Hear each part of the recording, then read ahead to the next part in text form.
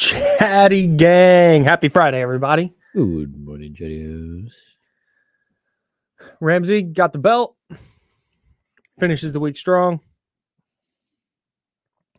What up, Warren? Hello, friends. What's up, Miles? Zabo. Manny. Mrs. Mac. Steven.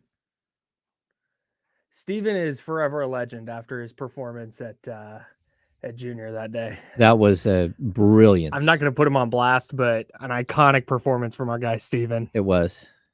What up, Scooter? It was good to see Steven and get to, Yeah. Everyone's got a story out there. Great vibes. Yeah. Right-handed hander Jordan 50. Hicks and the San Francisco Giants are in agreement on a 4-year, $44 million contract. Oh, that's fun. Jordan Hicks is the guy for the Cardinals who throws like 106. Wow. He has started 8 games at the major league level. He's a reliever. Or am I thinking of the wrong person? No, you're probably right, but, Are they signing him to be a starter? Yeah, no, that's him. Huh. Yeah, nah. Dude throws Ched. Him and Duvall back-to-back would be gnarly. All right, here we go. Let's party.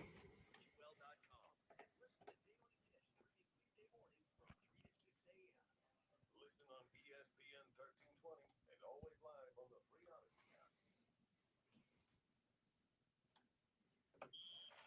Sacramento, KRXQ HD2 Sacramento, ESPN 1320, Sacramento sports leader. Always live on the Odyssey app. It's time now to go beyond the headlines. For the next 2 hours, go where every sport is.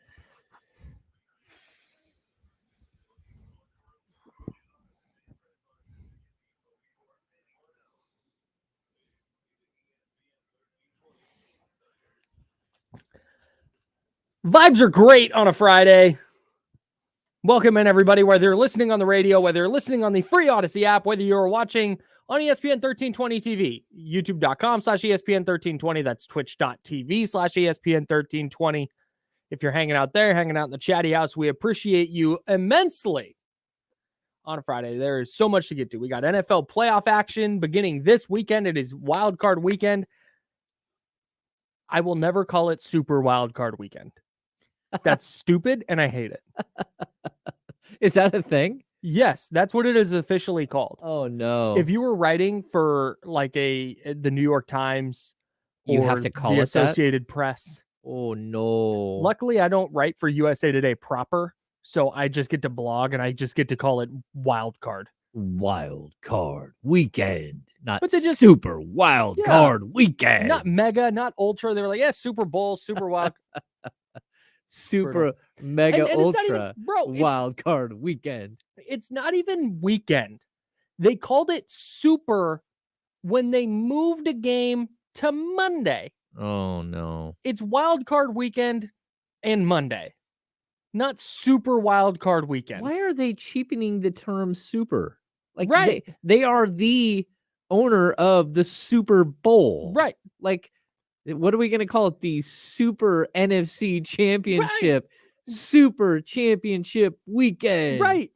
Like, no, man. It's just wild card No. weekend, the divisional round, championship weekend, championship Sunday, I should say. It's not even weekend, championship Sunday, and the Super Bowl. That's rough. Super wild card. No, get out of here, dude. Hmm. Super wild card weekend sounds like, those bags of cereal that are like the knockoff cereals. Yep. Not dragging those at all, by the way. Okay. Have eaten plenty of those bags of cereal in my day. But that's what that feels like to me. There's wild card weekend. They're like, well, we have super wild card weekend, and it's 14 cents for a 9-pound bag. Try the super wild. No, man. The fake Come Fruit on. Loops. The And fake Fruit you Loops don't- get you every time, It's not Kyle. even- dude, I'm in. Like, I'm in. Like I said, I I'm not think knocking it. You Oh, got- yeah. oh, wow. This is wow. Oh, yeah. James in his Captain Crunch shirt. That was unplanned. The good captain. I love that you're a very buttoned up person. And I mean that I mean that in a good way. Yeah. Being buttoned up is a good thing to be. You're a very buttoned up person. And you're very adult. You are of my adult friends, my most adult friend. Okay. So I'm an adult now. I say adult friends like I don't. Of all Of your all my friends, you are which the most and adult, all of them are are adults, unless right. you I'm have not like children's friends. I'm not just friends with like the 13-year-olds. But Let's hope no, not, Kyle. just so of all my friends, you're one of the most adult. And so you going with the what is that? That Colombia, Patagonia? What do we got on there? No, it's like Patagonia, but it's not. But it's like better. Got it. Okay, so yeah, I think it is actually. To be okay, honest. so your high-end Patagonia, yes, whatever it is, of course. I don't. We live different lives. The fact that you unzip that to show a Captain Crunch shirt, yeah, is just it's really really good. I mean, I wear Dr. Pepper shirt all the time. I have Mountain Dew shirt. I have a really. You're a big graphic tee guy. Yes, I have an amazing Pinky in the Brain shirt that's old and like on its last legs. Yeah, I wear these shirts on it. I have like I don't know, different movie reference t-shirts Sure. and stuff. Yeah. I'm into what I need to do. So I'm not a hoarder, but I sentimentally attach value to too many things. Of course, I do too. And so I have the biggest drawer in my dresser is the t-shirt drawer, and it is packed. I have t-shirts that go other places because it's full. Because there's shirts I don't even wear anymore that I'll never wear. If I disappeared, if my wife went through my t-shirts right now and kept the 14 t-shirts that I wear, I don't know how many, it might be 10. I don't know however many t-shirts I wear. I would go, hey, where'd my shirts go? But I don't think there's any I would be able to like name like, oh, I miss that shirt, but I have them all. So that's what I need to cut down on some of my graphic, because I have some like that where it's like, not Captain Crunch specifically, but a shirt that was relevant to me at one point that no longer is, that I just need to toss. Yeah. I mean, I have like my Save Ferris shirts and sure. Yeah. Like the obscure fun movie references. One of my favorite shirts. It's, the Rafiki painting of Simba. Yep. In Lion King. Mm-hmm. It's that, but it's kind of like Black Panthered out. Oh. It's one of my favorite shirts. Like that one can stay, but I have a couple other ones that I just need to get rid of. Okay. But at some point that I will get into a mindset where I'm like, it's purge day. And I will go through my closet. I'll rip through my closet and I'll have 4 bags full of clothes ready to take to Goodwill. When I'm not here, I can honestly tell you I'm a serious person like most of the time. But when I'm not here, like number one, I mean, I cut loose pretty regularly. You go to trivia night 9 nights a week. It's only on Wednesdays, but yes. I also I'm pretty laid back when I'm not here, when I'm not doing my job. Yeah, just a little laid back. I think that you made Manny's entire day. Oh, by wearing a Captain Crunch shirt. Yeah, I think so too. Manny is a big cereal guy. He's seen that before. His name in the YouTube chat is the Cereal Connection. Yeah, like I'm a big Captain Crunch guy. Like Crunch Berries. Captain Crunch with Crunch Berries. The peanut butter Captain Crunch? No, just straight up. It's a big time. The peanut butter Captain Crunch is great for me. Okay. It's also by far, without question, the best Magic Spoon flavor. Oh. I've had maybe 8 flavors of Magic Spoon. Okay. I don't know what Magic Spoon is. I don't want to. It's this like a cereal that's trying to like imitate the flavors of the cereals of your youth. With not sugar, and it just I don't want to drag them. It's most of the flavors are just okay. Okay. There's some that aren't great, but the peanut butter one, I could bury me in it. Okay. I love it. Anyways, all right, that's enough cereal talk. Yeah, we have football. Yeah, we have NBA trade rumors, murmurs. There's like murmur, then rumor, whisper, murmur, rumor. There's a lot heating up right now. There's a lot of things, like not just King's World, but like in the league. There's a lot of things that we're starting to hear. So yeah, it's interesting times, man. You threw out a name last night. Yep, that I thought was very interesting for the Kings. So we will talk about that. Probably talk about that next. I think it's good. We keep doing this. We keep taking on a player that maybe people would like or wouldn't like, but we break down all the stuff, the dynamics of it. I think it's a good way to bust into trade season. Yeah. And this is, of the names we've talked about, I think this is the most interesting. That's not like a Pascal Siakam, OG Anunoby. Yeah. I think it's I think in that tier of player, but it's not Pascal Siakam. And OG's obviously already been traded. But anyways, we will talk about that coming up. A couple of NFL notes. Yes. From this morning. So we'll have NFL playoff talk for you today. We haven't gotten into that a ton this week, but we will do that. We have some fun props. We'll have MadProps, but we have some fun props from our friends over at BetOnline that they sent over that I want to run through with you. And then we'll make predictions and we'll talk about who the 49ers should or should not want to play. Because Fred Warner said he's going to watch this weekend and root for everybody to lose.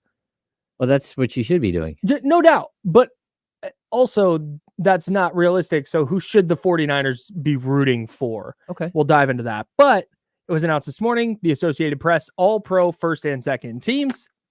The 49ers had 7 All-Pros, the second most. The Cowboys had 9. Ooh. Cowboys had 9 All-Pros. 9 All-Pros, 10 points against the 49ers. That's crazy. All right, so the 49ers 7 All-Pros, Christian McCaffrey, Kyle Juszczyk, George Kittle, Trent Williams, and Fred Warner. Those are the first teamers. Christian McCaffrey and Fred Warner were both unanimous first team selections. Oh. And then Brandon Ayuk and Charvarius Ward were both on the second team. The first time for both players making an all-pro team. So congratulations to them.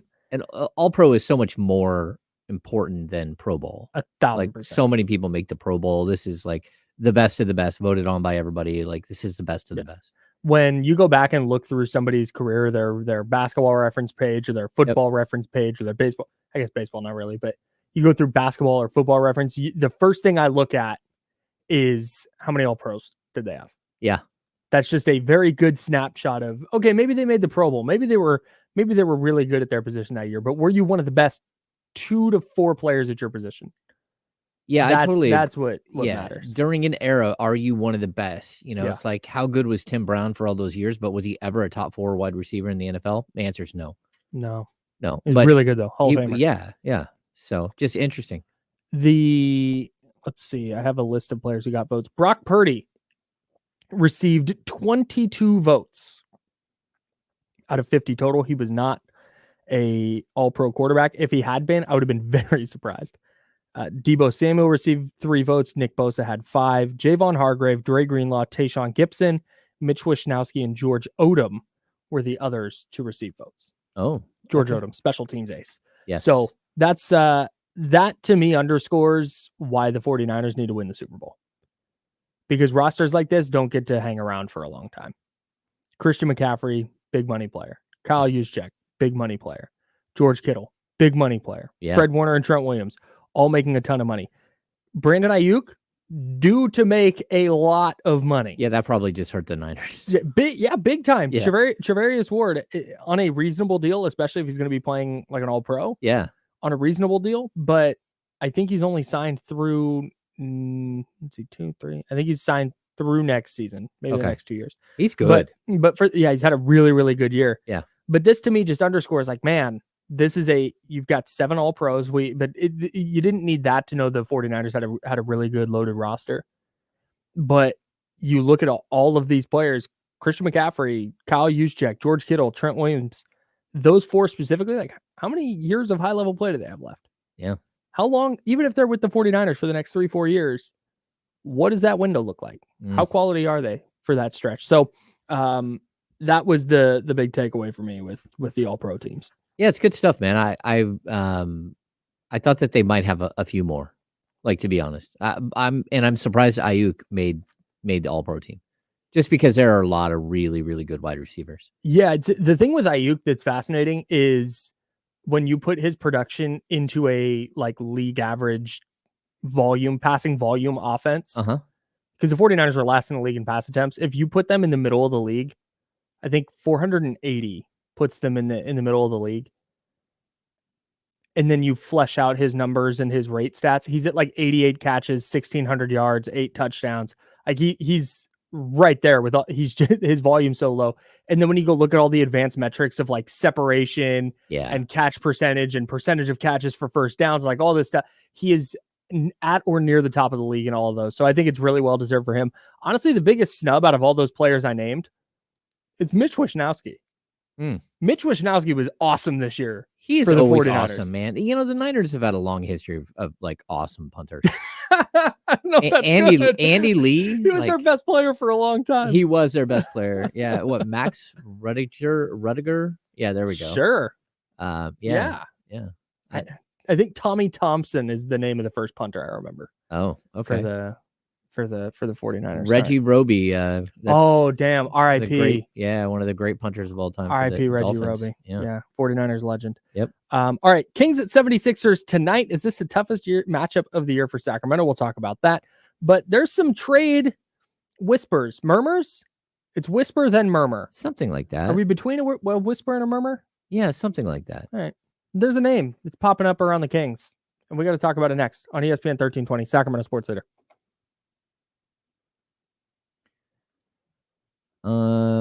Keegan Murray watch. When can the Kings extend Keegan Murray? They can give him a contract extension after his 3rd season. They can, and the contract would kick in after his 4th season. That's typically what you do. Leaving out Calvin Johnson and Larry Fitzgerald and Randy Moss is bananas. Oh, he means during his play. Oh, okay. I see. I forgot. Or I didn't forget. I saw the, you said during his time.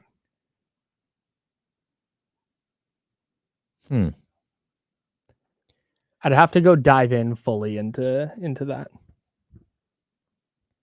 Yeah, Chris Carter, Michael, but like, Tom, Andre Reed. I'm joking. Andre Reed. Why did the Kings pursue Siakam if they knew he would be costly with his new contract?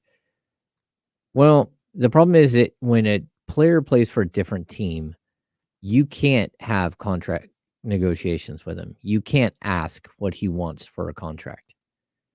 And so, I mean, he's someone else's player. That's against league rules. So I would say the Kings, like, there might have been a way that they would figure out how to fit everybody in on one deal. But I think they were hoping that if he was like up for a 5-year deal or whatever, it would not be for the Supermax or for the max. And he's not eligible for Supermax, but for the max. So that's why, because you don't know until you actually have a conversation with somebody. I think that there was a lot more to the Raptors and Kings like being in the same building than people think. When they, like, their front office was in Sacramento, the Sacramento Kings front office was in Sacramento. Like, Pascal Siakam was in Sacramento. I think that there was probably a pretty, like, large scale conversation about what would work and what wouldn't, and what someone was looking for and what they weren't, and whether they would sign and whether they wouldn't. And at the end of the day, I think that they kind of figured out that that wasn't going to work. But again, you don't know until you get there. It's like you don't know what somebody really wants in free agency until free agency starts, or the couple of, like, the week before free agency.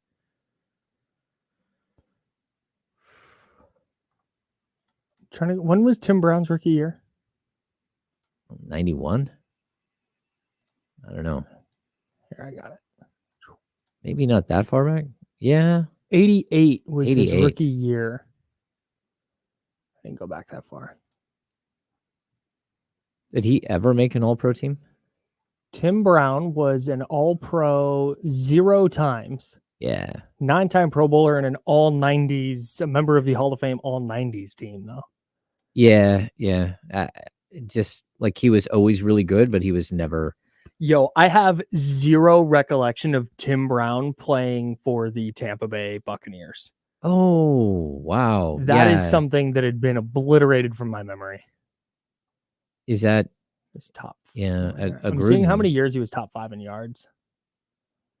I've only got 2 so far. Yeah, that 1408 stands out. The 1342 might stand out. I mean, he had a great career, 14,934 yards and exactly 100 touchdowns. Yeah, he's a Hall of Famer, or he should be. He is a Hall of Famer. He is. Yeah, he right. is. Yeah. I had the page scrolled just to where the Hall of Fame badge was gone. I would say Like, the funny thing is... Oh, hang on. We're back. Oh.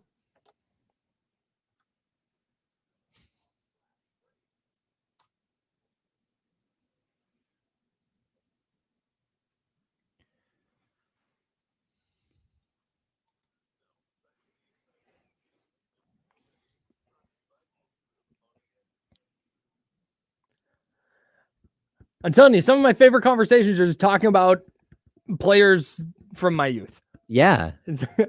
No, I love it. Like I did not mean for us to disparage the name of Tim Brown, who is a bona fide stamped Hall of Famer. No, he is. He's a Hall of Famer, He's and I don't want to take any, but that doesn't change the fact that, you know what, like I'll bring this up, Kyle. Yesterday we talked about, where does Domantas Sabonis fit into the Hall of Fame, right? Yeah, I mean, yeah. like and it's more specific.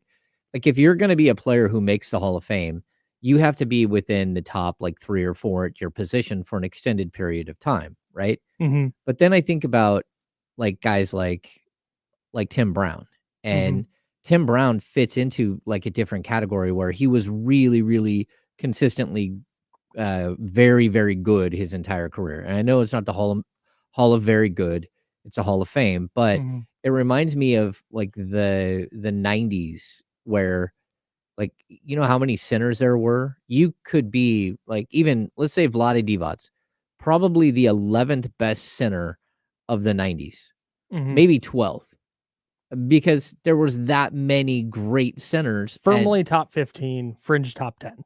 Yeah. I mean, but you think of like the fact that Elijah Wan and Ewing and Alonzo Mourning and Dikembe Mutombo and Shaquille O'Neal, and like there's just so many great centers from that era. So like it's okay for Tim Brown to be a guy who maybe wasn't the top 10 or maybe wasn't a top 8 wide receiver like his whole career. But he's still the longevity and everything else. He did the work to make it to the Hall. He was also an outstanding return man, both at Notre Dame and with the Raiders. Yeah. He led the league in return yards as a rookie and was a Pro Bowler as a returner as a rookie. And then in his 4th year, he was a Pro Bowler again, thanks in part to his contributions as a returner. But no, he's Damian brought this up yesterday talking about De'Aaron Fox. He goes, I wonder how the first few years of De'Aaron Fox's career will be looked at if he continues being this player who's just kind of perennial all-star, all-NBA, in the MVP conversation, if he continues doing that for the next, 8 years. And how does it... That's Tim Brown did not hit 1,000-yard receiving until his 6th year in the league. It's wild to look at this. His first 5 years were a complete waste. Well, as a wide receiver, he was, like I said, he contributed a lot as a returner. Well, no, I get that, but as a wide receiver, I mean, he was a top tier pick. I mean, he was a really good player coming out of college. The fact that the Raiders squandered the first 5 years of his career as a wide receiver, I mean, 725, and then he got hurt, and then 265, 554, 693. I would have not thought that was the case. And then he rattles off 9 straight years of 1,000 yards. Yeah, 9 straight years where he averaged 88 catches, 1,200 yards, and 8 touchdowns. Yeah, he was really good. That's awesome. That's really good. Oh, and he was a second-team All-Pro. I lied earlier. He was a second-team All-Pro in 1997 when he led the league in catches. Oh, there it is. Yeah. That, and I would say too, someone in the chat mentioned how many yards after the catch that were stolen from him because he had to play on the Oakland A's. Man, on the dirt. Yeah, but I disagree because like Tim Brown never caught a ball over his shoulder. He only caught a ball facing a quarterback. His yards after he basically, it's kind of what we see from Travis Kelce. Like Kelce is always looking at the quarterback and then makes a spin move, and his spin moves are just much better than everyone else's spin moves because he's so big. But like Tim Brown only caught a ball facing the quarterback. There was no over the shoulder catches and like running downfield stuff for him. It was all short stuff. I'll defer to you on that. I don't have a major recollection of the prime Tim Brown years. Yeah. I mean, you can remember John Taylor or Jerry Rice from that era, just like everything, like a lot of like either the quick slants or over the shoulder catches. That's just not who Tim Brown was. Still 14 yards of catches is pretty dang good. Yeah. Heck of a player. Heck of a player, Tim Brown. Yeah. All right. We're talking Kings trade stuff. And you said murmurs earlier, so that's the word I'm going to go with. Murmurs of a name. Yeah. No, that intrigues me very much. Yeah. I think when we get to this point of the season, it's you keep hearing little things here and there, and something might not materialize. But I have heard that there might be interest in Jerami Grant. that if you're going to swing and miss on Pascal Siakam, if you're going to swing and miss on even the OG Anunoby thing, that maybe you start changing what you're looking for in a target. And that is a player who's under contract. And that's where, again, I think the Kings are better playing in that field anyways, where you can kind of secure what it is you're doing and look ahead and not have like uncertainty. So I don't know if there's anything brewing as of right now. I just know that like yesterday we started to hear that there were some things were heating up out there in the world, including in Kingsland. And I have heard, well, nothing is imminent or anything, that there might be some interest in Jerami Grant, who of course is a 29-year-old, like 3-4 for the Portland Trailblazers. You know, he's a player that Kings fans know very well because every time you play him, he torches you. Because he's long, he's athletic. He's basically like a slightly scaled down version of like Brandon Ingram. You know, he like has that slender frame, but he's also a really good defender. He's just a really bad rebounder. And I haven't been high on the Jerami Grant wagon like over the course of time. There was a time where I was like, okay, I probably don't want him because he wants so much money, number one. But number two, I just don't know how he fits. But this team is different. And Domantas Sabonis, like the fact that you need someone like that next to Sabonis and someone who's switchable next to Keegan Murray, like this, it would make sense. His contract is a little crazy, a little higher than I would like to see the Kings go, just for longevity, you know, trying to build this thing out. But he's under contract this year at 27.5, next year at 29.8, the year after that at 32, then 34.2, and then 36.4. And see, it's this shaving that maximum of like 57 to 60 off the back end that you would be looking at with a guy like Pascal Siakam. That's a big deal. Yeah. So like, while this deal isn't the best looking contract that I've seen, and sure, I love the Kyle Kuzma deal much, his contract much better. Like, I think Jerami Grant's a better defender. I think he's a really good scorer. He gives you length, athleticism, speed, quickness. He would fit. You know, there are some things that he doesn't do all that well, like rebounding. I didn't realize he was only 6'7". I thought Jerami Grant was like a 6'9", 6'10" guy. Wow, I'm surprised by that too. I would have put him at 6'9". 40.6% from three the last 2 years on decent volume, 5.6 a game. Yep. It feels, here's my one issue with it. It feels a little bit, I would need to do a deeper dive on him defensively. Yeah. And what he offers there. Because if he's not going to be a plus defender, then this feels real like not the same player, and not obviously, but feels a little Zach LaVine-ish to me. Well, where you're getting a guy that's going to score and then not do a ton else. Yeah, but I think defensively he's always been solid. Like, he's been solid. He's also, you know, he's a player that, for me, as one of the red flags for me was that he's never really put up like solid offensive numbers on a good team. Like, all of his numbers, for the most part, you can look at his last year in OKC where he's at like 13.6. Like, and then his, his 22.3 in Detroit, that was a horrible team. 19.2 in Detroit, bad team. Portland last year, 20.5. That was a bad team. And 21.5 this year, 21.4 this year. That's a bad team. So there's always going to be a player who scores on a bad team.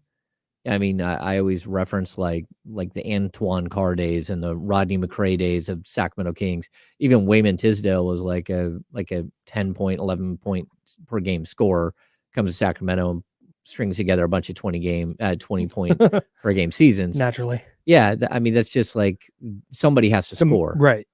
And so you want to make sure that that's not why Jerami Grant is a 20 point per game scorer.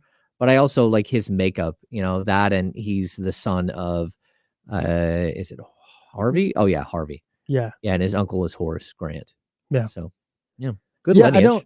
I don't. Here's where I'm at with the Kings and making trades, and then we'll hit the break. Actually, you know what? We got to hit a break now. We'll talk more about Jerami Grant here in a second on ESPN 1320, Sacramento Sports Leader.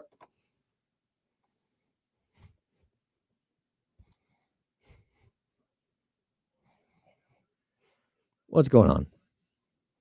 Yeah, Jerami Grant plays way bigger than 6'7". When you said that, I was surprised. I thought he's 6'9". Yeah.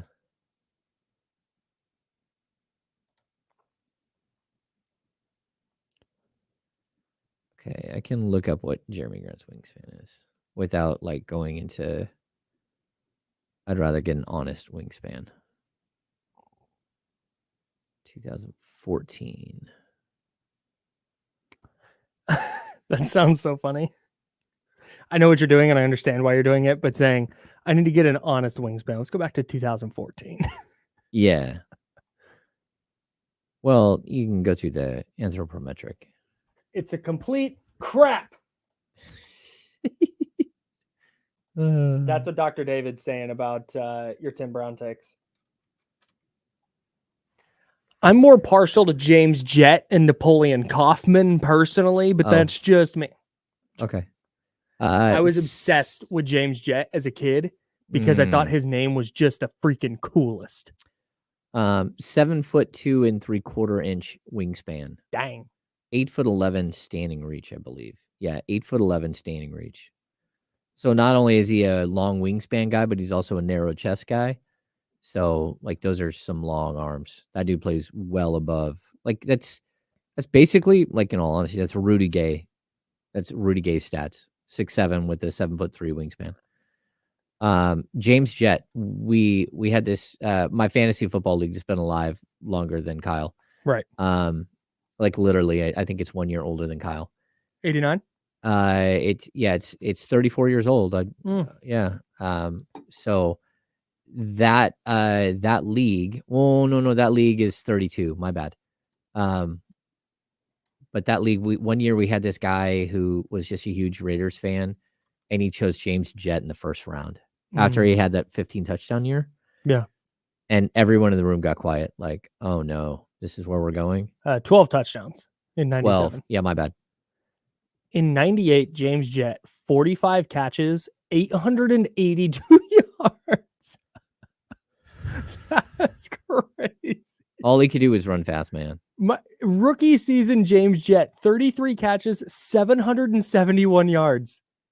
23.4 yards per catch. Holy smokes. Yeah, that's back in. Look at Alvin Harper. Same thing. What a beast. Alvin Harper was nothing but long catches. Talk about a guy who caught the ball over his shoulders. Alvin Harper, 33 catches, 821 yards. Yeah, what's up per catch? 24.9. Yeah, I think is it Harold Carmichael that has the most yards per catch? Hang on. Between 93 and 94. Oh my God. Alvin Harper caught 69 balls. Nice. Pause. For 1,598 yards. He went 23 yards per catch across 2 seasons. Yeah. Oh my God. Who are you talking about? I think it's Harold Carmichael. All-time leader in yards per catch? Yeah. Yards per reception career. Homer Jones, obviously, is the all-time leader at 22.3 yards per reception. Okay. Oh, I was way off. Yeah, yards per. Oh, that's yards per reception. Homer Jones, Buddy Dial, and Harlan Hill are the top 3 all-time. And they all played pre-merger. Yeah, you used to have the guys who just like run as far as you can. I'll throw the ball as far as I can, and no one will catch you. I'm trying to find like the most recent Michael Haynes player in there. I think we only got. Oh, here we go. Devery Henderson. Oh wow, what a legend. Devery Henderson, super annoying fantasy player. Okay, here we go.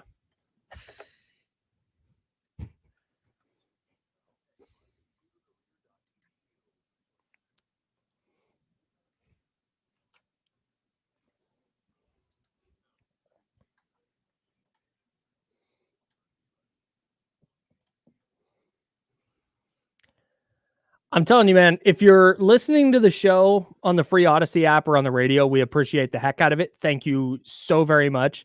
But if you're maybe you're listening on your way to work, or you listen on your way to work, and you get out of your car and you're like, all right, I'm done listening today. No. Pop that up on YouTube. Yeah. And jump in the chatty house. The chatty house is great.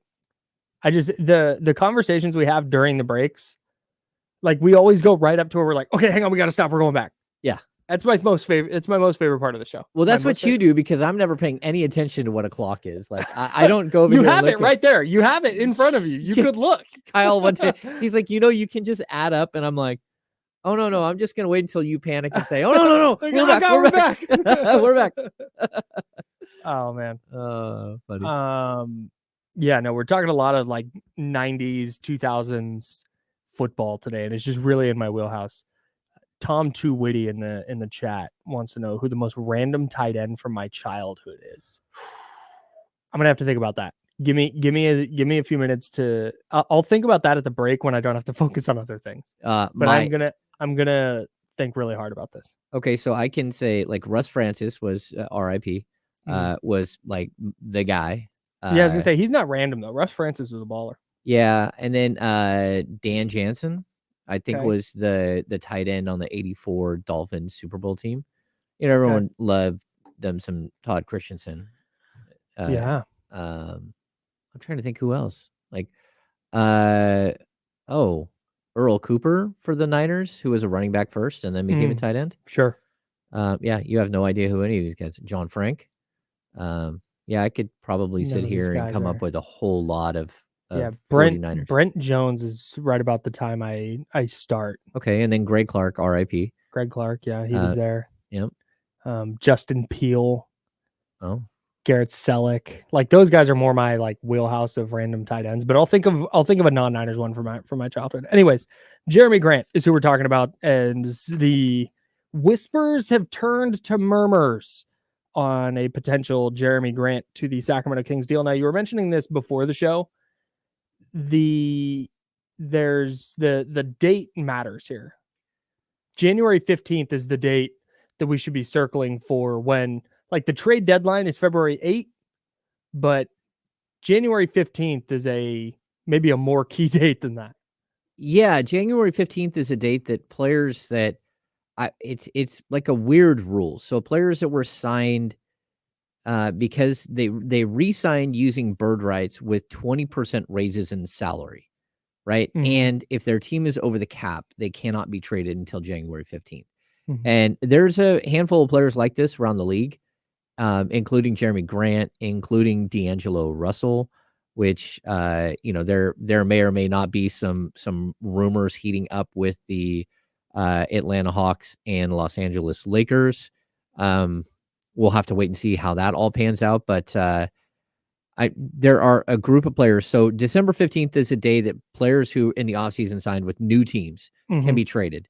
But then there are other dates like where Harrison Barnes couldn't be traded until December 29th, because that was 6 months from the date that he signed his extension with the Kings. He signed it before, quote unquote, before free agency started, right? Because they still had his rights to do so. But then there's this other group of players that are signed and who make get a 20% pay increase. They can't be traded until January 15th. And so Jerami Grant falls into that because he's on his new extension. So does DeJounte Murray, who's another player we've talked about for the Kings. Yeah, I haven't seen. Although I'm out on that. If I have a choice between those two, I think I'm going to go Jerami Grant. Although it feels very similar. Like all the reasons that I thought that DeJounte Murray makes sense for the Kings, I think Jerami Grant also makes sense. I think he's probably a little bit better in the. I think if you're Sacramento, adding a player who can play the 3-4 instead of the 2 and a little bit of 1 is preferable. So I lean Jerami Grant on that, especially if you're going to get plus defense and hustle from him. You're going to get a 40%. If they can replace Harrison Barnes without losing like his shooting, because he's shooting the heck out of the ball this year. Yeah. If you can get a equivalent shooter who's going to maybe create a little more off the dribble, be a little more of a playmaker off the bounce, and be a better defender, I think that makes the Kings pretty significantly better right away. Yeah, I mean, I think he is a better player. I don't love the contract. Yeah, just because he's expensive. he's in his 29-year season right now. So you're basically going to have to pay for his 30, 31, 32, 33 years. I guess that's not bad as long as he maintains. He's also a player who didn't play a ton when he was young. So maybe the mileage on his body isn't as much. He's a guy that, again, comes into the league at 20, but doesn't play real substantial minutes until he's like 24. Mhm. And it does matter. That fully does matter. I'd also say, Oh, he turns 30 this year. yeah, he turns 30 this Oof. year. Yeah. So, but like, look, most NBA players continue to be really, really good for quite some time after that. Yeah. So, and the other thing, I know this is kind of like a weird, sneaky thing I'll throw in there. He also played during the 2019-20 season with the Denver Nuggets that lost in the Western Conference Finals. And the reason I bring this up is because that's sort of one of the first years at Jokic is Jokic. Mhm. And so he's played with a big man like Sabonis. He knows how to play off of a big man like Sabonis. And again, he's a good defender. He's long, he's athletic. He does a lot of cool things. Now, whether or not this ever materializes, who knows? Like, these are names that we hear, just like, how many times have we heard Kyle Kuzma in coordination with the Sacramento Kings? But this is something that, like, I think it's worth noting that you should probably keep your eyes out for, especially with Portland. What happened with Portland last night where they lost by 62. Bro, real quick. 62 points. 62. 62 points. Yes. If Oklahoma City scored 0 points in the second half, the Blazers would have won by 2. Huh.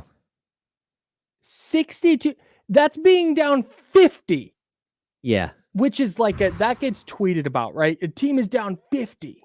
Yeah, the Kings were down 50 at home the other night. Right. Okay, now go there. Okay, let's go back to that. Okay. Team goes up by a 50 burger. That is like rock bottom. 49, okay. 50, rock bottom. Yeah. Okay. It's like you're not a bona fide scorer unless you hit 50. If you hit 49, like, dang, you're good. pretty good game. Pretty good game. Pretty good. Same thing like Damian talked about yesterday. That 29-point scorer versus 30-point scorer. The like, 20 points for Sabonis. Yes. Sabonis going over the 20-point mark. 19.8 versus 20.0 is like, so anyways, 50. 40 is like, dang, you got murked. 30, you got 20. You're a couple buckets from being back in this. Yeah. Right. 50 though. Imagine being down 50. And then the other team goes on a 12-0 run.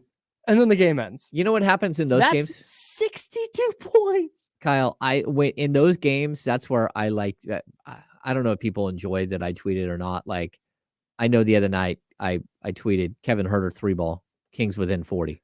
Yeah, that's funny. No, that's good. That's the only way you can get through that. Yeah, it is. Like, if I have to sit there and watch it, I'm going to get snarky. Right. Kings get a layup, slash the lead to whatever. Yeah, it's dry humor, but I'm getting snarky on you. Yeah, of course. Yeah. So I'd also add the one other thing about Jerami Grant, which I did not think about before, is that hiding on that 2019-20 Denver Nuggets roster was a coach named Jordi Fernandez. Oh. Who was part of Michael Malone's staff. So again, these are sort of like the ties that bind. You want to, like, 6 degrees of separation type stuff where you're looking for like little connections. Mm-hmm. And again, if you're Jerami, if you're Jordi Fernandez and you're looking for a defensive upgrade, if he's a defensive upgrade or not. What you're getting with him. He was there for a year with him, but he knows. He played a lot of games, a lot of minutes. And I think even the Kings don't even care about the offense. They don't, at least not that. Like, realistically, you need to be concerned with how do you improve your defense? How do you defend? Yes. How do you stop the one team that you can't stop? And it's very clear. It's the Pelicans. You can't stop them. You have to find somebody to go to match up with them, because the last thing you want to be is a 4-5 matchup with them, or a 3-6.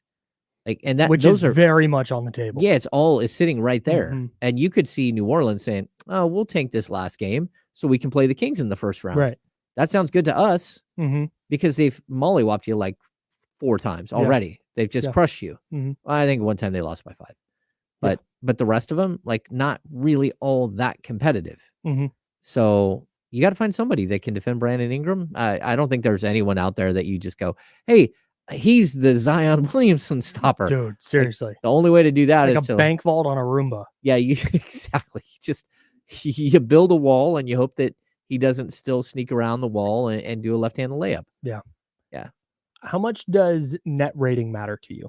Individual net rating Well, it depends. Like for a most season. okay, so most stats like net rating and most stats like plus minus, they're not good in a small sample size. So Right. I could imagine that, his net rating could be like so off the charts bad, but it's because they just lost a game by 62 points and he was part of that. And so you're Mhm. going to have this issue with that.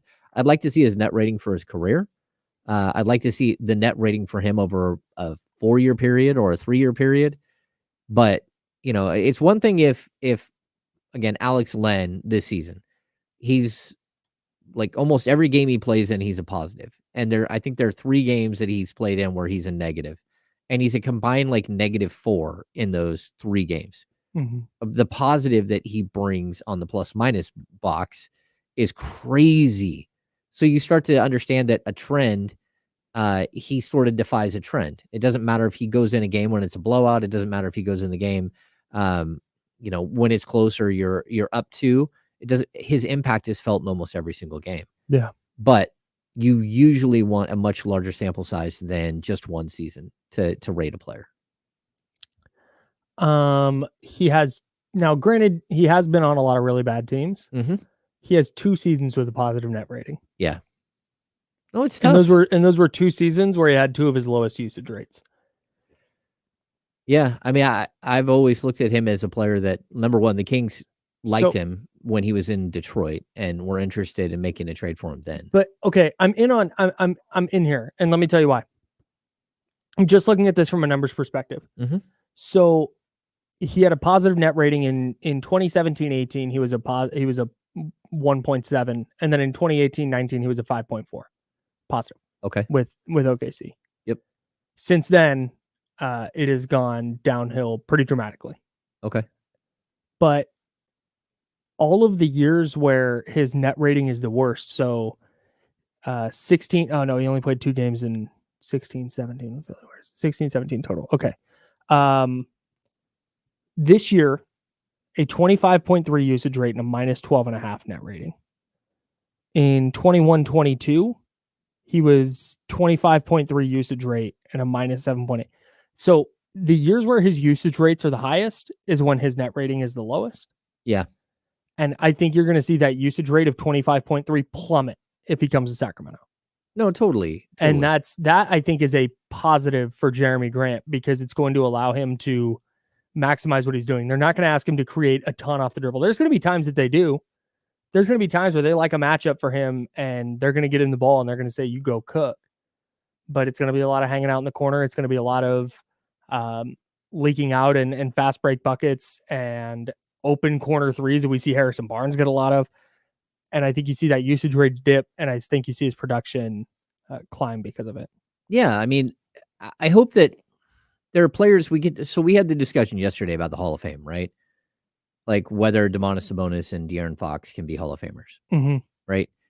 I hope that there comes a point with a player like Jerami Grant where you look at the fact that that's not who you are. You're not going to be a Hall of Famer. You don't all of a sudden at age 29 string together 5 years that weren't there before and become a Hall of Famer. Right. That's not the way this thing works. And so at that point in your career, you just got paid, right? You got a bunch of money and that's good. Like you're set for life. You just got like what, 150 million over 5 years. Yeah. Maybe I think it's right around there, right? If you can accept that in order for you to be a 5 for 160. Go ahead. Yeah, 5 for 160. If you can fit in and be a great role player on a very good to great team, okay. That's where you want the buy-in. And that is acknowledging that, like, look, whatever it is that I thought I could have been at one point, I'm not going to get there. And that's okay. Mm-hmm. But this is who I want to be, and this is how I can get to. I got my money. Mhm. I got the contract there. I'm safe. I'm like, my next 5 years is going to be a lot of money coming in, Mhm. right? I've set myself up for the rest of my life, maybe 2 generations, maybe 3. But you hope that a player goes, I'm willing to accept whatever it is that I need to be for a team now. Mhm. And that's good, because that's what you're hoping. And if that's not who he is, it's like, okay, That to me, as you say that almost, to me, if you're the Kings, has to be a bigger part of any calculus they're doing on who they want to acquire. Like that fit, and knowing that role, whatever role, if you're going to go get a player like Jerami Grant, or DeJounte Murray's another player that we brought up earlier, or Kyle Kuzma or Zach LaVine, or pick the biggest name that we've talked about, it is the common thread to all of those is, well, would they accept this role? Yeah. Would they accept this role as a fourth option, maybe third option with the starting lineup? And again, this is where my questions come in, because like Keegan Murray, if he's going to offensively be as aggressive as he's been the last couple of nights against Detroit and Charlotte, and that's one of the things I'm watching for tonight against a good team like Philly. I know it's no Joel Embiid, but if Keegan Murray is going to go out and on the road on national TV against a really good Philly team, go out and be that aggressive offensively, now I'm changing my mind about like, okay, what do I need from that player? So Jerami Grant, you're looking at third, maybe fourth option, depending on Keegan Murray, depending on if he's on the floor with Malik Monk. Is he fine with that? Is he okay with that? Is he going to say, hey, I don't have the ball in my hands a ton, I'm going to go impact the game in other ways? Kyle, I think it's like, this is a really interesting basketball discussion, right? Because you name 4 players, and of the 4 players, I would take Jerami Grant, because I think Jerami Grant is closer to the understanding of what a role player is. Where That's a good point. I think Kuzma, LaVine, DeJounte Murray, like I think that he is closer to like, okay, I know who I am and what I am, and this is it. Also is because he's 29, right? So I think that that's part of it. But it also, like, I think for everyone out there, it should probably help you understand why it is the Kings were looking at Pascal Siakam so hard. Because Pascal Siakam instantly comes in, he's your number 2 scorer. Right. And he will demand that, and he will act accordingly. And that means that Domantas Sabonis becomes your 3rd best scorer.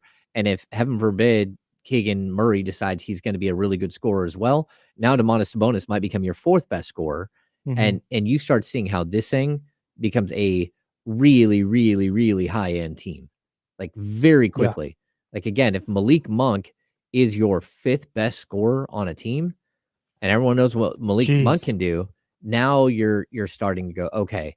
Right. And it's not just like, oh, they're going to score 150 a night. It's not that.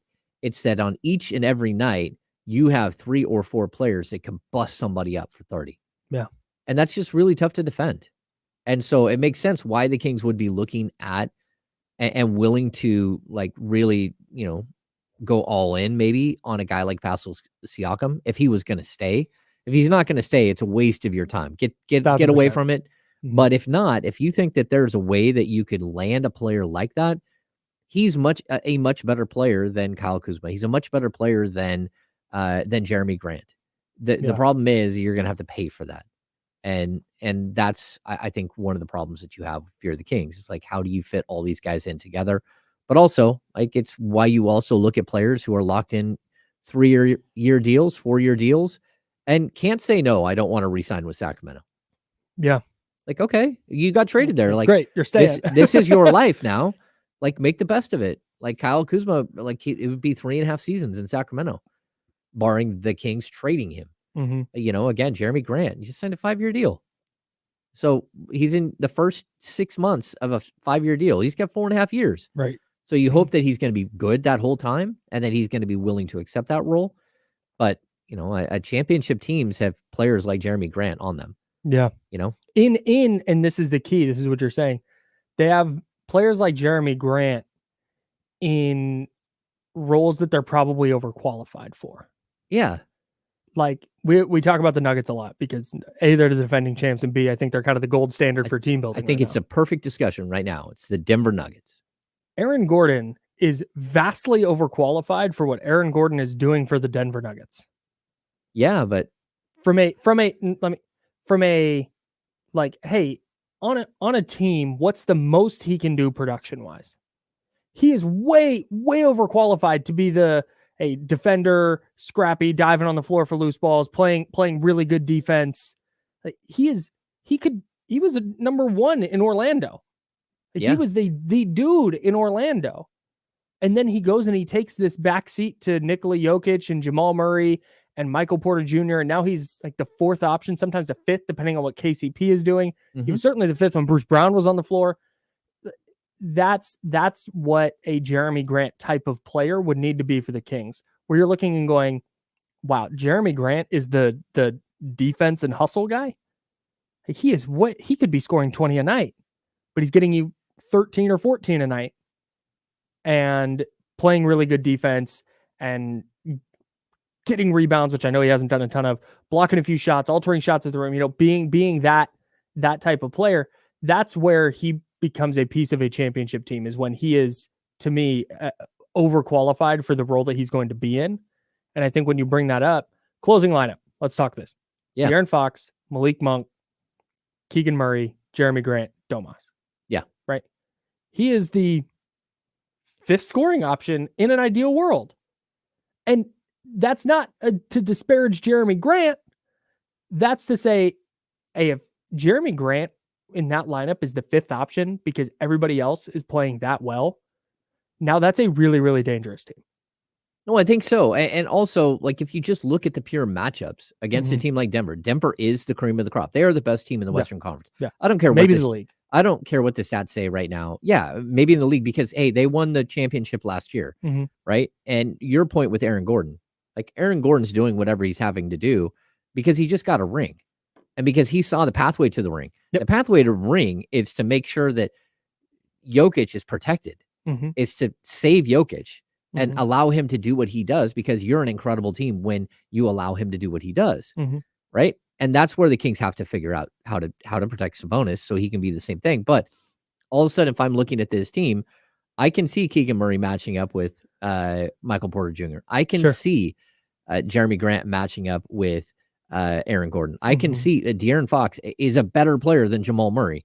You're still going to have to figure out that shooting guard spot, but I think Denver's still figuring out their shooting guard spot as well, especially long term. And then you have the center matchup. Like, you're designing a team almost exactly like the Denver Nuggets. Like, are some pieces better than other pieces? Like, if we're rating them on each position, but you're much closer. And that's where I think the Kings have been lacking that forward to get them to that point. And it's not a knock on Harrison Barnes as much as it is like, look, Harrison Barnes does not have a 7'3" wingspan. And every other team has a guy with a 7'3" wingspan. And Harrison Barnes is not that guy. It's not that he does anything wrong. It's that he can't do some of the things that you need him to do, like defend an Ingram, like defend Michael Porter Jr. when he gets on fire. Like, those are things that you need. And until the Kings find that guy, that's why I don't think that they're considered a championship contending team, because they don't have that guy that can do that. I am in lockstep with you on that. It is not, it's not to disparage Harrison Barnes or say Harrison Barnes stinks, but like, the Kings have just kind of outgrown what he does for them. They are looking to go beyond. Harrison Barnes was great, ushering in a new culture and knocking down some threes for them and being a switchable player that Mike Brown can kind of move around and allowing him to integrate Keegan Murray without putting too much on his plate. Like, Harrison Barnes was an integral piece last year. He has taken this season. That's why they re-signed him. This season, he has taken a little bit of a step back. And it's clear the Kings are trying to move forward and they're hitting a little bit of a ceiling, not solely because of Harrison Barnes, but when you look at reasons they're hitting that ceiling, to me, a little bit of it is because of number 40. And so if you can get the role that he plays and what they need out of that position, he's not able to give it to them. It's because he's miscast, but yes, right. I agree with you. And like, I always go back to this point real quickly before we go to a break. Yeah. Like, there was a point where the Kings traded Jason Williams, one of the most electric players in the league, for Mike Bibby. And it's just because they were different. The need for the team was a player like Mike Bibby who was stable in his position. It was not the flamboyant passing and craziness of Jason Williams.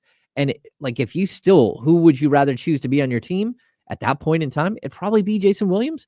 But if you want to take the next step, sometimes it's just a different player. Yeah, It's good not. analogy. It's not a player that's better or worse. It's a player that's different. Yeah. And that's where I think we've kind of run into it with Harrison Barnes. They need something different, and he can't provide that. And it's not on him as much as it is just the way this team is organically grown. Yeah, that's a really good analogy. Let's pick this up in a little bit. We've got playoff football this weekend. We're going to talk about it next. Who should the 49ers be rooting for? We'll tell you on the other side. He's James and Kyle. We're the Insiders.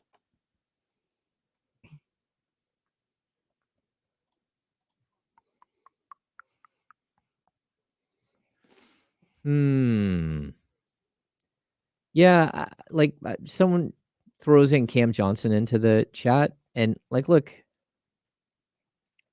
man, I am not I don't know where your stuff is.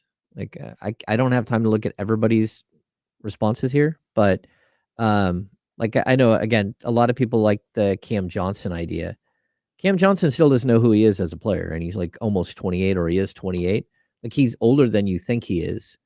And that's not what the Kings need. The Kings need someone who maybe is more refined in who and what they are.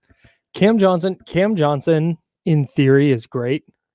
But part of the reason I think the Nets are struggling is because Cam Johnson has not blossomed into the player they thought they were getting. Of course not. Or the player they paid. Yeah. Yeah. So I don't know.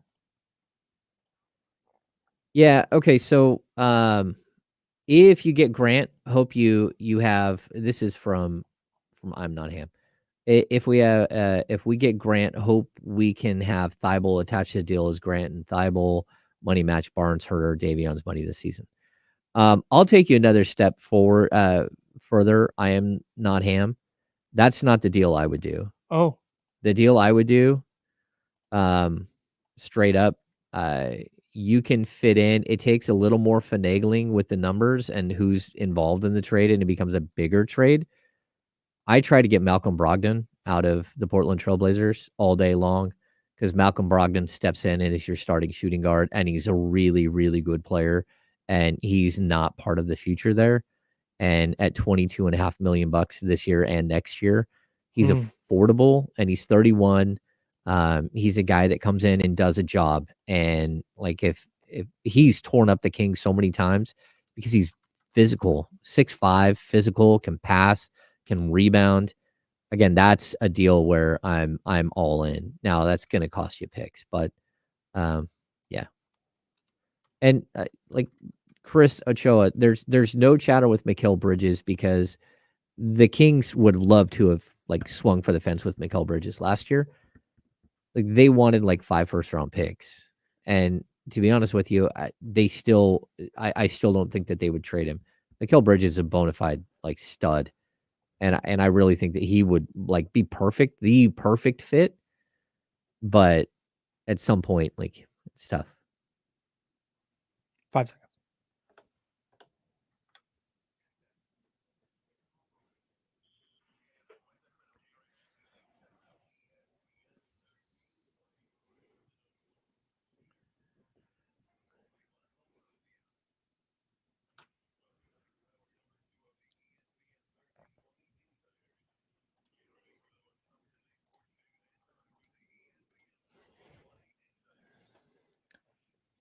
Hour number 2. I'm Kyle Madson. That is James Ham of the Kings Beat. Subscribe to the Kings Beat at thekingsbeat.com. Talking a lot of Kings today, but we've also got to talk some NFL playoff football, because it is wild card weekend, and the 49ers don't play because they took care of business as needed, but also the Eagles didn't, and the Lions got screwed. Yeah. That's how they fell backwards into. They didn't fall backwards into the 1 seed, but they had already locked up the 1 seed before the needed. final week of the season. Yeah. So, but it's sometimes a good thing to not have to play in super wild card weekend. Stop. Super wild card weekend. Super wild card. It's a complete crap. Exactly. That's what I thought. Yeah. This is completely BS. That's me on a Monday night watching playoff football. Ridiculous. I don't understand that at all. It doesn't seem like it's fair. It's money, man. You told ESPN, like, hey, sorry about giving you bad Monday night games. You want a playoff game? Oh, Give us more money. The 49ers, they don't play, but they will find out who their opponent is. They will find out Sunday who their opponent is going to be like this. If the Packers win, the Niners play the Packers. If the Rams win and the Packers lose, it's the Rams. If both the Rams and Packers lose, the 49ers play the winner of that Monday night game, the Eagles and the Buccaneers. So I ask you, James, because Fred Warner yesterday in his press conference said, I'm rooting for everybody to lose. Yep. I'm going to watch the games. I'm going to be a football fan. I'm rooting for everybody to lose. That obviously can't happen. One team is going to win each game. So if you're Fred Warner, you're sitting there, you're watching the game, you know that your opponent is on the line here. What matchup are you pulling for if you were Fred Warner? okay. Give me the matchups one more time. Okay. They could conceivably play the Packers, Mm-hmm. the Rams, Okay. the Buccaneers, or the Eagles. I would choose the Buccaneers or the Packers. For me, it's Packers 1, Buccaneers 2, Okay. Rams 3, Eagles 4. And I think I'm pretty comfortable with that list. Yeah. I mean, I might switch 1 and 2. I'm not sure. I don't know that there's that much difference between the Packers and the Bucks. No, so it depends a little bit on what, like, Jordan Love and the Packers offense playing really well, but their defense stinks. I know who the Packers defensive coordinator is because I've seen so many Packers fans complaining about him. Mm. That's not a name I typically know, unless it's, unless it's like a huge name. If Vic Fangio goes there, I know he's with the Dolphins, but Yeah. I don't think I could tell you the Saints defensive coordinator, unless it's Dennis Allen, who's the head coach. But anyways, I know his name solely because Packer fans complain about him so often. Mm-hmm. A guy named Joe Barry. I would way rather play a team with a bad defense in the playoffs, especially at home, than play a team with a good defense. In the Buccaneers with Todd Bowles, their head coach, they're playing really well on that side of the ball. Okay. And Baker Mayfield is, I think, better than a lot of people thought he was, and he's been playing really well this year. I would still rather face the Buccaneers than the Rams or the Eagles at this point. Yes. But I think the Packers are a clear number 1 for me. I think if you're the 49ers, you're rooting for that upset in Dallas. So you're facing that 7-seed Packers. Okay. No, I mean, that makes sense to me. Especially you're talking about a young quarterback as far as experience in the league. Exactly. And you don't know how he's going to fare in his first go around. They're just a young team in general too. Yeah. And I also think like some of their offense, like I think you can shut down some of what they do offensively. But neither one of those teams, well, I guess Tampa Bay like decided they could run the ball later in the year, right? Mm-hmm. So maybe they're a little bit better running the ball than they were. I just don't think that either one of them are really like, I don't think any of the 4 are in the same category as the 49ers at this point. So I get where Fred Warner says he just wants everyone to lose. That's fine. That makes sense to me. Yeah. But at the same time, like if you're going to have to face somebody, I would, I would probably, it would be like just a 1A, 1B. I don't even care. A coin flip between Tampa Bay and Green Bay. Yeah, and to be clear, Fred Warner thinks they can beat everybody they play. So it's not this is a thing from a fan perspective who you want to see. Yeah.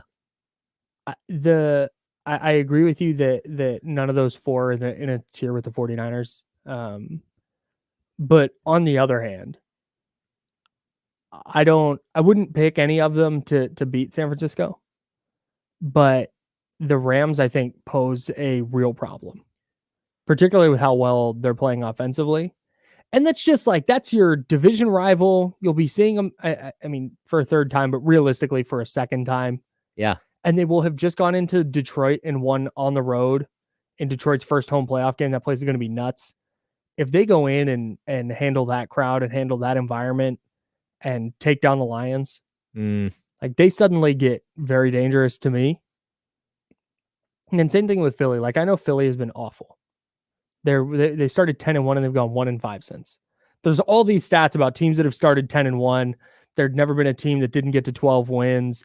There'd been like one that didn't win its division. And it's crazy how bad the Eagles were in the back half of the year. That said, Jalen Hurts is still a player who last year was in the MVP conversation, and Yeah. some will argue should have won it. It's still AJ Brown, who for my money is one of the 5 or 6 best receivers in the league. Mhm. Dallas Goedert was not healthy when the 49ers played them, and he changes a lot about how the 49ers can go about defending Jalen Hurts and the Eagles. And then you get to the Lions, and so much of playoff football is, hey, who won the trenches? And man, the Eagles have the ability to win the trenches against anybody. Yeah. So the Eagles still, I know the 49ers kicked the hell out of them in their building, but January is different. And that's a team that made a deep run last year. They're not going to be, shy away from the moment.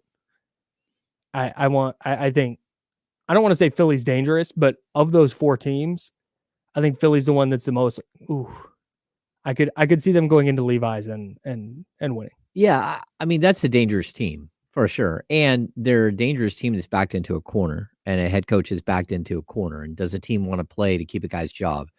Like, I think there's a lot going on there. And so, yeah, I wouldn't want to face them. But I'd also say with the Rams, when they have Kyron Williams and, they've got Puka, they've got Cooper Kupp, they have players that it doesn't matter how good your defense is, they're going to beat you. Yeah. That is a scary team. Like, it really does depend on whether you can pressure Stafford, whether you can knock balls down and whether you can get to him. Because if not, that's a really, really potent offense. Yeah. And they've got, it's nice. Like, I would take at this point, their specialty guys over what Philly has. And I just would. I would. I think I would too. I think I would too. I like AJ Brown, but he might be one of the top 5 wide receivers. But Puka put up top 5 wide receiver numbers, and Cooper Kupp has put up top 5 wide receiver numbers, like top 1 wide receiver He's number been a little banged up in like 5 years of his career. So like, that's a really, really solid team. And they're so different with Williams in the backfield. Like, with him, they're like, they're really, really dynamic. Awesome. Yeah. Cooper Kupp is the player I think I said this about Fred Warner once. That's wrong. Cooper Kupp was the player in the draft that I was most right about ever. Oh, really? Yeah, I remember writing it at Niners Wire. It's just a contributor at this time. I remember writing during that draft, like, the 49ers need to do whatever they can do to go get Cooper Kupp. You know what? I might have been Titans Wire at this time. Whatever it was, I was all in on the idea of Cooper Kupp as an NFL receiver. Because if you go look at his numbers at Eastern Washington, it was 4 years of just thousands of yards every year. He was just unguardable. And it's like, man, if you're I don't care what level you're playing at, if you're unguardable for 4 years, like, you can play. And you go look at his stats. I think he lit it up. I think it was against Oregon one year. I was all in on Cooper Kupp, and I don't have very many like draft takes that age great. That one is aged great. I've whiffed a lot. I will say I was all in on Johnny Manziel. Yeah, so I started studying the draft, like the NBA draft in '96, like really studying it all the time. Like, I had a draft Bible from the 1996 draft, like, and it was like this thick, and it was on a Daisy Pinwheel printer that I printed out every single one. I studied. Like, I was super high on Zydrunas Ilgauskas as like a crazy 7'3" dude. That good career. Yeah, actually, yeah, he ends up being like phenomenal throughout his career. But like that, I started like really, really studying the draft young, and I don't know, like, guys that I think I was right. Like, I was so high on Vince Carter, but he's a top 5 pick. And there are players that I look at and I don't see what they're gonna be.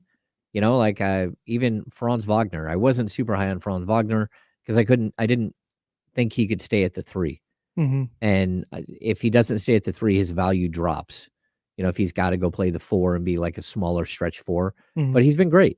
And so on occasion you miss on guys, but like, there are a lot of times where I'm like, yeah, this guy's not gonna work out. Yeah.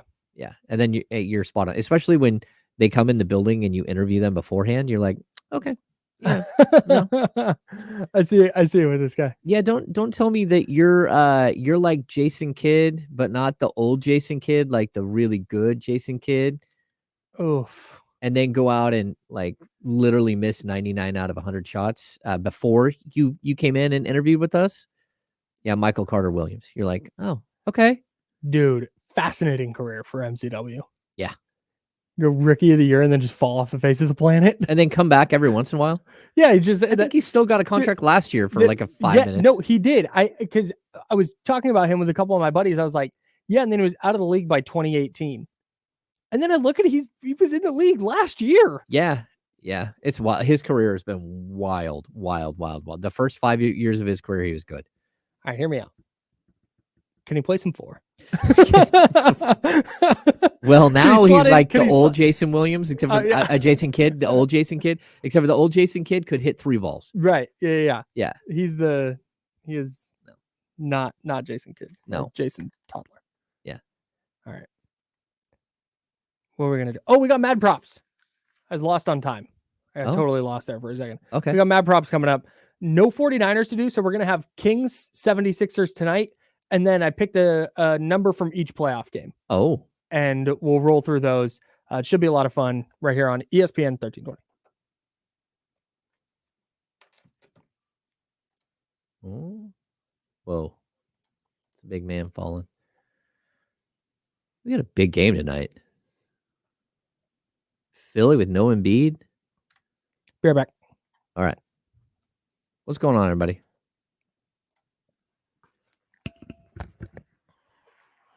Yeah. Oh. Kyle.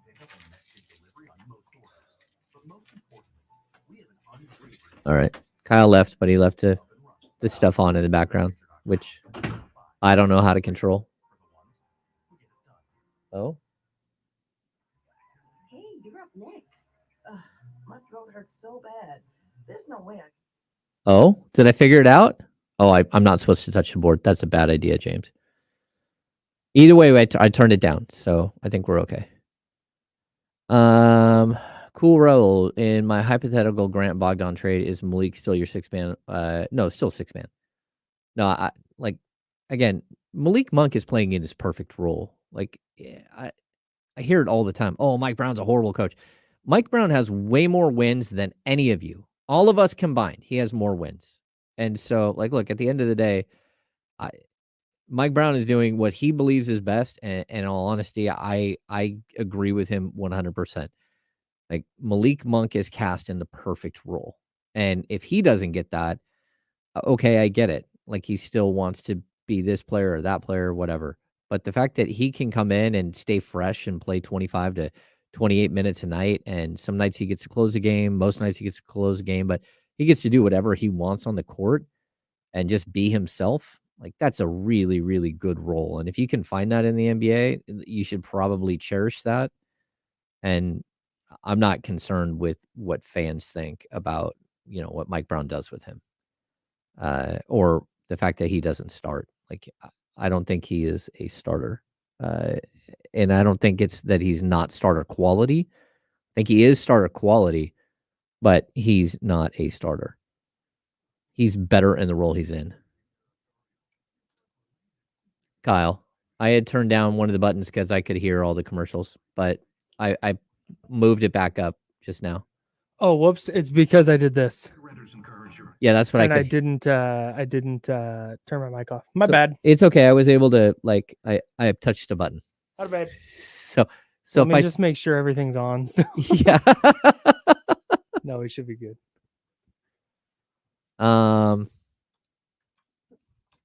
Securing to be My bad, y'all.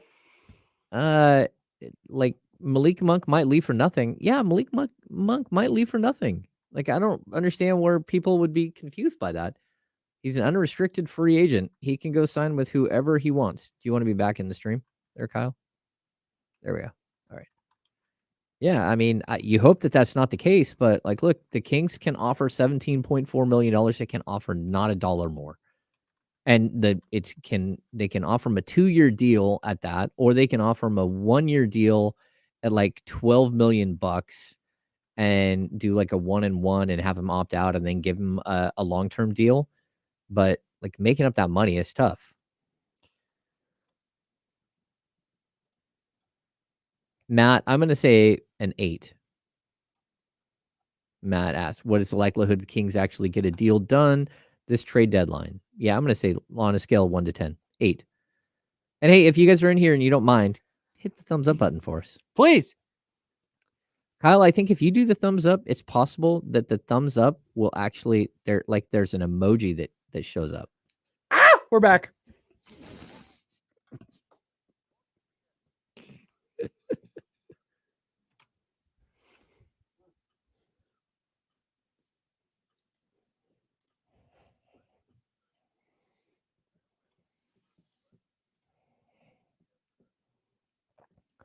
Let's get a little MadPropsy in here.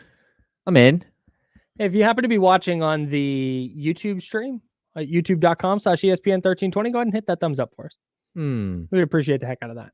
Yeah. Mostly because I need the validation of going in after the show and looking at the numbers of thumbs up. That's Oh. how I judge whether the show was good or not. Oh, see, I Okay, never, just so you know, I never go back in and see how many thumbs up. I just ask for the thumbs up. I don't. I'll go check the video because I'll cut some stuff. Yeah.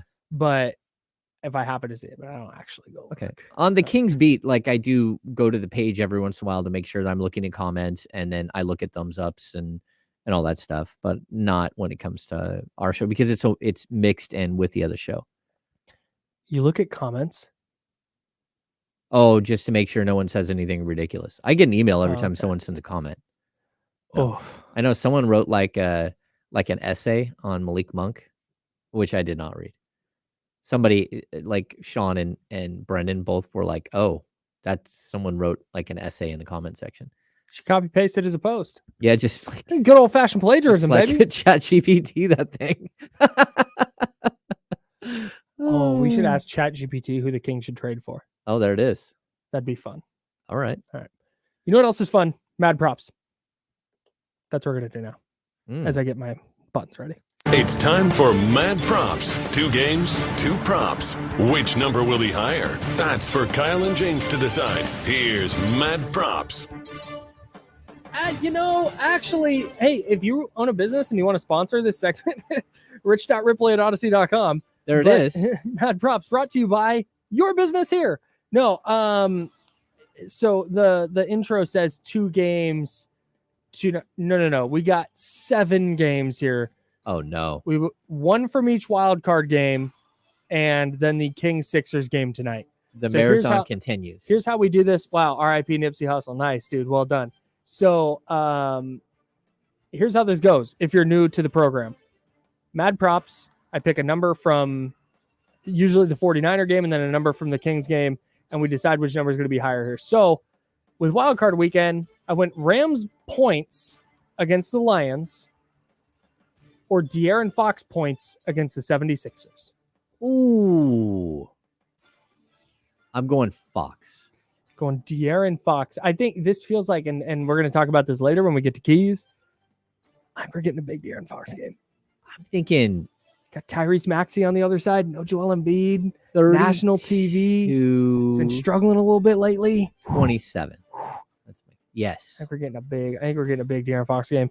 That said, I think the Rams are going to score hecka points against the Lions. I think that's going to be a really back and forth game. So I will pick the Rams in that one.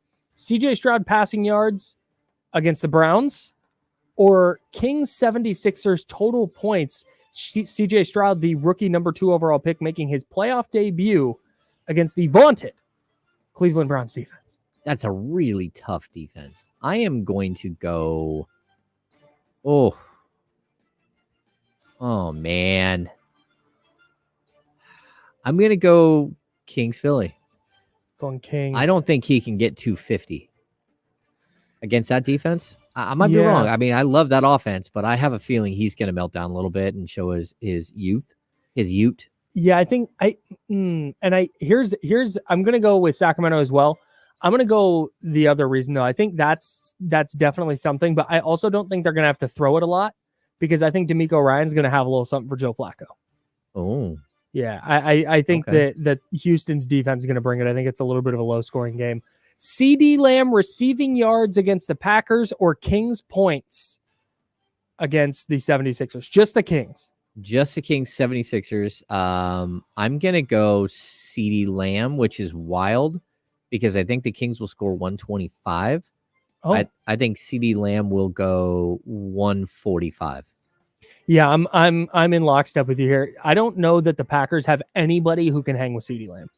He's been so good, man. And this to me is a spot where you're Mike McCarthy, you're Dak Prescott, you've struggled in the playoffs. It is, call him CD spam, because that's what they're going to be doing, is just CD. That's right. CD. That's I'd right. like 15 targets, 16 targets, just have a day. Dolphins rush attempts against the Chiefs, or Domantas Sabonis rebounds, points, and assists. Points, rebounds, assists. I said that wrong.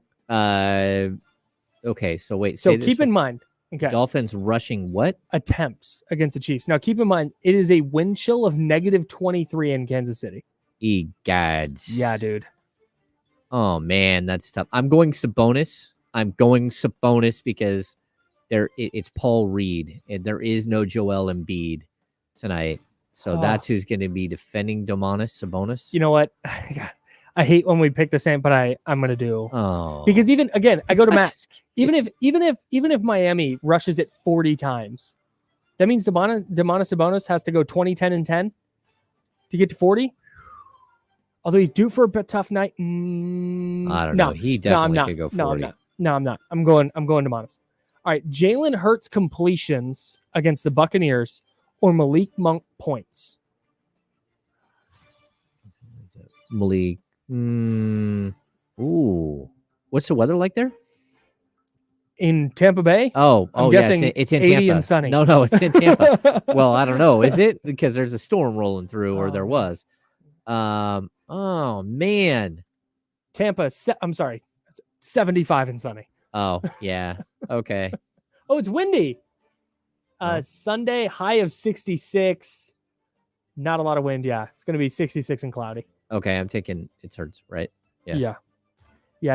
I think. Although he's a little banged up, you know what? I'm going Monk. Ooh. I'm going Malik on this one. And then Steelers points against the Bills, or Keegan Murray made field goals. Remember, the Steelers offense, not great. And last I saw, the winds are supposed to be up to 65 miles an hour in Buffalo. How fast is a 65-mile-an-hour wind, you ask? 74-ish is a Cat 1 hurricane. Yeah. It's basically as fast as the cheetah. Yeah. I'm actually gonna go Pittsburgh. Really? Pittsburgh points over Keegan Murray made baskets. I mean, even if Keegan Murray let's say he makes 12 baskets, which is a great night, because he's going to go for 30 points if that's the case. I still think that Pittsburgh, the best thing that could possibly happen for Pittsburgh right now is that there's wind, because I love their running backs. Well, I don't love all of their running backs, but I really like, it's Warren, right? Yeah, Jalen Warren. I think he can move the ball, and if you take away the Kenny Pickett or whoever it is they're throwing at quarterback this week, and how trash they are, and they just have to run the ball, that makes them a better team. For the sake of the bit, I'm gonna go Keegan. I think Keegan gets like 8 made field goals, 8 of 15, 8 of 16 type of night, Okay. and I think the Steelers get maybe a field goal, Oh wow. couple field goals. You think he's that That's what bad? I'm going with. Okay. Maybe they get a touchdown. Maybe they get like a turnover. They get it deep in Bills territory. Are we similar on most of these? Yeah, we would have been had I taken. The funny thing is that every time that happens, we're wrong. Yeah, Like, we've never been like, hey, we were in lockstep on 5 out of 6, and we were right on all 5. No, we usually get clubbed in those. Yeah. We were totally wrong in those games. Yeah. I love MadProps. It's one of my favorite things that I've randomly come up with in radio. Okay. Yeah. Which goes perfectly Oh with your shoot, name. Ramsey's right. We're gonna have to do Mad Props on Tuesday, or at Oh. least finish it on Tuesday. That's Well, hopefully we're oh no, we're not tied. here Monday. Oh no, we're not here Monday. We're not here Monday. No show Monday, by the way, guys. Oh, there it is. FYI. All right, hell yeah, bang. It all makes sense now, Kyle. It does. We planned. That's why this. we did this. Yeah. Yeah, that's totally why I did it I like don't- that. I- I didn't. come on. I didn't even. I remembered that game was on Monday, Yeah. and I factored in our day off accordingly. Yeah, I told you I'm taking off this weekend. I mean, I'm not taking off. I'm still going to cover Kings games, and I'm still going to watch football. I thought But you were meaning like you're I'm taking going to off do it work. while wine tasting. Like, bro, we're all off this weekend. We don't work on weekends. Yeah. No, Hey, I do. Real quick. Speaking of, I mean, we don't work here, but speaking of, I also work weekends. The Kings, FYI, beginning next week, Oh. our friends at Jiffy Lube have hooked us up with some Sacramento Kings jerseys, Oh, yeah. and we will be giving those away starting next week. Oh, okay. I'm Tap in, listen, learn how to win, courtesy of Jiffy Lube, Sacramento Kings jersey for you. We'll tell you next week how to win those. And we'll tell you next who we think is going to win the NBA playoff games this weekend and the handoff. Handoff. Kenny Caraway from D-Lo and KC will jump in, and we'll also have keys to a Kings victory tonight in Philly. All of that, got jam-packed final segment. All of that coming up right here on ESPN 1320 Sacramento Sports Center.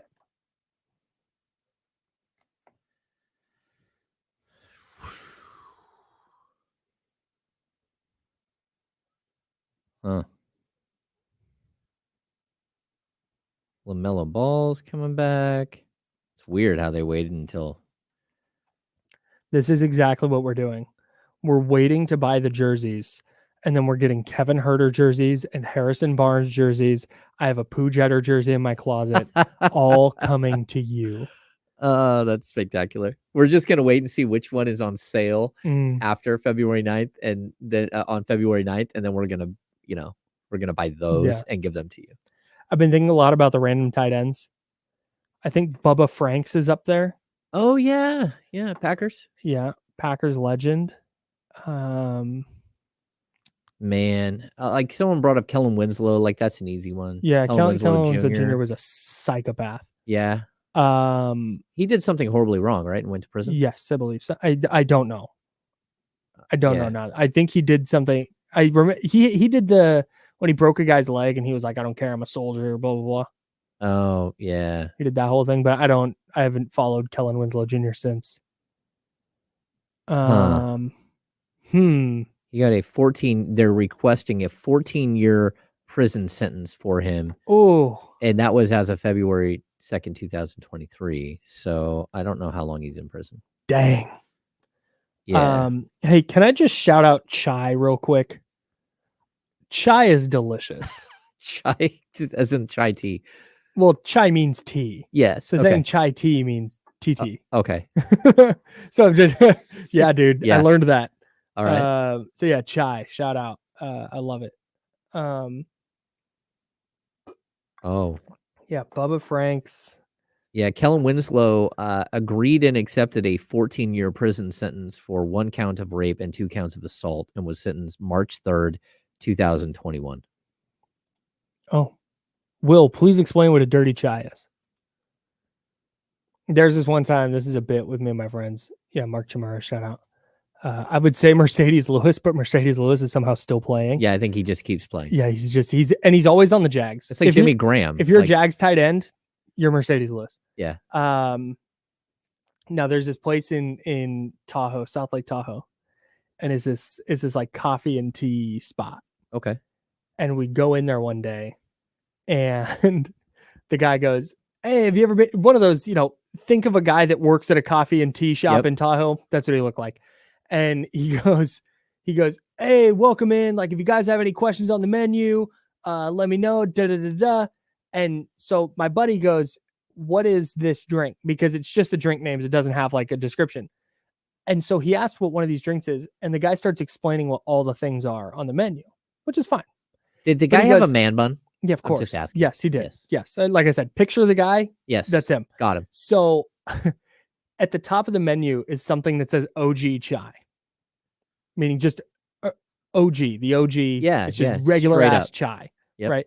He goes verbatim. He goes, "And you got your OG chai, that's the OG chai."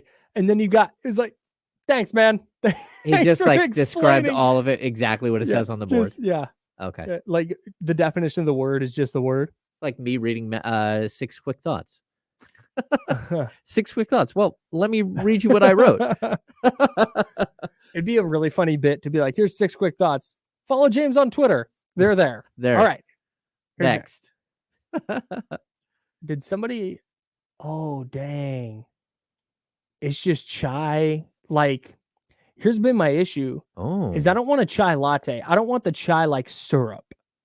Oh, want if I can just like it's just water with the tea bag and then espresso in it sounds amazing. wow, that's interesting. That sounds incredible. I don't know. I don't really love the taste of chai. That's fair. Yeah, I'm an Earl Grey guy. Somebody said who is Dr. David or Ramsey or somebody. I think the Raiders and Bears are two of Ramsey's 8 favorite teams. So he should know this. The Raiders and Bears tight end from the 2000s. I can't put my finger on it. Raiders and Bears. We're back.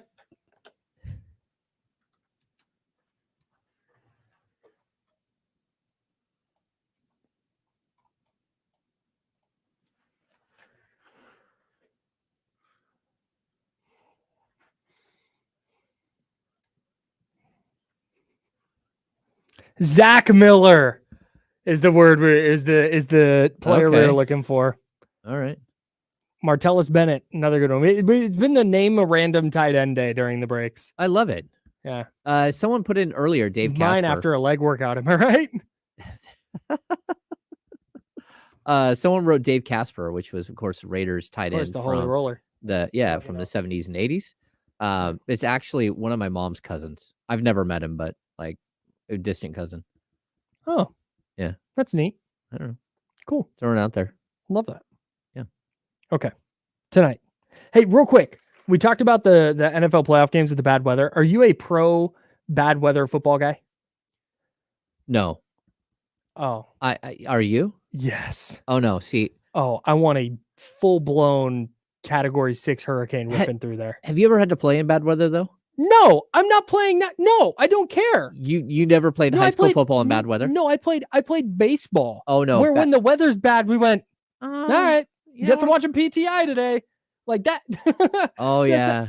So I'm not, this is not about playing in bad weather. I don't give a damn. I'm not playing. It hurts me to walk up my stairs. I'm not. So I golf now. Again, weather's bad. Guess we're staying home, guys. Yeah. Watching it. Like I am enthralled now. Last week I told you, like Chiefs, Dolphins, I'm out. The Chiefs are going to smash the Dolphins. The vibes are terrible with the Dolphins. But now that wind chill and the weather plays a little bit of factor, a little bit evens the playing field a little bit. I want to see it.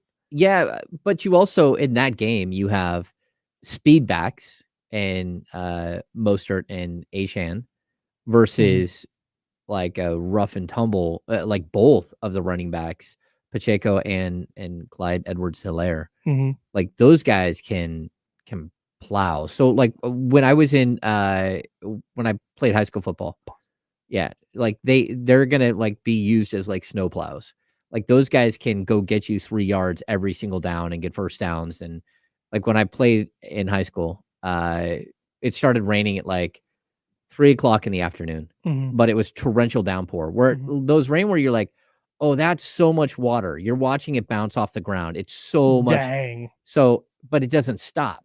Right. And it just keeps going. And we get to the game at 7:00 and there's 3 inches of standing water on the field. And the field is like totally shaped to have the water roll off. No, like it's so much water on the field. And our coach said, hey, all you guys, I want you to run out to midfield and just dive. Everyone right now. Line up on our line. We all ran out. We dove. You slid like 15 yards, like just skipping across the ground. 15-yard penalty for unsportsmanlike conduct for diving at the other team. We started with a 15-yard penalty. We ended up winning that game like I think it was like 12-6 because no one could kick a field goal. Right. It still rained the whole entire time. I had a big jacket on with a whole set of footballs under the jacket that I was drying and handing to. We were switching out footballs like nonstop. There was like a whole line of us that were trying to keep a set of footballs dry so you wouldn't fumble. It was miserable. So no, when I watch those games, it's like PTSD. Like that is miserable, miserable. But I still take the Chiefs because I think they can run between the tackles. Okay. I think Miami can too. I think Miami's creativity in the run game is going to really, really help them. If the game is like, hey, throwing the ball is just not going to be a great option. If the field's dry, they're okay. If Yeah. the field's not dry, they're in trouble. Yeah. I love as an observer watching games like that. Like that game a few years ago, Frank Gore had like a huge game in the snow for the Bills Oh yeah, where players are having to like high step to get their feet out of That's the snow because perfect thing. or was it LaShawn McCoy or Frank Gore? I think it was Frank. Might It's have been probably LaShawn Frank McCoy too. Yeah. I don't know. Don't remember. Yeah, we Anyways, had like a 200-pound fullback who just ran every single down for us, and it was just a mess. But Yeah. he kept getting 3 or 4 yards a carry, and we would slowly march down the field. And then eventually, you couldn't punt, you couldn't like you couldn't do anything. right. So you just turned the ball over on downs. The other team would get the ball; they would go as far as they could, turn the ball over on downs. Well, miserable. Remember the game, the Patriots Bills game a couple years ago? Yeah. It was so windy that the Patriots threw it like twice the Mm, entire game, 2 or 3 times, because the wind was just so bad. But Josh Allen has such a cannon that the Bills just kept throwing it because he could throw it Oh, when yeah. even when they were into the wind, his throw just cut through the wind and it was fine. It still got where it needed to go. That's again, Bills Steelers. I am so dialed. I want it to be as windy as possible where everybody's still safe. Yeah. I love it every single time. I'm all in I on bad kind- weather football games. I like to see the team that should win, unless it's like a crazy, like, oh my gosh, I can't believe a guy just made that play and they deserve to win. I don't want it to be the game is completely dictated. The final score is completely dictated by the weather. I do. Okay. Because then No, when see, we get, I get what you're saying though. yeah, Excuse me. If the Steelers beat the Bills because of an errant throw that got taken by the wind, or a missed kick that got taken by the wind, or yeah, it's 6-0 on a fumble return for a touchdown, and I understand that. I understand what you're saying, but I would also way rather watch Bills Steelers with that variable than Bills Steelers going head to head straight up, because that feels like it would get very boring. yeah. I mean, like, I want to watch good football. That's what I want to watch, a shootout between the Chiefs and Dolphins. Like, let's see what you got. And that's not what we're going to see. Do you trust the Chiefs to get into a shootout though? No, no, that's like Yeah, like a white glove shootout. more of a Take that. what's that, fencing? Yeah. More of a fence. Well, I mean, I think they can get in a shootout. I just don't think that the guy's going to catch the ball on the other end. It's like Patrick Mahomes just keeps dropping back, throwing dimes all over the field that just hit the ground. It's like, oh, Hey, what year did Possible. your rainy football game take place? oh, I'm not The saying. the chatty house is in shambles right now. No, the chatty house always wants to know how old James is. And I'm not Much telling him. earlier than 2006. Oh, yeah. Much earlier than 2006. Okay. Yeah. Was I alive? What, 89 is your 90. 90. Sometime between 1990 and 2006. Yeah, exactly. There it is. That's, Sometime in the- you got it narrowed down. You got it narrowed down. In that range. All right. Before Kenny comes in from D'Lo and KC for the handoff, I believe it's going to be Kenny today. Let's do some keys to a Kings victory against the Philadelphia 76ers. My brain first said Eagles, and then it said Phillies, and then we landed on Sixers. We got it right. I'm really proud of me for not messing that up at all today. Go me. Okay. Are you proud of me too? Yes, Thanks. I am. Thanks, Prish. All right. First key to a Kings victory tonight as they take on the Philadelphia 76ers. Joel Embiid is out. Kevin Huerter is out. What is your first key for the Kings? Oh, hang on. I got buttons. I Go ahead. didn't prep this, so let me. Yeah. Okay. You didn't? No, I mean, I hadn't like pulled my. Shit. Oh, okay. Yeah. Kevin Huerter is out. Yes. According to our friend Chris Peterman. Number one, take advantage of Embiid's absence. Embiid is just a beast, and the Kings have no answer for him. Most teams in the NBA don't have an answer for him, but Domantas Sabonis in particular just seems to just get in foul trouble the entire time, every time you play Embiid. So he's not there. This is a game you need to go in there and you need to get a win. You need to split these two games here with Philly and Milwaukee, and the easiest way to do that is to beat the team that's missing the league MVP. It's a great point. Do you know Joel Embiid shoots like 12 free throws a game? Yeah, it's crazy, man. It's crazy, which plays into one of my other keys. I'm so glad that he is not playing tonight because I do not want to watch that kind of basketball. All right. My first key, I need energy early. This cannot be the type of game where you look up and it's 23-6. Like the Kings cannot come out sluggish because this is a game where if they come out sluggish, the 76ers are not going to give them the game back the way the Detroit Pistons did.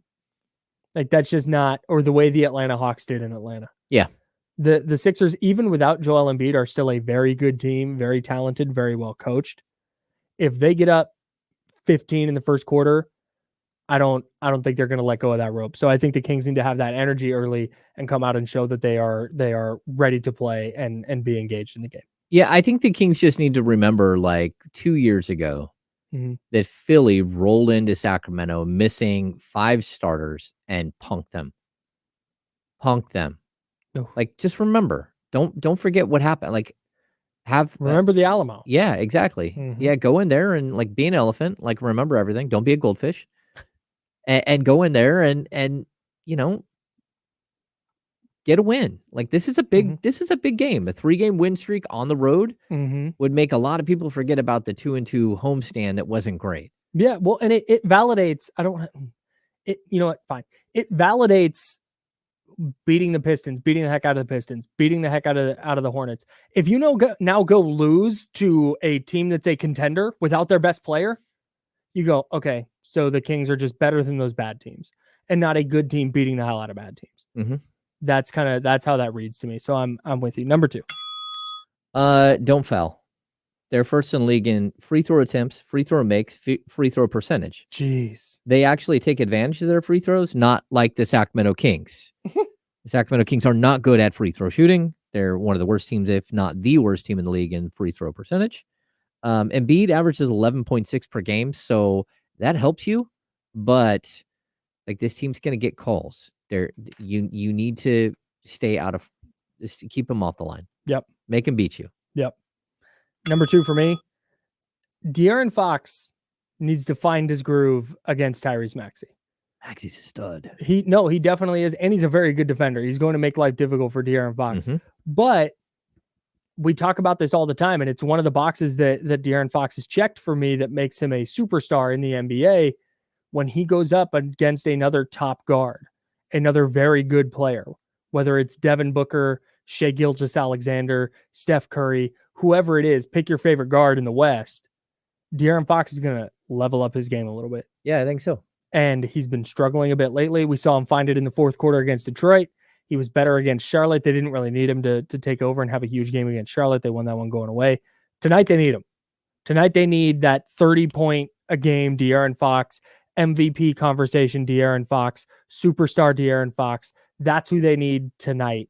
And I think I think we get it against a rising star in Tyrese Maxey. Number 3. Make him beat you from 3. Not a great theme because too many teams have hurt the Kings from deep. I left this one. I was going to agree with James as like my third one. But you know what? I think the 3 times I've been like, yeah, let him shoot. The team shot like 75%. Yeah. So on the season, the Kings are 27th in the league in 3-point percentage against. They give up 38.6% from 3. That's not good at all. Like the Kings need to figure that one out. But I think a lot of it is their interior defense. They do shrink down against teams and they leave open some looks from the outside. It's that what Mike Brown likes to call the second effort, the third effort. Like you need to keep playing all the way through a possession. And I think we've seen that a little bit lately. We've also seen them not do that a lot lately. So just figure it out. Yep. Last one for me. Don't shrink. This is a good team. This is another very, very good team. I was in the pool. It's a complete crap. Yeah. You cannot be fazed by the fact that this is a championship contender. Yeah. That's where the Kings are trying to get. And to get there, you need to hang with the big boys. So I think that especially without Joel Embiid, don't look at this as, oh, they don't have Joel Embiid. Get to take the night off, get to relax. It's fine. Yeah, no. And if they get up by 10 early, don't go, oh, well, we're just not in their class, I guess.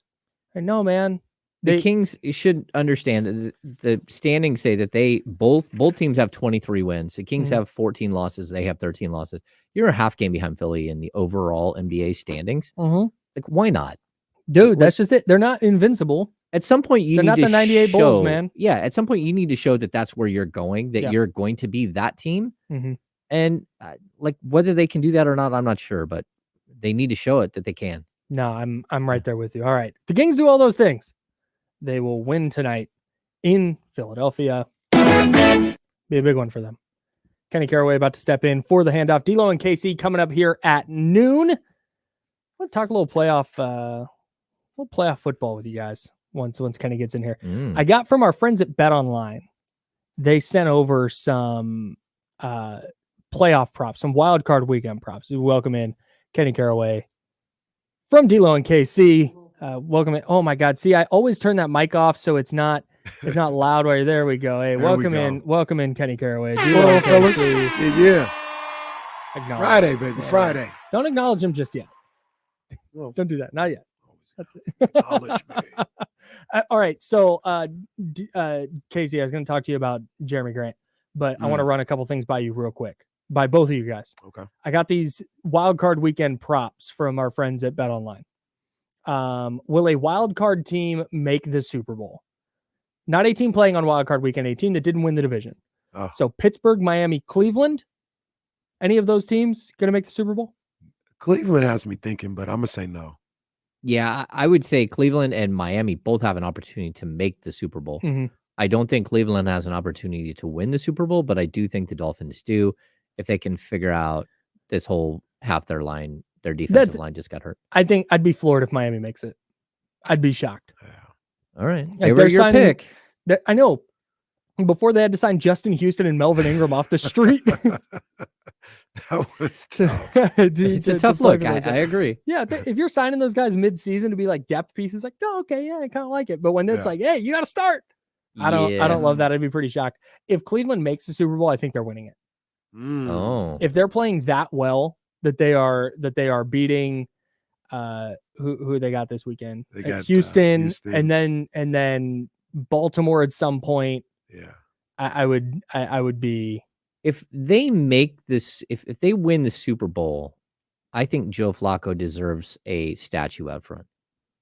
In Cleveland? Yeah, Yes. I mean in Cleveland. Yeah, he'd be Super Bowl winning goated in quarterback. Cleveland. Yeah, I mean, like Off he the gets a couch. lifetime contract right then. Yeah. They build a statue. I don't know. But it you can't know- look like Ronaldo. You know what's gonna happen though, because people are like, man, this would be like a Cinderella story. This would be like a movie.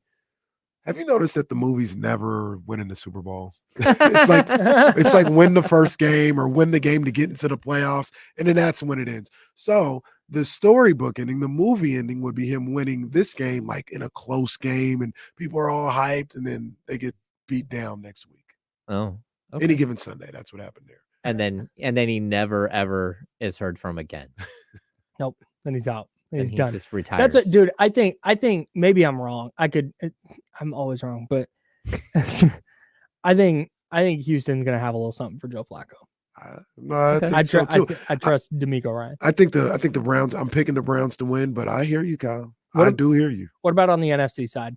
It is Packers, Rams, Eagles. Any of those teams gonna make the Super Bowl? The Rams are interesting for sure, I agree. but I say no. None of those teams are making the Super Bowl. I can't pick any of those teams to make them. No, I think don't the- think Philly just like figures it out. I don't think so. If the Rams go into Detroit and win, Oh, here you go again with this. Like, it's you're high on these guys. I do. I just trust Sean McVay. Yeah, he did a hell of a job this Yeah. year. Yeah, he Hell sure of a did. job. I thought that was going to be one of the worst teams in football. And then what was my? Oh, here we go. This is a fun one. Where is it? Total wild card teams to win on wild card weekend, over or under 2.5. I think- Under. I think I'm going under 2. Under. I said on Monday, and I'm sticking by this. There will be no lower seeds that win in the NFC. In the NFC, Yeah, I think the Rams are winning. I understand. I'm I'm on a the Rams. one man Wolfpack with that. Everybody thinks the Rams are going to win. That- I think the Lions are going to rise to the occasion. Yeah, don't love that for the Rams' chances that everybody's like, yeah, Rams. I'm literally the only person I listen to podcasts and other radio shows. I'm the only one that thinks the Lions are going to win. I don't think Pittsburgh's winning. Sorry, Jesse. I don't think Miami is winning. Mm. I think Cleveland could definitely win. Mm. And then, I don't think we get 3.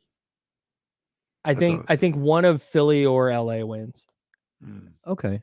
And then I think maybe Cleveland. I'm right at 2. Yeah, I think Cleveland I think so wins, and I'm leaning towards the Dolphins. Who's going to be shown first during Chiefs Dolphins? Taylor Swift or Tyreek Hill with the Chiefs? Hey, what do you mean by first? In the game or pregame or what when we talk? Yeah, it says weekend TV props. I'm gonna say what's after kickoff. I'm gonna say Tyreek Hill. That's going off at plus 200. Tyreek Hill, remember, in a Chiefs uniform. I'm gonna say Taylor Swift. I am too. Yeah, go there. I mean, I think we're gonna see like her rolling up into they'll have footage of all of it. Does everybody have their Peacock account ready to go? Oh, I'm dialed, bro.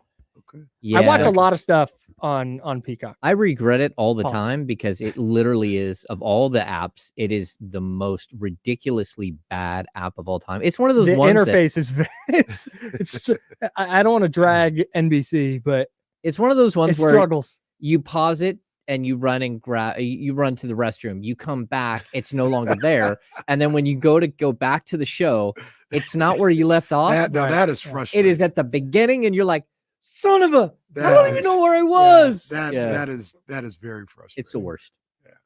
The first time I ever paused on Peacock, because when you pause, an ad comes up. Oh, yeah. It shows you a static ad. And the first time I ever paused, I was like, wait, what just happened? And then I figured it out. It was all good after that. Which number will be higher? Joe Flacco's longest completion against the Texans or Joe Flacco's age, which is 39? Age I'm is gonna higher. go longest completion. He'll have like a 45-yarder. Ooh. Yeah, he gets Amari Cooper on a close, though. deep shot. He- I think they draw up like a Kevin Stefanski draws up a deep shot. I think that's A going to be a little play fun action. game. That's gonna be Yeah, fun. I think this it's the is- one I'm. This I think is a it's number game. 2 on my list. Of This games I'm looking is forward a weekend where I can't remember it being like this. At least for me, Mhm. I think every team has a chance to win. to. Oh, Every single team has a chance. I can make an argument for every team. But I thought winning. you already said that no NFC team is going to win. That's my Like, my they have a pick. chance, No, though. that's my Yeah. pick. But I can make an argument for every single team to win this game. I can't remember a wild card weekend like that. Well, I've got 5 out of 6. The it Steelers is aren't winning. super wild card weekend. It is super wild card week. It's a Now, good look, point. When you good talk point. about the Steelers, I agree with you, but the weather Mm, changes everything. yeah, that's true. Are you in or out on bad weather football games? They're fine. Yeah, I'm good with them. I don't need all of them like that, but Sure. one is cool. And how do you feel about Jerami Grant on the Kings? Quickly, Yeah, let's do it you're all in. Yeah. Ooh. I love that. Are you All guys right. going to talk about that on D'Lo and Casey? for sure. Okay. We didn't know if we could, but now that we can, yeah.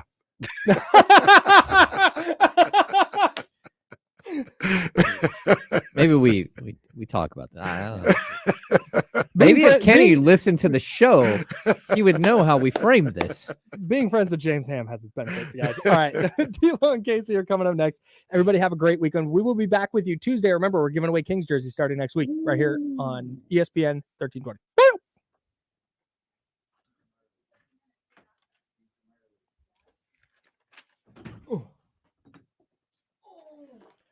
Chatty House, great show today. Really appreciate you guys. That was a ton of fun. I love doing this in large part because of y'all. I know So, it's see you guys. It's spinal, Mike Tyson with you. But you got one of the Theraguns? Does that ever help you at all? for my I use them on my legs, but not for my back. No? I don't have any discs. Like my L3, L4, and L4, L5 are herniated, and then my everything below that is like you can't even see on an MRI. Pretty much. Yeah, it's all in this. R.I.P. Ham. Smoke weed, Ham. Smoke weed. No, you do that.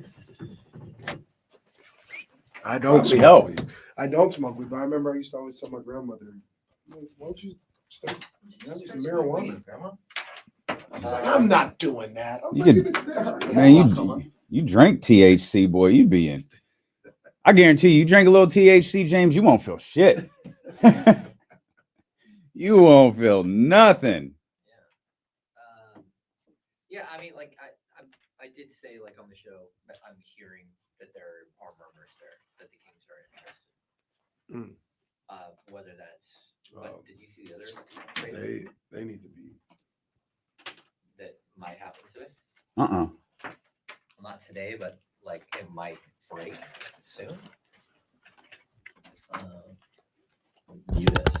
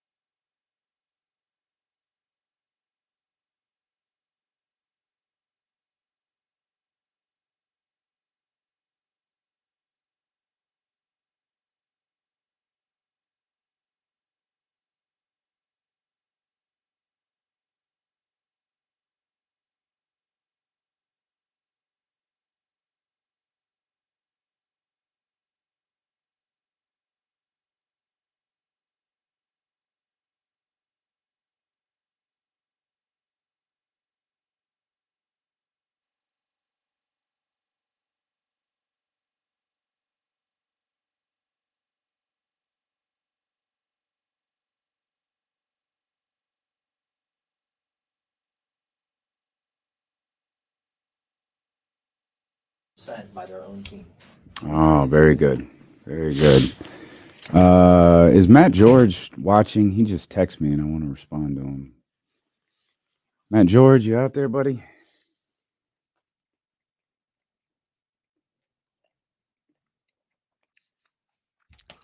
Aldrin, I missed it, but I saw what happened. Oh, man.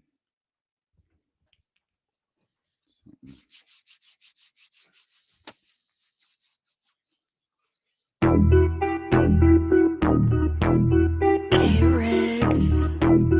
Yeah. We got them screaming D-Lo, KC, D-Lo, KC, D-Lo, KC, D-Lo. We got them screaming D-Lo, KC, D-Lo, KC, D-Lo, D-Lo. We your number one spot. We your number one spot for some sports, huh? Got the city going crazy when we work, huh? We top two, but we ain't two, we in first, huh? And when you need the real, we is who you search, huh? D-Lo, KC, D-Lo, KC, D-Lo, KC, D-Lo. We your number one spot.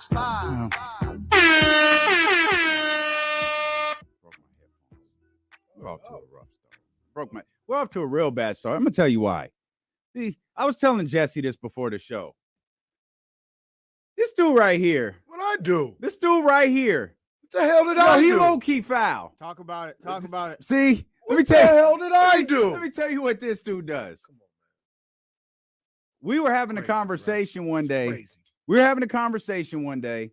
Hey, you know, what kind of donuts, you know, does everybody like? We're talking donuts. There's the Donut Friday. There's 20 boxes of donuts out there. And I mentioned the chocolate, the donut that had the crushed peanuts on it. Whatever. Okay, it's not better than da-da-da-da-da. Every Friday, I see this man with his little napkin Nah, these are bomb. and the little donut. Nah, these are With- bomb. I ain't gonna lie. These are bomb. You see this dude right They're here? bomb. You see this dude right here? Meanwhile, D'Lo don't get his peanut donut. Man, He didn't get one? see, you got the last one. Yeah, I didn't know you didn't get one. See this guy right here? I would have cut it in half Unbelievable. for you, dog. My bad. My bad, man. It's all good, man. You know, I look out for you, dog. My fault. No, this one bombed. That's the one. I don't know where they I've go been to trying to get tell y'all. these, but this the one. I mean, typically I don't usually rock with it, but this particular place where they get the donuts, this donut is probably one. Yeah, of the that's best a they good spot those guys go to, man. I'm Damien Barling. The ultimate needle mover in God mode himself. Donuts for D'Lo. KC keeping D'Lo on his diet. have. Well, yes, sir.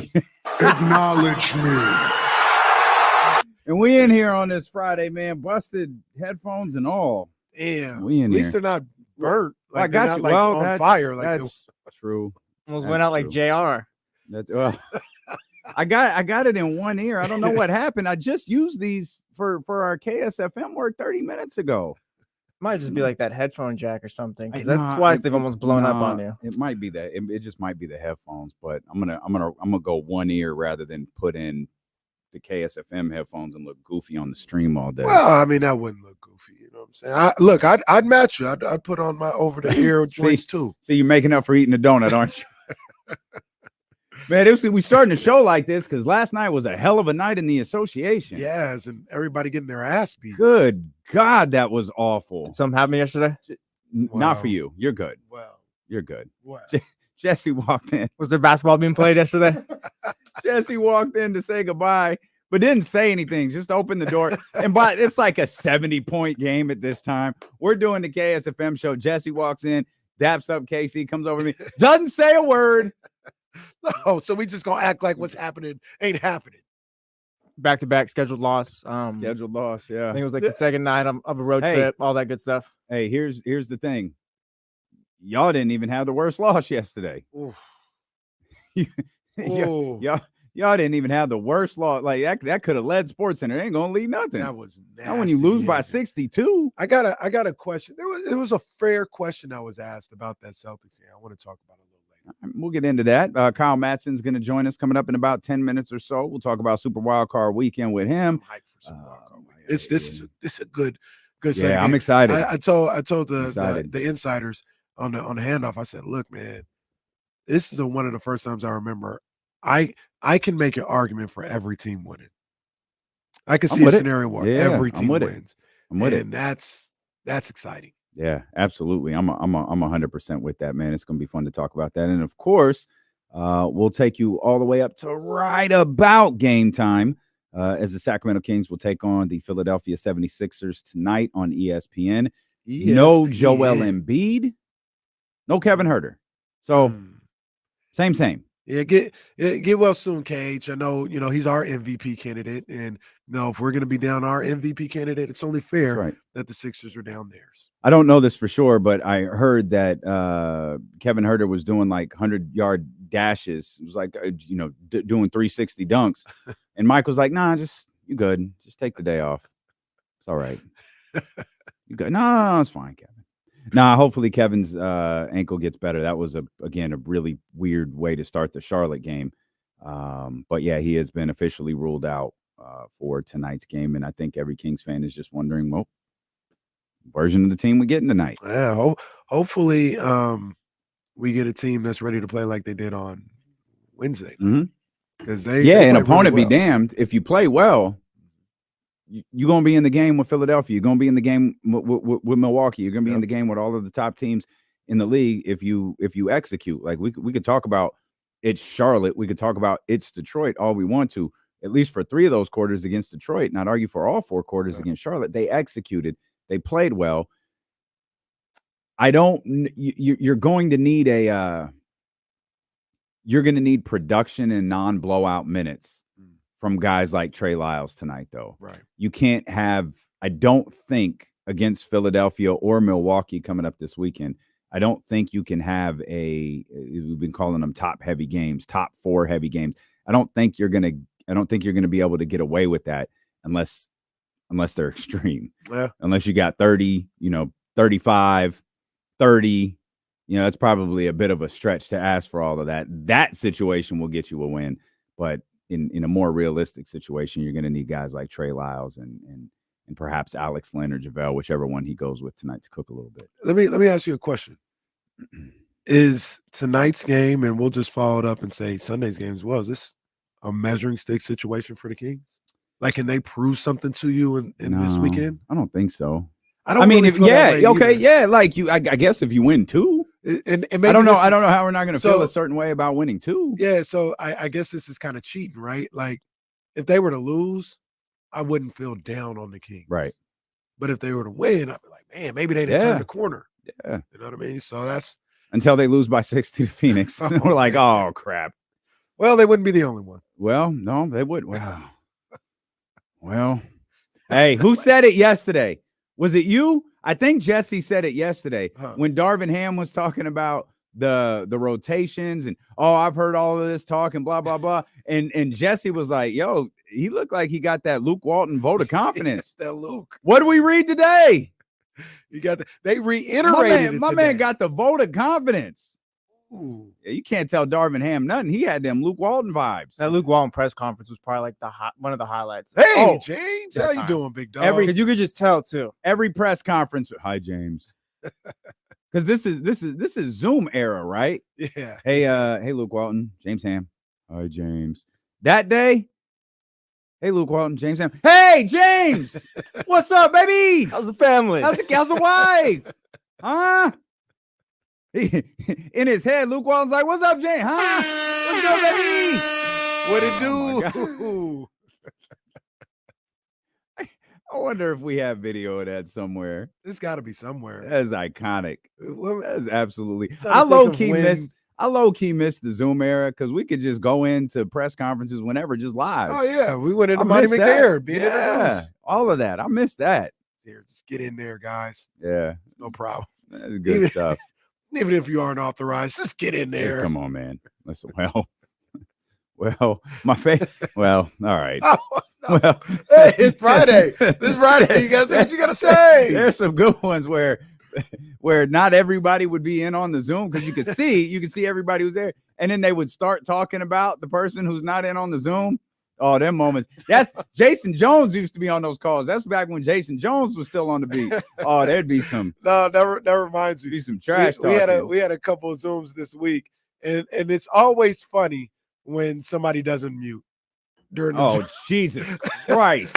I feel like you've been there before. It's always funny. Oh my God. I was so agitated. My man's like, hey, I gotta listen to the Zoom real quick. No, hang on. No, I'll be with you in a minute. Dude, when we had the million meet, was that when we had the million meetings the other day? Yeah. And Stacy called. Hey, could everybody just mute their computers or phones? Like I can't. And then For some reason I can't do it from here. What about the people at the end that just didn't get the memo? They were like ordering Chinese food. Oh, jeez. Yeah, I thought someone was ordering food.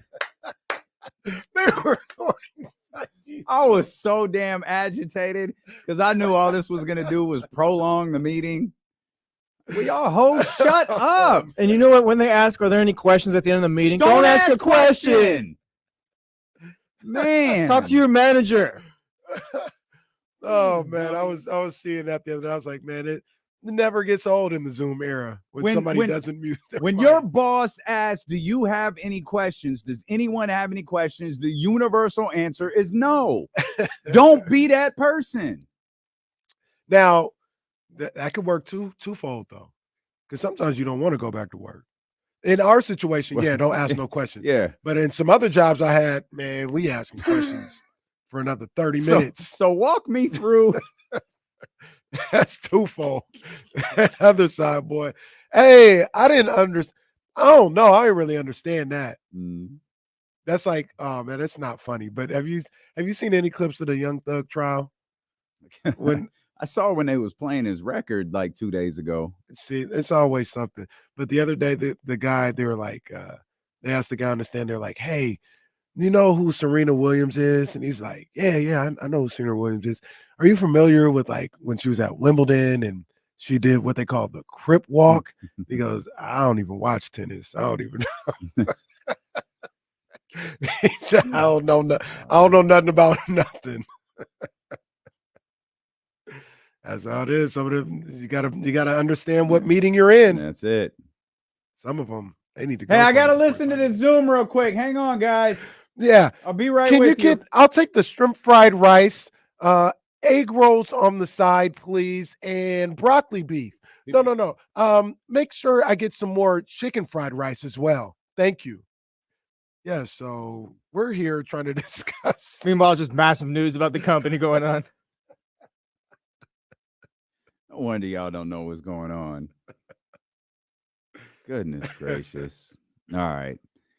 It's that Let's get a type of win. day, baby. Let's You in here with get a us. win in Philly tonight, baby. Let's get a win. Let's Oh, go. man. Hey, Let's go hey. 10 games over 500. You said something earlier this week, and it was like, okay. Now, like I'm really on board with what you said earlier this week. We'll talk about it. Kyle Madson, he's going to join us. We'll talk football with Kyle Madson. Super wild card weekend. We'll talk Kings, rumors, all that stuff. But really, I'm with you. I'm hyped for this weekend for sure. So we'll talk with Kyle Madson. Will Z is going to join us here today. James Ham to be determined. We're letting James decide what he wants to do in the 3 o'clock hour. Your world, James. If not, you've got us leading you to right about game time. Stilo and KC, brought to you by Sky River Casino here on Sacramento Sports Leader ESPN 1320.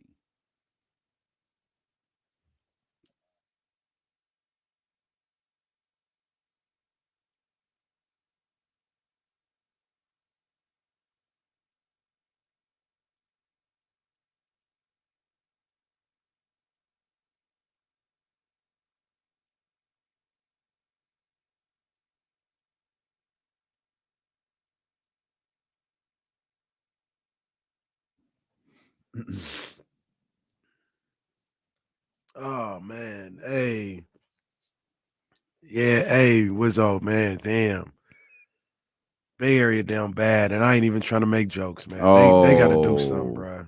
That Keith Lee video was not good. That was all bad. Yeah, not good. The Bay Area isn't just San Francisco and Oakland, though. Also, by the way, Very true. Like we got to start expanding our horizons here. Very true. But yeah, we got to do something in the Bay to make sure something like that don't happen again. That man cut his food tour off. He said, "I got to get out of here." To be honest, everything that was good about the Bay like ended about 5-10 years ago, bro. It's a lot different now.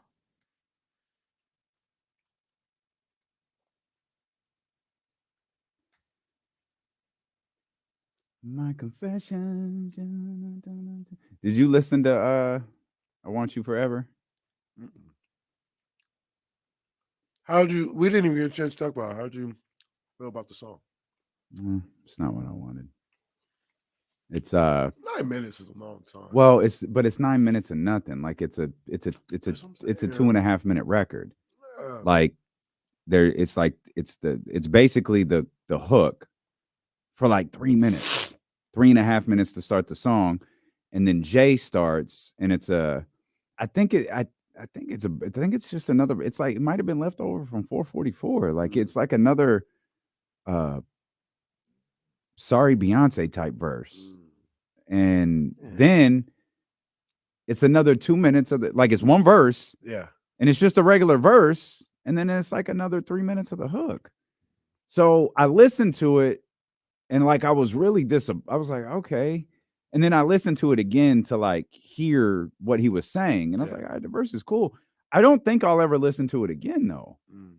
Because it's nothing. If you just make it a regular song, that's 3 minutes. Right. It's fine. Right. It's perfectly fine. I don't definitely listen to 9 minutes again. Yeah, no, I don't need that. Oh yeah, I'll put this record on. Scroll. Okay, right about here. All right, he's done. All right, I'm done. I'm out of here. Yeah. Yeah, I mean, do what you got to do. No harm, no foul. But I thought I knew it was going to be something like that. I'm going to listen, though. I'll probably like it. I like, it's Hove. So whatever he says. I like 21's album. Yeah, I got to listen to that on the way home. Yeah. It's chill. I like it a lot. 21. Metro's on a couple tracks, obviously. Metro!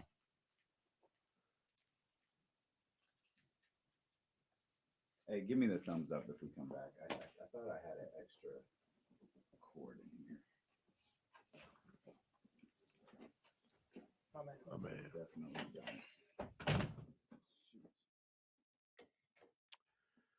don't. A lot of people, and y'all gotta, hey, at IMK Diddy, point me in the right direction, whatever you gotta do. I hear all the time about how like Sacramento is like the hottest food scene in the country right now. Like people around the country, like the chefs and all this other stuff, they'll be like, yo, it's booming right now in Sacramento. I'd like to go to some of these places.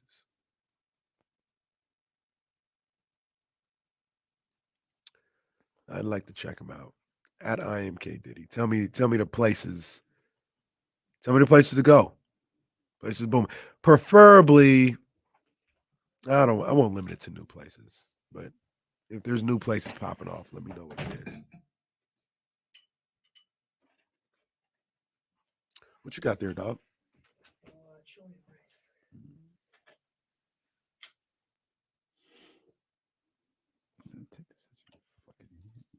We're back.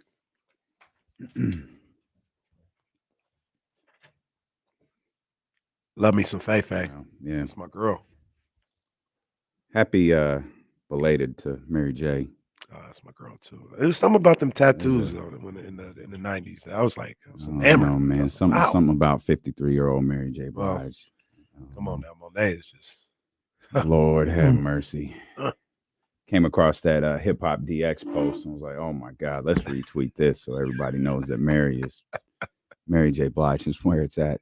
Just let me know when you're ready and I'll put you on screen.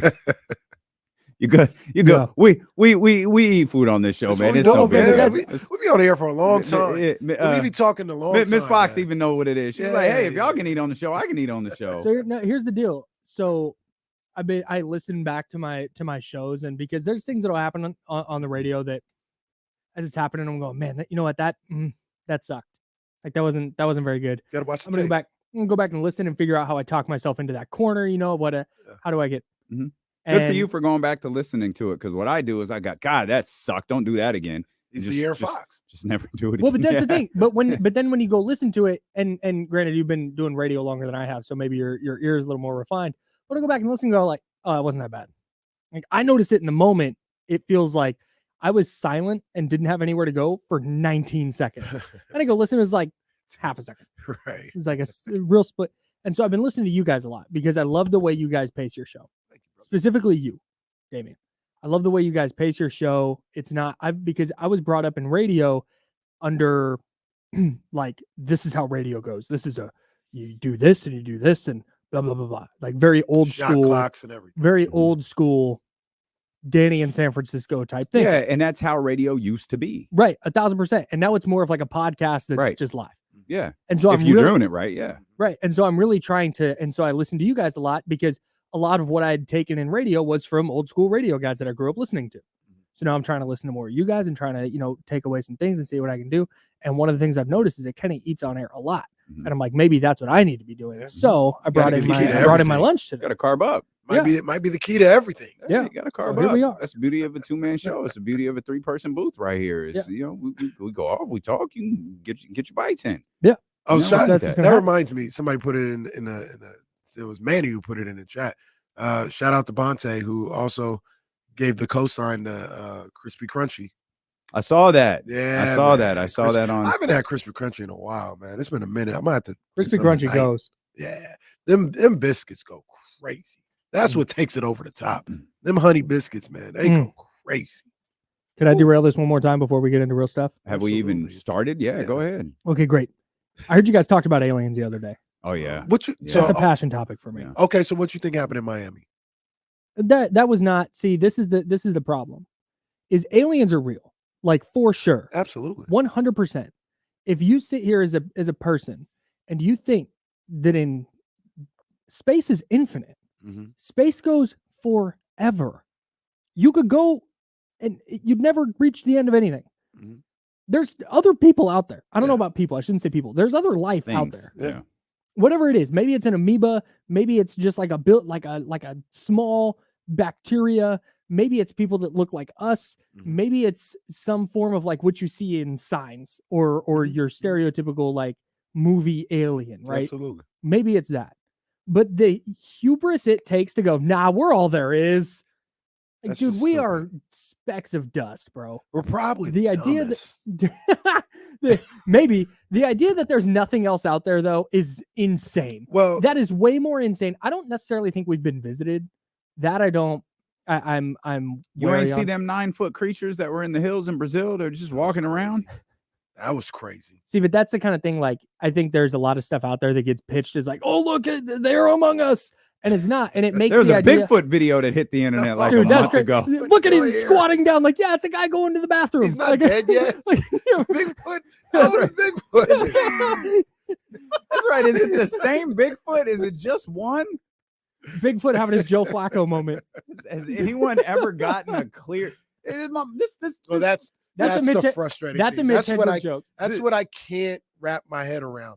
Every encounter, every sighting of a UFO, whatever, it's grainy. Bro, are you for real? Are you for real? They Yeah. do movies on the iPhone now, Right. and we can't get a clear shot of anything. Right. That's what always frustrates me. The two things. One, the fact that the military and the U.S. government has come out and been like, yeah, it's videos. Here's all these videos. Yeah, don't know what this is.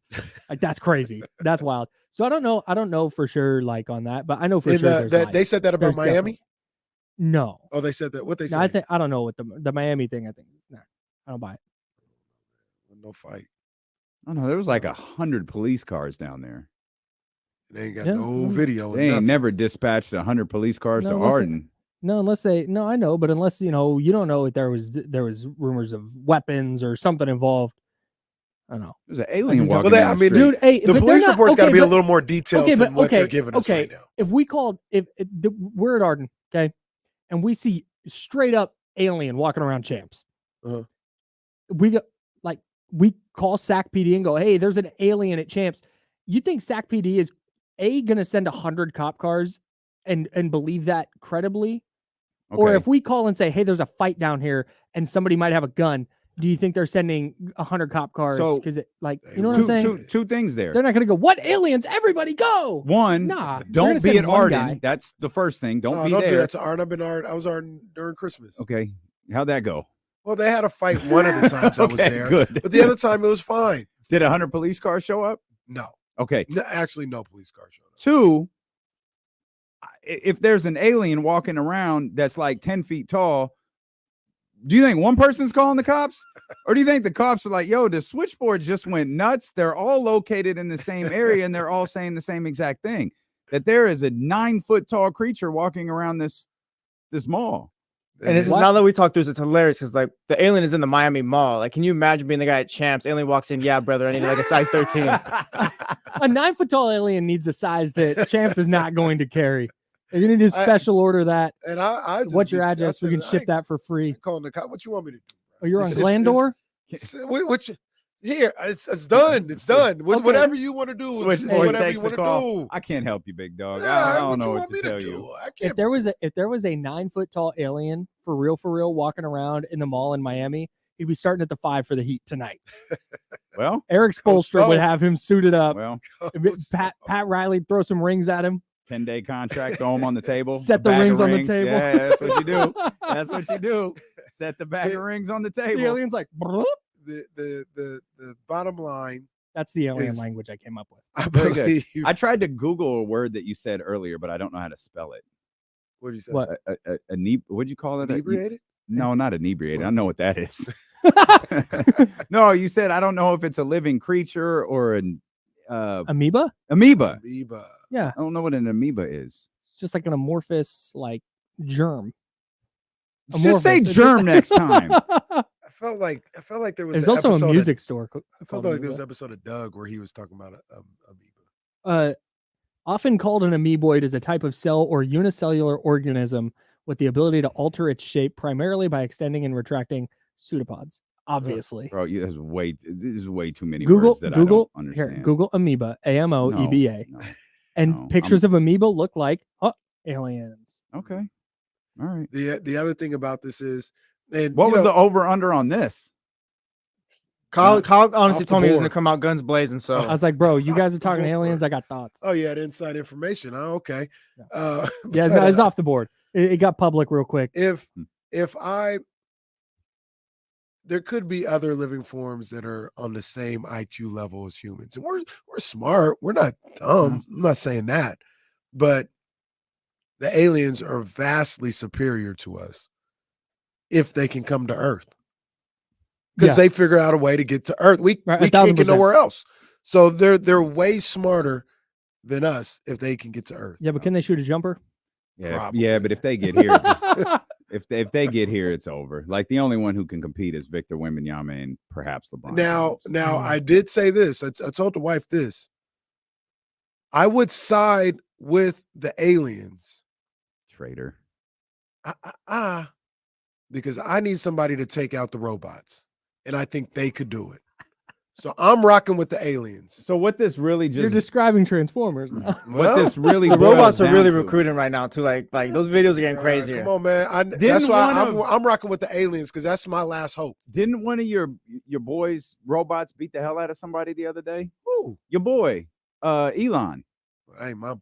That's your boy. You got the I mean, car you and guys- the you love the app, What app? the Twitter. Well, the app is. You fine. love the app, like that's your boy. Who got the car first? I think there was a story that one of his robots whooped somebody's ass. I think I do remember hearing about that. Maybe it wasn't Elon's. I feel like No, it no, was. I think I remember hearing about that. And yeah, nah, I Hey, need the it's over. aliens to Look, get It it's here. wasn't either- a self-driving car running into somebody.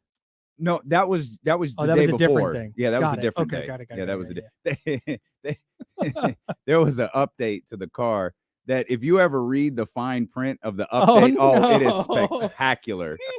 It is This sounds- hey, absolutely this is- spectacular. Jesse, write that down. That's good summer programming. did Just the you fine guys- print? Did you guys the see Tesla that update. movie that was buzzing for like 2 weeks over the break? Barbie, Oppenheimer. No, the Poor things. the Oh, where the Tesla came, where they took control of the Teslas. yeah, and basically they took control of the world. Like, Yeah. the last, That movie's fire. Yeah. That movie's good. That's Well, Ethan Hawke, right?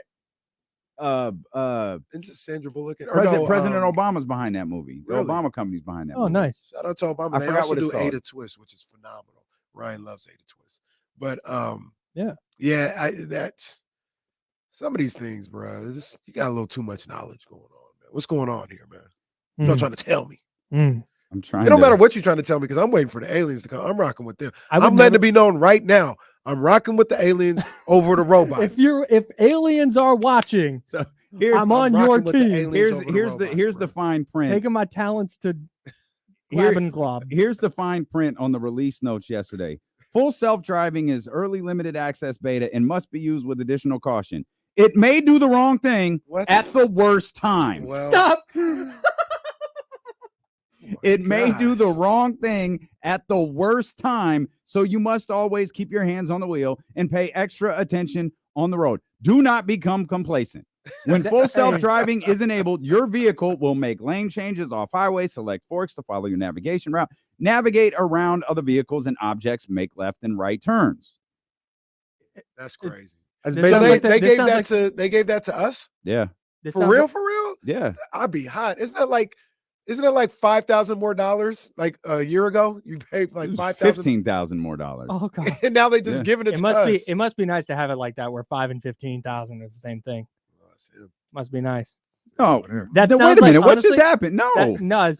No, I was talking about him because he said, "What was that? $5,000?" And you were Cash- like, "No, it was cash out. 15." I'll be hot. cash out Caraway. About, Yeah. like a year and a half ago, they're like, yeah, for $15,000 more you can have full self-driving. And now they just gave it to the rest of the cars. Nah, give me my That- money back. Hey, read the first part of that fine print again, if you have it. No, stand by. That's something Okay. I'm never gonna try. I would. I would. Didn't you already try it with your No, mom? it was like the lane thing. It's not Full the full self-driving self-driving. is an early access limited access beta and must be used with additional caution. It may the do the beta. wrong thing at the worst time. Sounds like the fine print in JaVale McGee's contract.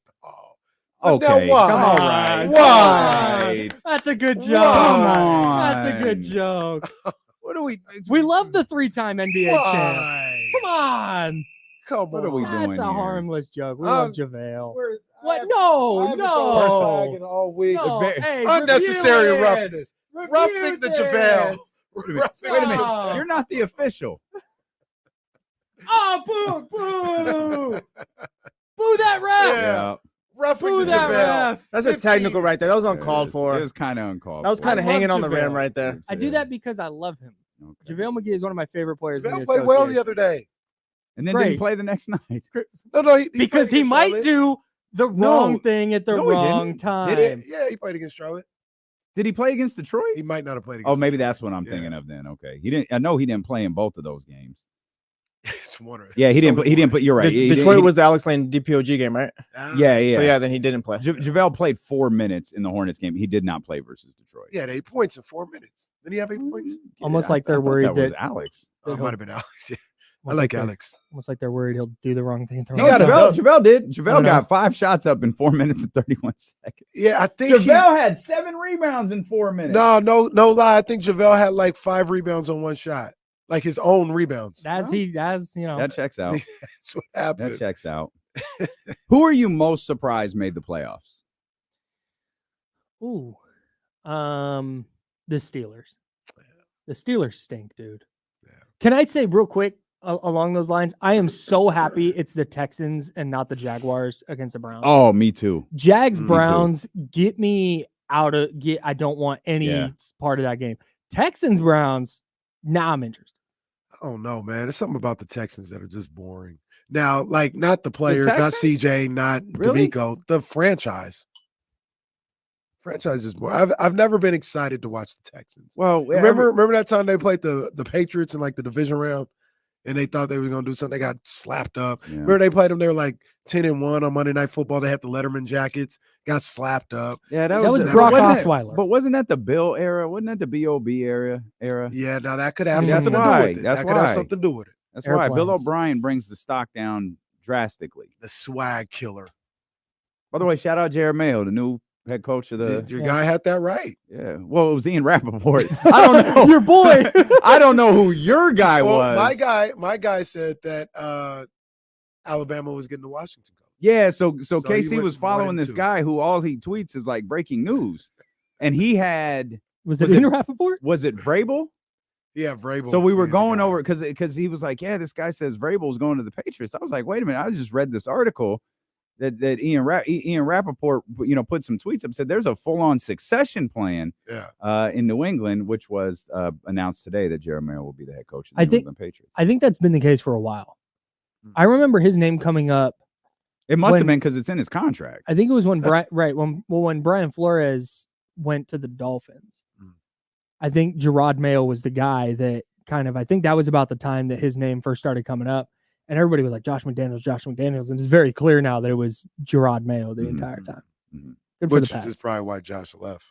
Good for the Pats. He can stay going. I'm so interested. long. I'm so interested to see whether Mayo is like, all right, I'm clearing this out and I am hiring my own people, or if he's going, nope, I'm just a stand-in for Bill Belichick now. I hope he doesn't. You got to decide what works, Yeah. right? Like that's what works for you. Do one. You got your shot, man. Do your thing. Yep. Kyle, I mentioned to you as well. I want to hear what both of you guys have to say about this. I think every team has a chance to win this weekend.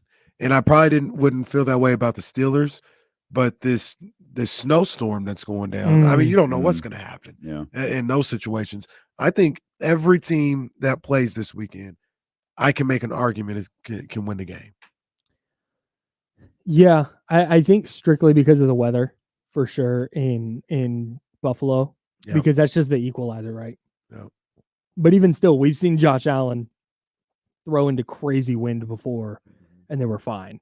Like his arm strength is just so above and beyond that I don't know. I would have even with the weather, I just have a really hard time formulating the game script in my head where the Steelers go in without TJ Watt, mind you, Mm-hmm. and beat the Bills in Buffalo, given how well Buffalo's been playing. Yeah. And I mean, it's the playoffs. Anything could happen. That's just the one that when you say every team could win, I was kind of like, oh yeah, gosh, I guess that's right. But then I got to the Steelers, and I don't buy it. Can you repeat something you said on the Insiders? The 40, because Kenny and I were speculating over this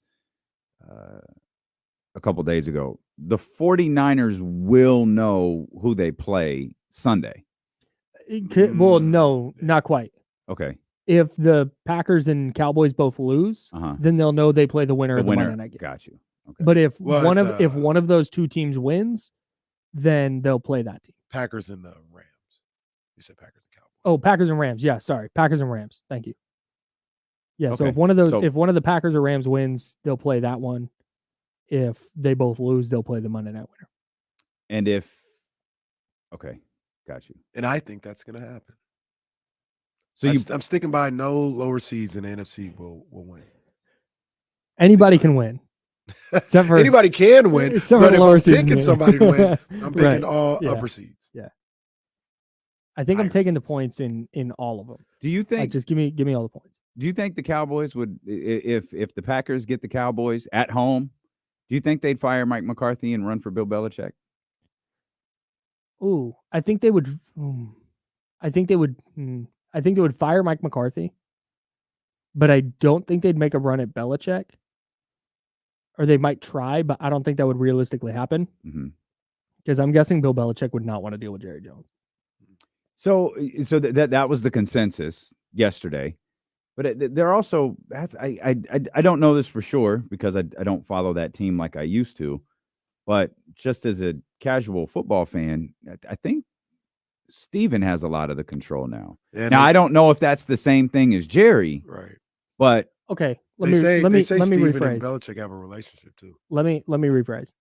I don't think Bill would want to go somewhere. And maybe if that's the case, maybe if he and Stephen Jones know each other and he fully trusts him and that's going to be the case, I think Bill, if he's not going to have full personnel control, would want to have somebody that he knows that he's bringing in to kind of run the front office. So he gave, if I recall correctly, he did give Bill Parcells control of that team. There's one exception that I know of, and it wasn't do this instead. Jerry traded back into a draft because he wanted a player that Bill didn't want at their draft slot. Do you know who it was? And I'll give Jerry credit for this because he's screwed up a lot, but he didn't screw up this one. Oh, I don't know. Bill Parcells didn't want DeMarcus Ware. Wow. And Jerry did. Dang. Wow.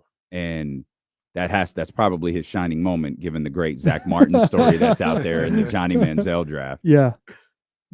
I didn't know that one. Yeah, Good on Jerry. That's a big one. But also, I mean, DeMarcus was a big part of everything that Cowboys team did. But Bill Parcells, that he built a team that went 13-3. Like he built a team that Tony Romo played with for a handful of years. That was pretty successful until they kind of had to do some retooling and reconfiguring there. Yeah. But Jerry is still there, and he's always going to be Jerry, and he's always going to do a weekly radio show, and Bill's always going to have to deal with that. Yeah. I think the weekly radio shows and the post-game pressers, wild. It's insane. Yeah. Well, it's a very upsetting loss. Yeah. But you know what? It was a litmus test, and we know where we're at now. A what? It was a litmus test, and we know where we're at now. Just and let it go. We've got to get better, and that's really what it comes down to. We play a team like the 49ers. It's really going to tell us where we are. I blame you for a lot of this, by the way. What did I do? Because you for being a good friend? You applaud this. Yes. You do. All right. You got to up your boys. All right. You got to support everyone. All right. Hey, does anybody have the Packers on their radar? I'm bit. Picking the Cowboys yeah. to win, but there's something. Every team that plays against Mike McCarthy in the playoffs is on my radar. I don't think the Packers can do it. Their defense stinks. So you say their defense stinks. I feel like they've gotten people healthy and improved in recent weeks on the defense, but I'll take it to you that they're just go find anybody who covers the Packers or watches the Packers very closely and just hit them and be like, "Hey, how do you feel about Joe Barry? That's their defensive coordinator," and they will let you know. Oh boy, they're not fans. What's his name? Got hurt in like a walkthrough, didn't he? What's the cornerback? Jair Alexander. Yeah, isn't he back though? He's back. I thought he got hurt this week. Maybe not. I thought he rolled his ankle. He's gonna play. But either way, they just don't. I don't think they have the horses to keep up with Dallas. Dallas is just too good offensively. Is there a game you're looking forward to the most? I want to say Lions Rams, but honestly, I think that's probably right. But I am super, super intrigued by Monday Houston. night. Oh, I was hoping you'd say Monday. Okay, hang on. 3. We'll fix it in post. 3, 2, 1. By Monday night. There you go. Yeah, I'm just fascinated. So I can't wait to watch my guy Texans? Baker. Browns, yeah, Texans? I don't know what it is. That's that like Saturday afternoon. It's just I am fascinated to see what CJ Stroud looks like against that defense. I'm fascinated to see what Joe Flacco looks like against the Houston defense. Against anyone. I love DeMeco Ryans. I am here for all of the DeMeco Ryan success. I'm really interested to see how that game goes. I like that one just because I feel like no matter what, there's a story coming out of that one. Mm-hmm. DeMeco Ryans, and Kenny has Right. screwed up the S's for me because I always have. Is it D'Amico D'Amico Ryan or D'Amico Ryan. Ryans? Ryan. It's Ryan's. Yeah. There's an S at the end. But then I was like, is Kenny just saying that or what is it? I haven't said Samuels in like a year. I was going to say, who's number 19 on the 49ers? Just asking, just I haven't spitballing. said Deebo Samuels in a year. There's a story, CJ D'Amico or Joe Flacco winning a playoff game In 2024. Yeah, there's a great story coming out of that game, no matter what. Yep. Yeah, I'm excited. I'm also looking forward to watching our Dolphins upset the Chiefs in Kansas City. Our Dolphins, very good. I haven't made a decision yet. I'll make it when we come back. All When we right. come I'm back, doing that 'cause for the I've been vibes. going back and forth with that game. All right, we'll make a decision. We'll let Kyle go home, and we'll come back. Steelo and KC, brought to you by Sky River Casino here on Sacramento Sports Leader ESPN 1320.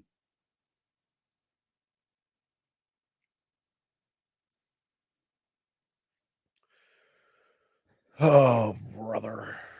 Well, you know, brother. Well, you know something, dude.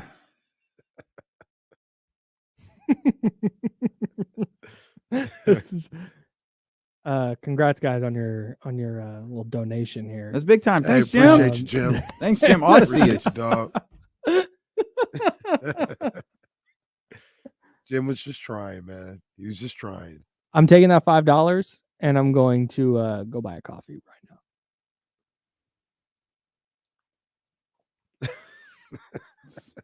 Oh, I know. Yeah. Now we know where all our YouTube money goes.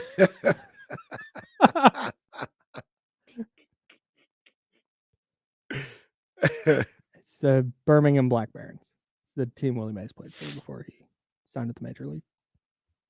Dr. David, this guy you tweeted me, and I mean, he is what's his name? Scully in The Wire. Is that his name?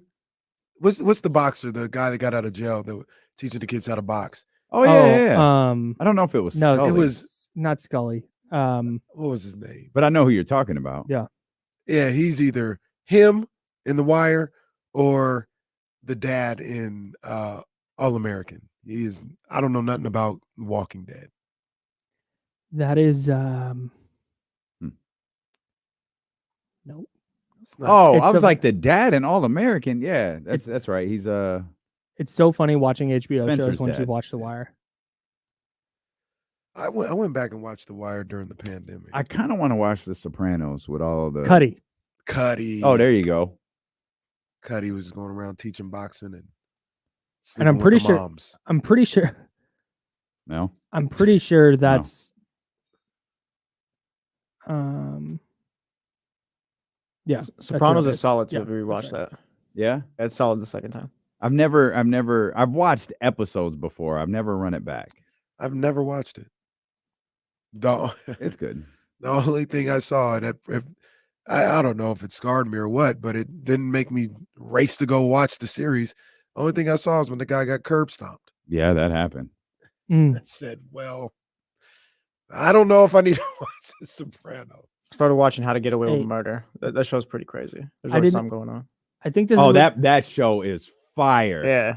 I watched that The show is Godfather for the fire. first time the other day, by the way. Yeah? It was a great moment for me. How was that? It was great. It What was is- really good. What is First it? time I'd ever seen it. The Godfather. Oh, yeah. Very, very good. Yeah, yeah, I did not realize. I probably think need this is to what you just revisit said, that. and I didn't hear it. But Cuddy from The Wire and Tyrese are the same guy. Tyrese from The Walking Dead. Oh, yeah. That's Same what guy. that's what they Alright. put me side by side I did not with. know that. I did not. know I that. never seen The Walking Dead. That's one I don't think I ever will see. Hey, Yeah, I don't this think I'll shook watch me. that one. You not only eating a donut, but being upset that the donut you wanted to eat was gone. Really, really shook me to my core. Yeah, that was my bad. That was it. I'm learning a lot about you Come in on, the y'all, last don't make 12 me months. break kayfabe. That's a little bit of a work. That was a turnover on my That's a little bit of a work. You're a big donut guy now. It's all good. I partake in donut. It was a little bit of a work, though. It was a joke.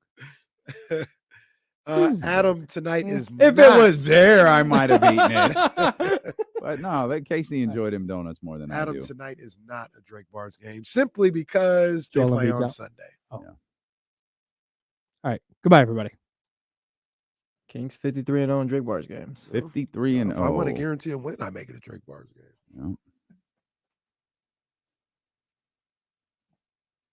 Yeah. Good work, everyone. I think we killed that. Good stuff.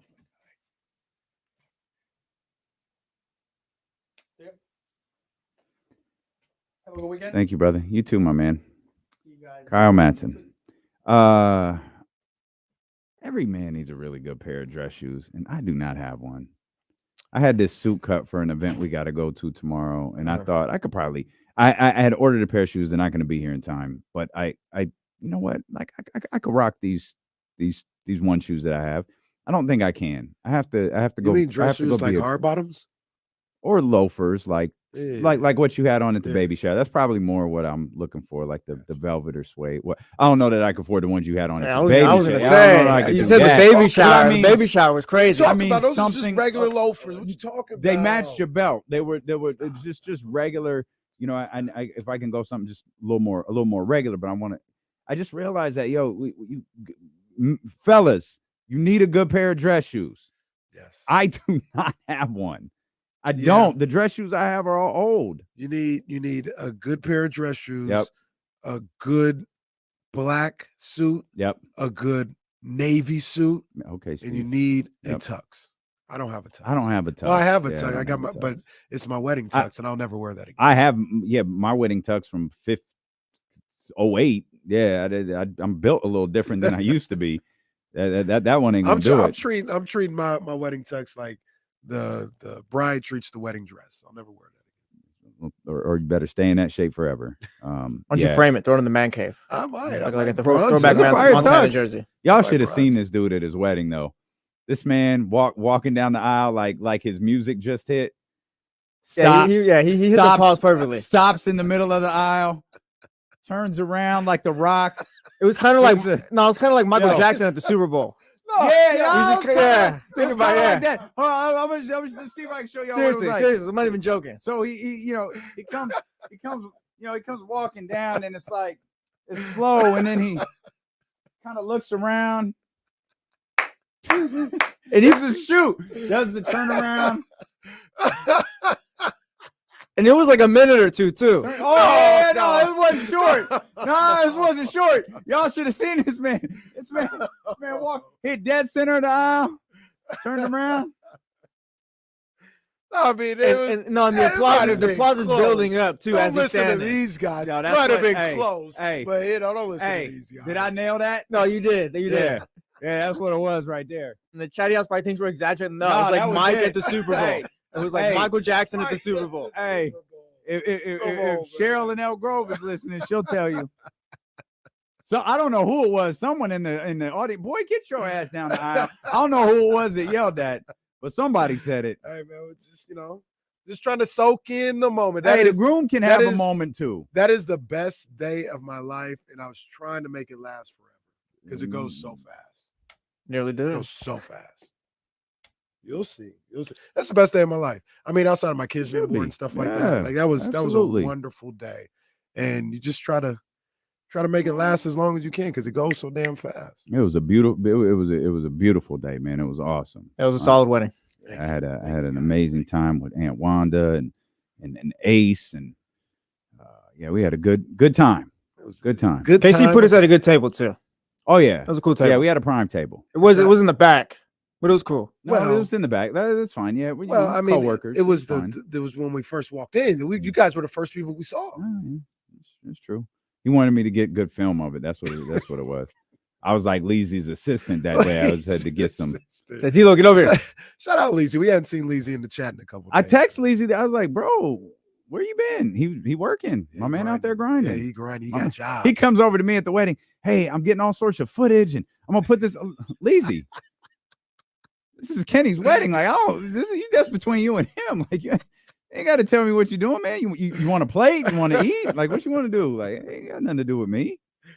Lazy Lazy pulling out people there aside working. for interviews like he does for 1320. Oh yeah, Tell us about Jazz and Kenny. Tell us about him. yeah. that's- I got the video, man. That's what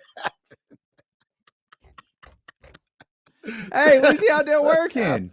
He know how to get a response. My man out there working. Oh man, shout out Leezy, man. He did a great job. He did. He always does. Real quick before we dive a little deeper into, because you had a question about the Kings. Do you remember? No. Damn. Did I have a question You for remember how he real? worded it? Did I tease something? Yeah, don't yeah. remember Into either. the first break. He did. I can go check the we was talking replay. about Yeah, check the aliens replay, or 'cause he- something. I'll check the Oh, replay. no. I didn't have a question. You were making a statement. No. You said something earlier this week that I was kind of like. That's what it was. All right. That's what it was. All right, Casey. And Yeah, then, yeah. but now I kind of feel the way that you do. So Okay. we'll yeah, no. Yeah, that's what's Kyle say? Put a pin in it. Put I a got pin you. in it. But it's nothing major. Well, it is major, but nothing that should take a long time. I just wanted to give, stingers up. Shout out Sac State, big time win last night against Weber State. That was a big time win right there, boy. They needed that. Yeah, they did. Yes. Yeah, that was Fingers up. Shout out Coach Patrick. I think they said it was the highest win. Like the team, the Weber State was ranked wherever they were ranked, and that was the biggest win Sac State basketball has ever had against a team ranked that high. Coach can have a celebratory drink rather than a stressed out. Yeah, drink. rather than a stressed out watching the tape drink. Yeah, enjoy that, Coach. Great win for the Sac State men's basketball They team. play Saturday too. I was going to try and go to that game, but I want to watch football games. Oh yeah, There's a lot of good basketball going on all week. They got like one of those high school showcases. So like they got teams from it's at Sheldon. They got teams from Sacramento taking on teams from Oakland, Fresno, and it's from like 9 a.m. is the first game. Last game is like 7:30. Yeah, I wanted to go to that too, but just the playoffs. I want to watch the playoffs. You had something on one of the football games. I don't remember which one it was. Right before the break, we were going over the football games. I think it was the Dolphins. The Dolphins. I hadn't made a decision yet about who I thought was going to win that game. Okay. And after long consideration, go ride with my guy, man. Go ride with my guy. The Dolphins are going to go on the Arrowhead and get that W, man. I think, and I'm not just saying that. I think they have a formula that'll work. I think they can run the ball on the Chiefs, and in a game that's going to be freezing, I think that's the way to go. I think Miami was a top 5 rushing team on offense, top 5 rushing defense too, I believe. In Kansas City, that's how the Raiders beat them, by sticking with the run. They got turnovers too, but you can run on Kansas City. Kansas City's defense is a lot better than it has been in past years, but you can still run on them. I think I'm riding with you too. I'm riding with the Dolphins on this one. Chiefs have been kind of off all year. I do think the weather will be a factor in all of this, but I'm gonna ride with you on this one. I think the Chiefs. I think the Chiefs lose, and the Dolphins get the job done. What's the forecast for that game? Is it because they're saying it's going to be one of the coldest games ever? 0 degrees. The low is going to be -9, I believe, and it's going to feel like a -30 wind chill or whatever that means. Ooh, it means a lot. I learned about wind chill when I was in Manhattan one time. Yeah. Oh my God. What's the deal with wind chill? Oh my God. The wind starts blowing and it gets colder like than the it's temperature. really like you think, oh, how much can it adjust the temperature? Yeah. Yeah, it hits different. It is nothing nice. It hits very different. So yeah, that matters. I saw Bonte had posted something on his Instagram about the I guess you just alluding to like cold games. Mhm. They had the Chargers versus Bengals like in the 80s, Mhm. and it was negative, I don't know, 12, but the wind chill made it negative 59. It's like, oh man, That's insane. oh, Absolutely insane. ooh, I think I first really understood wind chill on a trip to Chicago. oh, that ain't nothing nice. We was walking down that what's it called, Madison Avenue. Mhm. Bruh. It That was nothing. brutal. I ain't even been there and I already know that. Absolutely, because it's already cold. Yeah. But then you get hit with them gusts of, because wind is the worst element. Snow, cute, rain, whatever. Some people, whatever. Right. Wind is useless. It is the worst by far. Awful. The wind is just terrible. Mm. Absolutely terrible. The Ice Bowl somehow is still the coldest game of all time. 1967, minus 13 degrees, minus 48 wind chill. To all the football players out there too, you don't have to go out there and not wear sleeves. Is that that's your boy, right? Tyreek? What? Isn't that what Tyreek said? I saw Christian Wilkins, one of the D linemen, said he's not wearing sleeves. Tua thinks he's a big guy wearing no gloves or whatever. Whoa. Tua, you better put those gloves on. Was Chris the one who said you gotta go out there with no long sleeves so they know, like, you got to be tough. That sounds like Christian Wilkins. I thought it was Tyreek. You got to be tough. I know I heard Tyreek say he hasn't talked to Patrick Mahomes in a long time. He said, I haven't talked to Travis. I guess he's still on that Taylor Swift thing. They too big time. They don't talk to me no more. Did you read it or did you hear it? No, I heard. No, I heard it. I feel like he had a little wink going on. Oh, for sure. Yeah. Yeah. No, 100%. Because I read it first and I was like, no, it was on and then Sports I Center. heard it. Yeah, I was like, 100%. It was 100% tongue in cheek. got a little wink. I do love that we're getting Tyreek the thing about the cold wasn't tongue in cheek though. No, They was crazy. dead serious. They were like, yeah, I'm not wearing sleeves. That's a sign of weakness. Okay, bro. Yeah, all right. This is a sign of warmth. But yeah, you do you. But at the same time, I don't know. I mean, they got so many. They got the sleeves with the compression with the fleece in it. I'm sure there's all sorts of things they could do. But when it's that cold, that ain't gonna do that much. Once the weather people start throwing on words like hypothermia and all that, like I'm double sleeves. I'm Yeah. maybe throwing a sweater on too. Tyreek Hill out there in a hoodie. Got the hoodie over under his helmet. Warm. Yeah. Can barely That's what stand I'm the doing. studio temperature. He like KC though. He got the drawstring. Oh, yeah, Shout he out got to the One tie-up, Notes for the yeah. hoodie. He got the Big ups. drawstrings that he ties shut with the helmet over the top. Yeah, got to. It's I don't know how they're doing it. The other thing this weekend, did you hear? I saw a report. How accurate, I don't know, but I saw a report. Jalen Hurts said he still hasn't thrown a football. Oh no, I didn't see that. Yeah, I don't know if that was yesterday or Wednesday or what, but he said, yeah, he's not. He's gonna play, but he still hasn't thrown a football. All right, So, brother. I don't know when that quote was given, but Good luck to you. yeah. AJ Brown also deleted all his Eagles stuff off his social media if you're into that kind of stuff. So. That's the vibe, man. That's the vibe. Hey, these guys out here the other day. Hey, we're 0-0 now. It's the playoffs. We're all together in this. AJ just deletes These everything. dudes hate each other. That's wild. You want to talk about teams telling you something? Oh, They've been telling man. us for weeks they're ready for the season to be over. But why? Like, how did this go so bad so quickly for them? I have no idea. have Man, no I idea. hope my boy beats their ass. I hope the Bucks beat the Eagles. Well, the crazy thing is, Maybe that's why Leezy don't talk to us no more. the crazy thing is, like, and this is what I'm talking about. Like, I can make an argument. The Bucks have been kind of last 2 weeks. They Yeah. got beat up by the Saints, Yeah. and for the most part, they could only put up 9 points on the Panthers. Baker's hurt. I'm sure the ribs aren't 100% now. Mhm. Oh man, that So- shot he took against the Saints. So Goodness gracious. I think Tampa Bay's going to win, but they're not playing the best football right now. I don't disagree. Who do you think's Yeah, I more? don't Who do you think's disagree more at all. likely to end up with Bill Belichick if they lose in the first their first game? Dallas or Philly? Dallas. Yeah, I think Dallas too. Dallas. I'm with you guys. I do wonder if the front runner is Los Angeles. I saw, who was it? Someone's interviewing Antonio Pierce.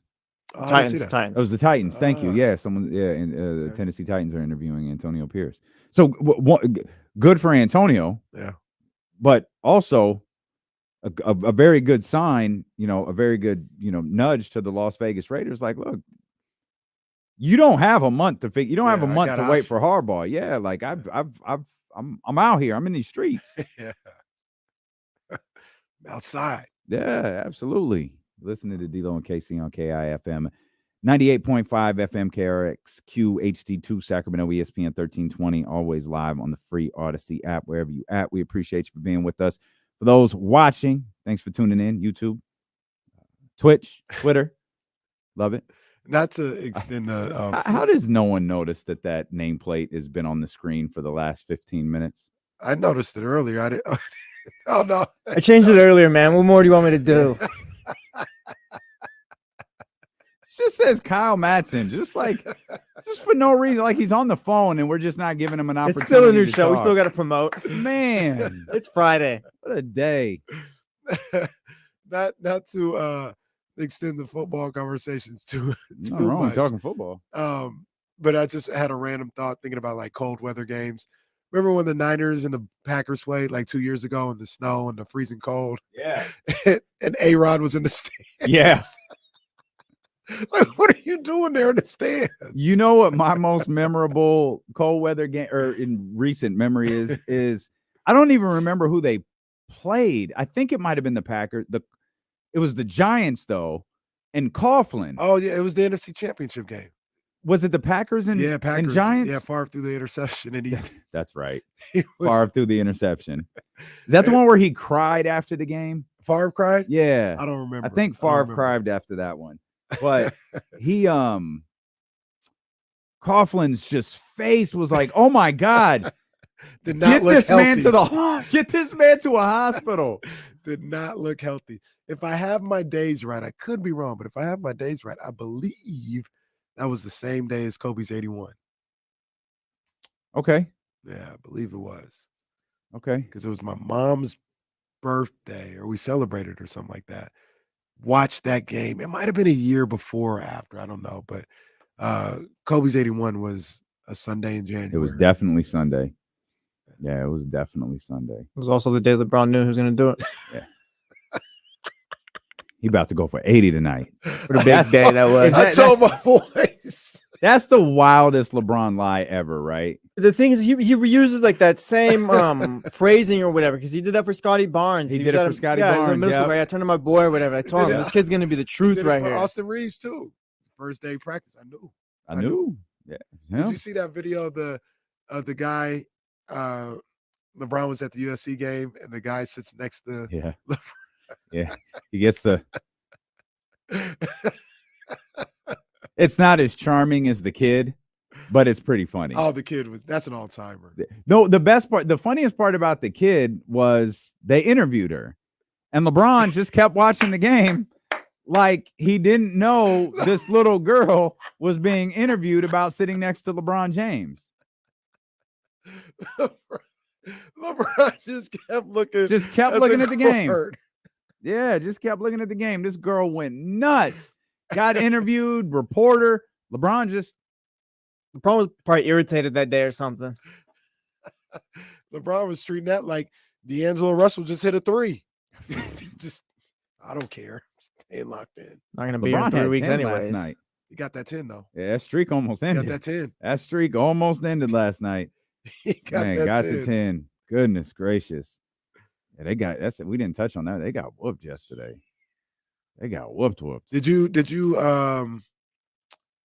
like did you see anything with like Brad, KD, and Book? Where you're like, oh, I see it now. I see it. I didn't. It's I not didn't, Brad, but- Book, and KD. I don't see. Right. It's the Suns. Yep. And I'm those not guys are gonna great. use- I don't think they work together. Well, yeah, for sure, but it's not this dramatic. I understand that, but I mean, did anyone watch the Kings going like, oh man, this team is in a great spot because they beat Charlotte? Like that's how the Lakers aren't a litmus test. Yeah. I ain't doing nothing with the Lakers. Yeah. I mean, they're not Charlotte. Right. They're not Detroit. But they're still not. But yeah, I'm not using them. not And then- making a now, if they statement. had done that against Denver, I'd be like, okay. But Phoenix's thing is, it's going to be the same. It's great. It's great. You're going to have to do that to whoever you play tomorrow. You're going to have to do it against Sacramento. You're going to have to do it whoever's after. I need to see a sample size of this because right now I don't have it. I like Brad a lot. Book's a hater, but I like Book. And no, why is Book a hater though? Why is Book a hater? Book told D'Angelo Russell to stop wearing pants showing off his ankles. I was like, bro, whatever. Him and Tyrese walking around with the super baggy, wide-legged Straight pants leg, that yeah, cover yeah. everything. Like, man, get out of here with that. You know what's crazy though? Speaking of Book, I was thinking about this the other day. Starting to come around on the Book ones. Just a little bit. Okay. She was pretty ugly to start, but the more I see a couple different colorways, he did this thing where it was like paying homage to the Jordan ones or I something. saw that. I was like, I saw that. okay. I mean, if somebody gave me a pair, I wouldn't I would not wear them. The Sabrinas, I think, are the ones. Right Oh, the now. Sabrinas are the one. Yeah, that's the that's the Sabrinas are that's the ones basketball right shoe now. of the year right now. Yeah. Absolutely. Yeah, for sure. You said earlier this week you wanted to see the Sacramento Kings win one of these two games coming up. Uh-huh. Philly tonight or Milwaukee on Sunday. And he said it, and I thought, all right, Casey, like they haven't beaten. I think of those top Eastern Conference teams, they've only played Boston so far this year. Obviously, they lost. They lost, home and road to all three of those teams last year, 0 for 6. It's like, all right, bro. Like, I get these wins against Detroit and Charlotte and keep it moving. I think I'm with you though. Give me one of these. Obviously, I'd love for them to win every game that they play. Right. But you asked if is this a measuring stick game or either of these two games a measuring stick game? And I still think the answer is no. But man, I'd feel really good if they were able to come away with one of them. Shoot, we were walking to the car the other day. It might have been after the Detroit game. Hey man, can y'all just compete? Especially on Friday on national. Yeah. Can y'all just compete against Philadelphia? Yeah. There's no reason this team can't go out there and compete against Philadelphia. And if they compete long enough, they could find themselves in a position to win. Give me a close game in the fourth quarter. Mm-hmm. They're without Joe. They got Tyrese. Give me Tyrese versus De'Aaron. Yep. I'll take it. I'll take my chances with that. Yep. Just don't let it get away in the first 8 minutes. Right. Of either half. Right. Like carry the game on the road tightly into the fourth quarter. Give me Maxey versus Fox in the fourth, and I'll take my chances with that. I'll be perfectly okay with that. Just play like regular human beings. That's all we're asking. And if whatever happens in the fourth quarter, happens in the fourth quarter. Yeah. But yeah, man, just go out there and show like we're here. To use James's line, we're not going to let go of the rope. Mm-hmm. Or we're ready to compete. And the good, once again, it's not like playing the Sixers or the Bucks, but I remember they did a great job of that against the Lakers when they were on ESPN before. They came out ready to play. The Lakers were playing well, I think, at that time. And that's when Sabonis beat the hell out of AD and did all this other stuff. Yeah. Like you're on a big boy stage. You're on the national stage. Perk went crazy for Domas the next day. Yeah. He did. Yeah. So, I want to see that here tonight. You got a national TV game. You're going to have a national audience. Go to work. Yeah. Go to work. Yeah. Just compete. Yeah. That's it. Just go out there and compete.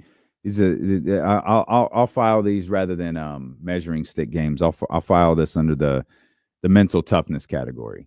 Like I'll file these games under the mental toughness categories because you've got to. Now it's going to be. I think Philadelphia is talented without the reigning MVP and maybe front runner for back-to-back if he plays enough games in Joel Embiid. I think they're extremely talented without him, especially the way that Tyrese Maxey is playing. But Joel is not there. Mm-hmm. It's going to open up something for you. You've done really, really well these last two games attacking the paint and getting points out of it. A lot of those, quote, bunnies that Hoopers call them. Domas ain't been, missing too many of those lately. He's been locked in. Yeah, his field goal percentage is sky high right now. Take advantage of Joe not being there. Yeah. Who's their backup center? Is it Drummond? Paul Reed. I like Paul Reed. But where's Drummond? He's in Chicago. Is that where they were? Oh, yeah, that's right. Yeah. That's what I was thinking. Billy Donovan. Yeah. The hacker Drummond. That's Billy right. Donovan and Joe. Okay, that's what it was. Yeah. You see Tristan TT got thrown out of the game. Yeah. Yeah. I forgot he was in the league still. So did I. I was like, what year is this video from? That was from yesterday. Shout out to the NBA in Paris, boy. Courtside was cooking. Courtside was cooking at the NBA in Paris, boy. Jeez. Courtside looked like Tiger on Friday night. I don't know how they did that. I went back and watched on Synergy like, hey, yo. Synergy. Like, hey, what is going on right here? Hey. But no wonder Donovan is talking about Messi Paris. Messi Petty. Somebody, All right. somebody showed it showed like Coco Jones courtside, Look. and then they were Who was like, next to? Oh, Pharrell. Pharrell was at- next to her. Speaking of baggy clothes, like he had the big baggy Yeah, but stuff on. Pharrell's winning the year right now. That line he just dropped is crazy. they had that tweet, and then they quote tweeted it was like, if I was at that game, and they had a clip of James Harden just going twing twing twing twing twing twing twing, no passes. Shooting. Them picture Coco Jones took outside the. Oh man, Coco was at Soul Bloom with 12 trailers. Yeah. Only one of them had security. 12 trailers, biggest artist in R&B. One had security. That's it. And it was hers. Walk into anybody else's trailer. Yeah, Just you walk could do in. that. Hey, Brent Faiyaz's trailer. What's up, man? How you doing? Yeah. Not Coco. Joey Badass? No problem. Coco Jones? Nope. Are you caught up on Power? No, I think I'm about 2 or 3. Well, I know what happened thanks to Hip Hop DX. Well, I mean, Joey Badass did post about it. He did post about it. Well, they always post when they get killed off. But yeah, spoiler alert. Yeah, I was stunned. I was like, yo, what? That was my guy. Unique. That was one of my favorite parts of the show. We'll come back. We'll talk more Kings basketball. Will Z's going to join us here pretty soon on Sacramento Sports Leader, ESPN 1320.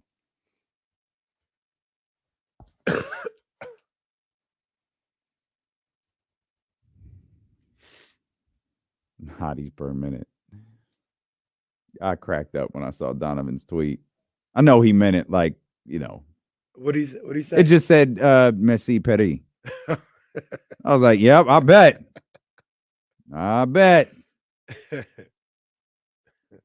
Messi.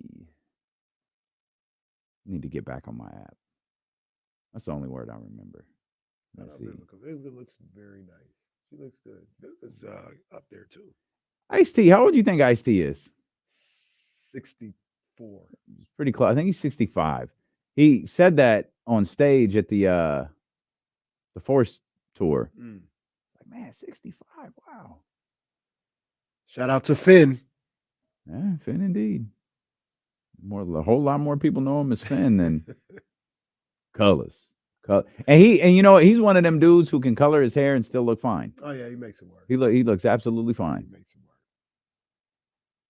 I am a nightmare walking, psychopath talking. I don't think he gets the credit he deserves either. I don't know. I mean, I know the songs, but I don't know like words to the song, any of his raps. Oh, I mean, if you go to 6 a.m, 6 a.m, police at my door, fresh Adidas squeaking on the bathroom floor. A lot of the rhymes of that era from LA have that cadence. Like 6 a.m, police at my door, woke up quick at about noon, just thought. It all kind of follows the same thing, and he's rapping over this low part of the beat. Boom, beat drops. Yeah. It's the same thing in Boys in the Hood. Like a lot of that LA stuff has that sound, and 6 a.m was kind of the first to do it. Like, I don't think he gets, because his catalog is a little different, I don't think he gets the love he really deserves. Yeah, then he went the rock route for a little bit. Yeah. Full-time actor. Body count. Yeah, legend.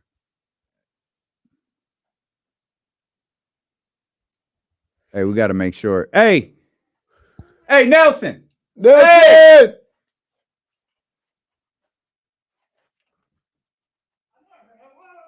Hey, is this it? I mean, I'm not walking out the door yet, but yeah, it's today. I'm not coming back. I mean, maybe someday. Hey, come here, man. How much time we got? Hey, this is my man right here, just in case we don't get to see you. Yeah, man. My man. Stop. I appreciate you, bro. Yes, sir. Hey, that's one of the most talented dudes in the building right there. You're one of the real ones, man. Yeah, that's one of the most guys right here. Yeah, that's one of the most talented dudes in the building, but there's some stupid fucks around here that let stuff happen, and he's got to go stand on business. But hey, you that dude, Nelson. Still breathing. Ain't nothing decided in stone, baby. You know what I mean? Hey, we're gonna get you back here where you belong, man. I'm ready, boys. Appreciate you, big fella. Appreciate you, big fella. That's my man right there. That's my man. You're a real That's one, right. man. 98 Rock legend Nelson. Damn right. Schoolie D. That's a good call, Kyle. That's a good call right there. No. Not at all. Not at all. Not at all.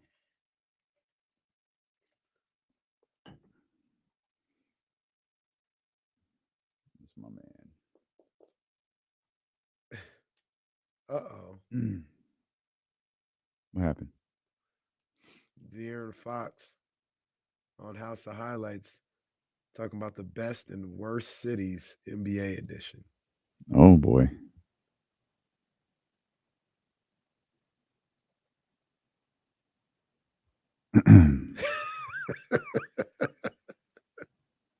House of Highlights is owned by TNT, right? Or like Bleacher Report and Yeah, I think so. TNT, Yeah, all that whole conglomerate or whatever.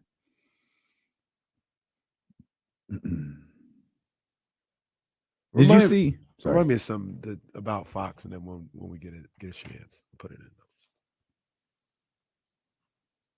Did you see The Rock's recent tweet with the highlights of his behind the scenes stuff for? No, I haven't seen anything.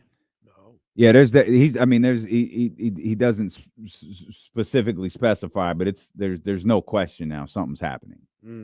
It's pretty clear in the tweet because it's something like, oh, it's great to be back, blah blah blah, the brush, blah blah blah blah. Now let's go make history. All right, all right. Do we need to be tapped into SmackDown from now on? Hey, I'm gonna say We right might now. need to be, maybe. Hey, I ain't gonna lie to you. Rock Roman WrestleMania. We might have to talk to our people at Sky River. We might have to do something for that one. WrestleMania watch We party. might have to do something for that one. Oh, bro. on that screen.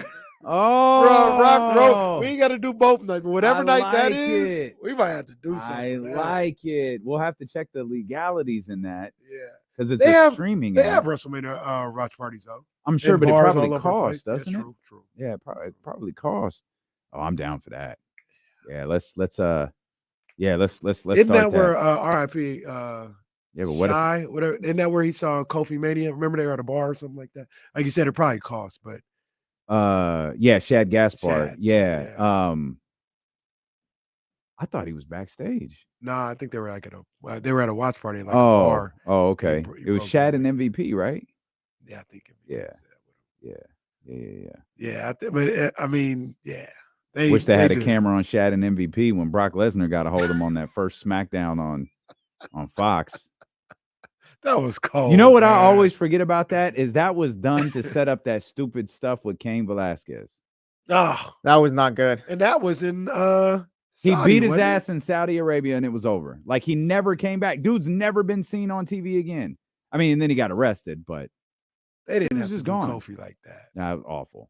They did not. Awful. We were past that part of Brock Lesnar. Like he could have Yeah, lost, but it didn't have to be a 4-second right. match. That was whack. There's rumors it's not happening at Mania though. 70,000 in Australia. But that's a nothing, right? That's what I'm saying. It's 70,000, and I'm not That's championing this for the record. I am not championing this. That is. It's a awful. Vince move if Triple H does that. That's like how they have these Well- boxing matches in Saudi Arabia. Well, now. that's- Like, but this that's- is awful. I mean, Zay talking about the Saudi bag is probably an Aussie bag. It's probably what it is. Just gonna have to call Coach Patrick and get on one of his flights to Yeah. Australia. Yeah, Coach Patrick, he can get it done. He can get it Damn, done for that'd sure. be- I mean, Zaz says, wait a minute. Maybe Roman is not scheduled for Elimination Chamber. I'm behind on news, so maybe that's the case.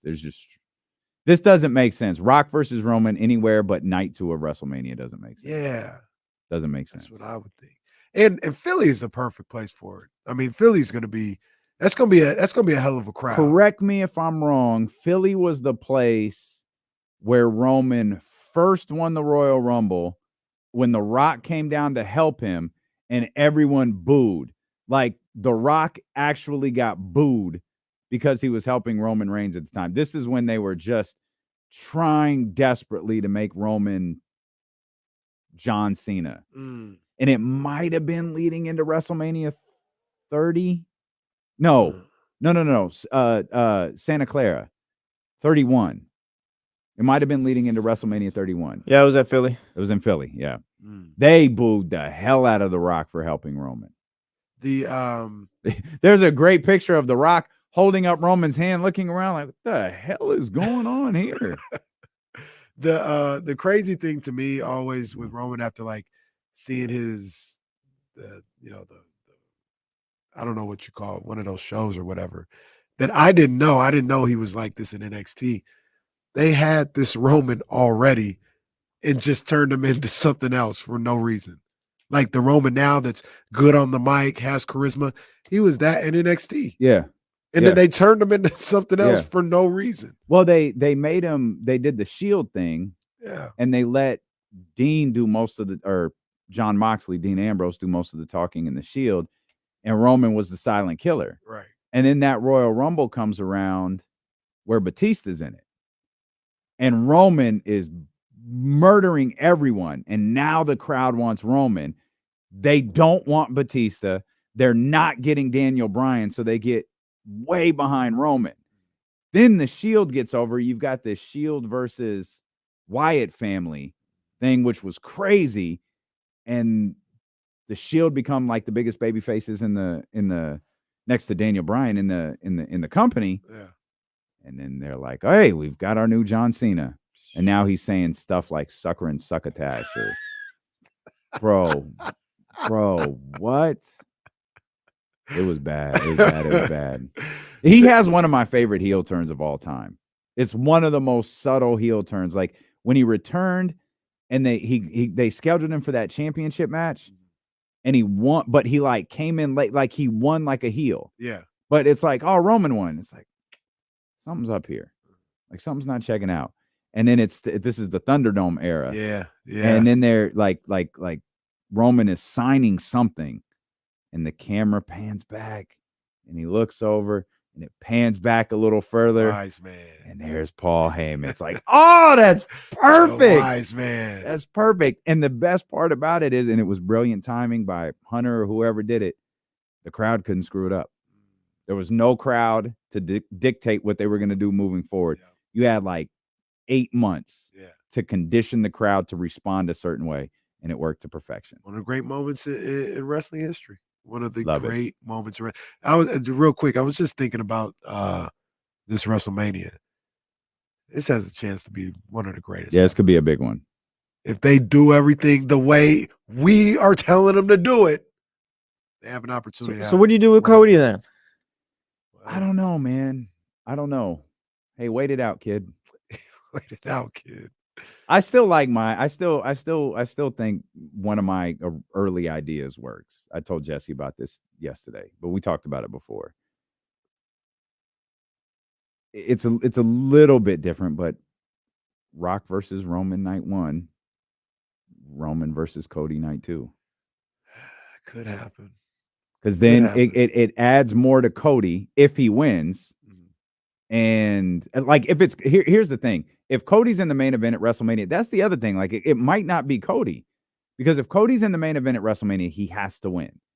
If it's anyone other than Cody, I think Roman's breaking the Hulk Hogan's record. And buckle up for like we're going into the summer with Roman as the champion. Yeah. And then, you could have Cody win wherever you want to. Or there's that theory, and I don't remember who said it, but there's a Bash at Berlin. And if you still got Gunther undefeated, you could do Gunther versus Roman, and you could have that hometown moment, and he would beat Hogan's record. And I don't know that you want to roll with Gunther long term, but I don't know. You probably want a babyface champion at some point. I also kind of feel like, and you would know this better than I would, I feel like you don't want to waste Punk and Rollins. You haven't you have an opportunity to make that a main event, a night closing match. Just make it a night closing match. No, you're right. Yeah, because the flaw in that was I thought the Roman 2-night thing would work until Punk came back. Because part of Punk's thing has always been wanting to main event WrestleMania. Right. And as long as these guys look at night 1 as a main event, he'll get that chance this year. He should get that chance this year. That's the one. That's a Yep. main event. Yeah. And I think what I think should happen is, like you, he should lose and he should turn heel and be a bad guy. Like, everyone thinks you're a jerk. Be a jerk. Be a bad guy. Like, he's one of the best heels in the business. Be that. Cody could start something with Jay. Actually, Jay and Jimmy should probably fight. Or Jay and Solo. Well, they also the Damian Priest just lurks around. Damian Priest, who I think is a star, is lurking around with that briefcase. He is. We're almost going to another Money in the Bank. Yeah, when is Money in the Bank? Usually Is in the that summer? I Oh, think okay. it's Like July. May? Oh, yeah, you're right. Shout out KC though, came around on CM Punk, making sure he gets his shine and all that on night one. Hey, well, look, I'm not a Punk guy, but remember I said, you give me Punk versus Rollins. Well, it's not. I'm tapped. Here's the thing: it's not just Punk though; it's Rollins. Yeah, that, like for Seth me, Rollins deserves Punk that moment. Punk too. and Seth. Yeah, I'm watching every Raw leading up to that. Yeah, That's Seth deserves A1. that moment. You go think ahead, we see The Rock in the Royal Rumble at all? I was wondering about that. I was thinking wondering right now about you that. can get like a Punk Rock moment in the Royal Rumble when they're both in there or something. Punk There's a Rock. lot you can do. You could do Punk Rock, Punk Cody, Rock Cody. Yeah, there's a lot you could do. Yeah, there's a lot. You know, it's just what I hate about that is Rock would be like 29. Here comes. Oh yeah, we gotta be real here. Here comes number 30. And it's Hey, the look. Rock just happened to draw number 30. Like I borderline. If I'm WWE, I'm borderline. I don't mess with The Rock right now. I got to get him to Mania. But how do you set up the match? Just talking and a little. So stuff. Punk wins the Rumble? I don't know. I'm talking health wise. I got to get The Rock to Mania. You've got to set the match up though. So you Does just he set have it up to with fight? promos. No.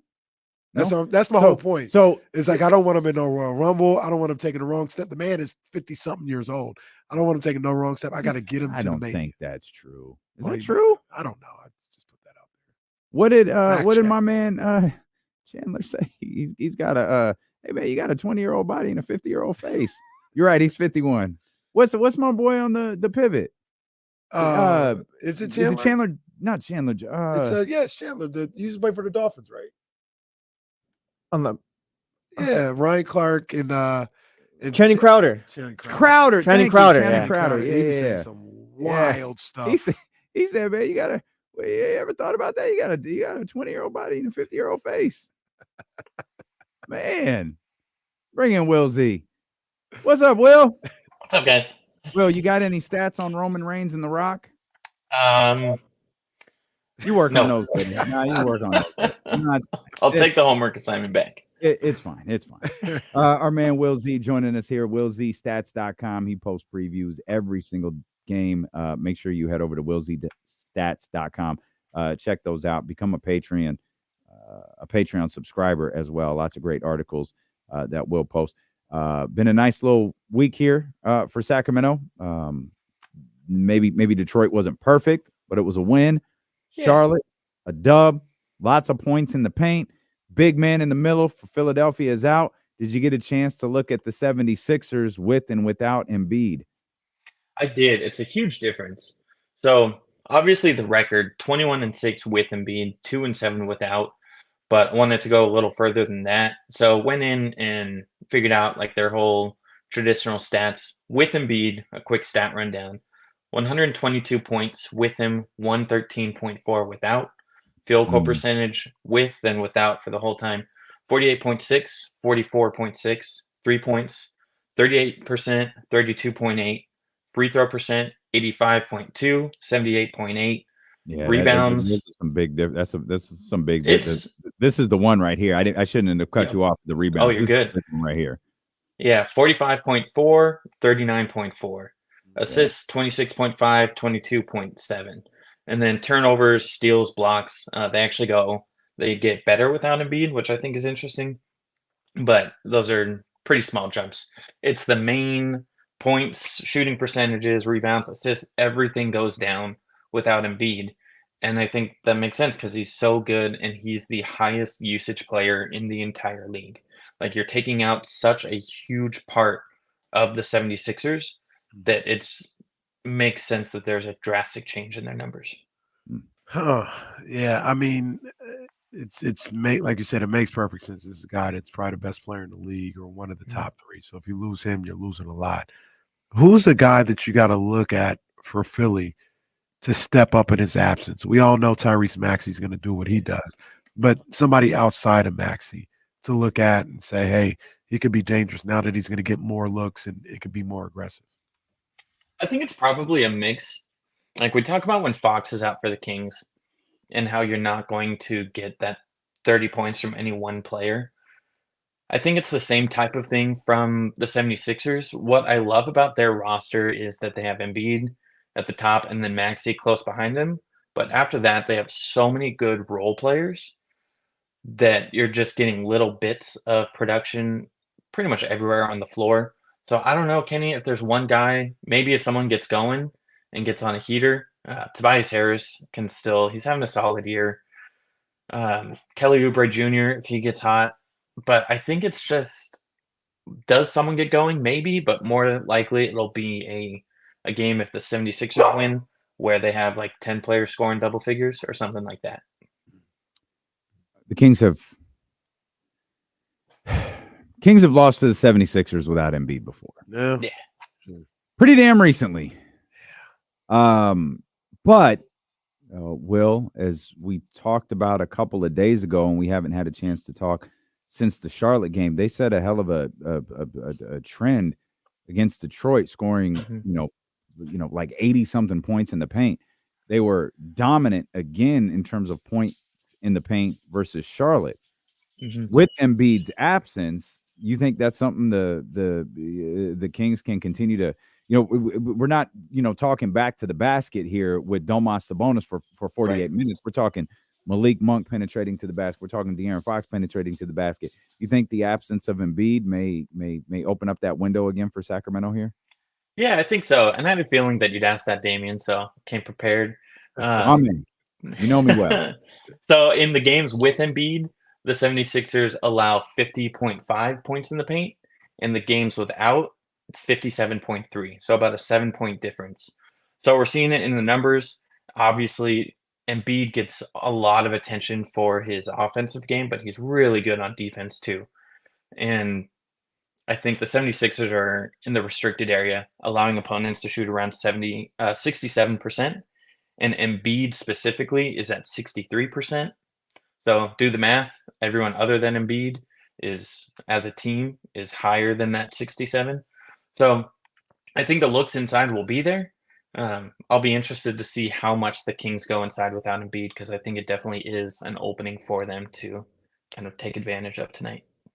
Do you have any takeaways over the last two games? Obviously, people can just dismiss them as being against the Pistons and the Hornets, but did they maybe improve on some things shooting wise or defense wise? Look at those two games as opportunities to kind of get right in some areas. Did anything stand out to you in those two games? For me individually, it was Keegan. Like, he's just, the last two games especially, he's looked so comfortable out there. And I did a whole deep dive article into it, like especially the 2-point game that he's had this year. He just looks so good off the dribble. That little like fadeaway in the corner that he had against the Hornets, I think it was. That's such a tough shot that he made look so easy. So for me, it was just his comfortability to kind of pick up the slack with Fox maybe needing a little help right now. But him and Sabonis look like they're building something special between the two of them in their game. I'd have to look at numbers more on the defensive side, Kenny. But for me, the main takeaway is just Keegan's kind of comfortability out there. I like that. Yeah, is it just you talk about being comfortable? Is it just like a kind of an aggressiveness level that separates those really, really big games from Keegan Murray from a little more average game? Is it just you talked about him being comfortable, aggressive? Like is that what the difference is? I think so, because he has been so efficient all year, but it's when he has these huge games when his shots go up, his volume goes up, because he's able to increase his volume and keep that high efficiency. So it's really just the more he shoots, the better, which is exactly what Mike Brown wants and has been asking for all year. And I think we're just seeing him have more of those kind of big shot nights. I'll pull up his box score as well to see kind of if he's had any big shot clunker games where he shoots a lot and doesn't make any, but I can't think of any off the top of my head. I don't. It's his aggressiveness when he's getting to the bucket, like you mentioned. Yep. And I've seen a lot of times in that Hornets game, if they could figure out how to incorporate this on a regular basis, but him coming off the screen, like a Sabonis screen and roll or something like that, and he's coming downhill, that I think because he struggles getting his own shot by himself, if he could master that screen and roll game, I Mhm. think that's where you can get some easy buckets. You can see him getting to the foul line. You can see him getting in the painted area, sounding like QB Brown right now, but getting into the painted area and getting easy shots. In the last 2 games, it seems like he's really worked that. And once you do all that, like anything else, it's just going to open up what you're going to be able to do beyond the arc. Yeah. And you look at one of the things I looked at yesterday when writing the article was his field goals by number of dribbles. And last year, so many of his shots were just catch and shoot. And this year, he's already either pretty much matched or gone over his field goals on 2 dribbles, 3 to 6, and 7. That's what NBA.com categorizes them. So he's showing that comfortability, Kenny, exactly like you're talking about, to go and just make his own shot. It's a facet, especially with his length, that the Kings haven't had maybe since Rudy Gay could kind of get his own look, that classic Rudy Gay fadeaway off the post up. But it's just something that opens up so much more for the Kings offense. Will got me thinking here. I'm not as quick on this stuff, Will, as you are. I think I found 3 of 12 as his worst shooting game. He being Keegan Murray, his worst shooting game of the year. He doesn't have a game. Well, I take that back. There's a 4 of 15 game up here. He doesn't have very many games where he shoots bad. He was 4 of 17 in a Portland win. He doesn't have very many games where he gets up, and I don't even know what you'd consider a high volume number of shots where he's, left with, 1 or 2 field goals. Yeah. That does not happen very often with Keegan Murray at all. Which is just so special and unique.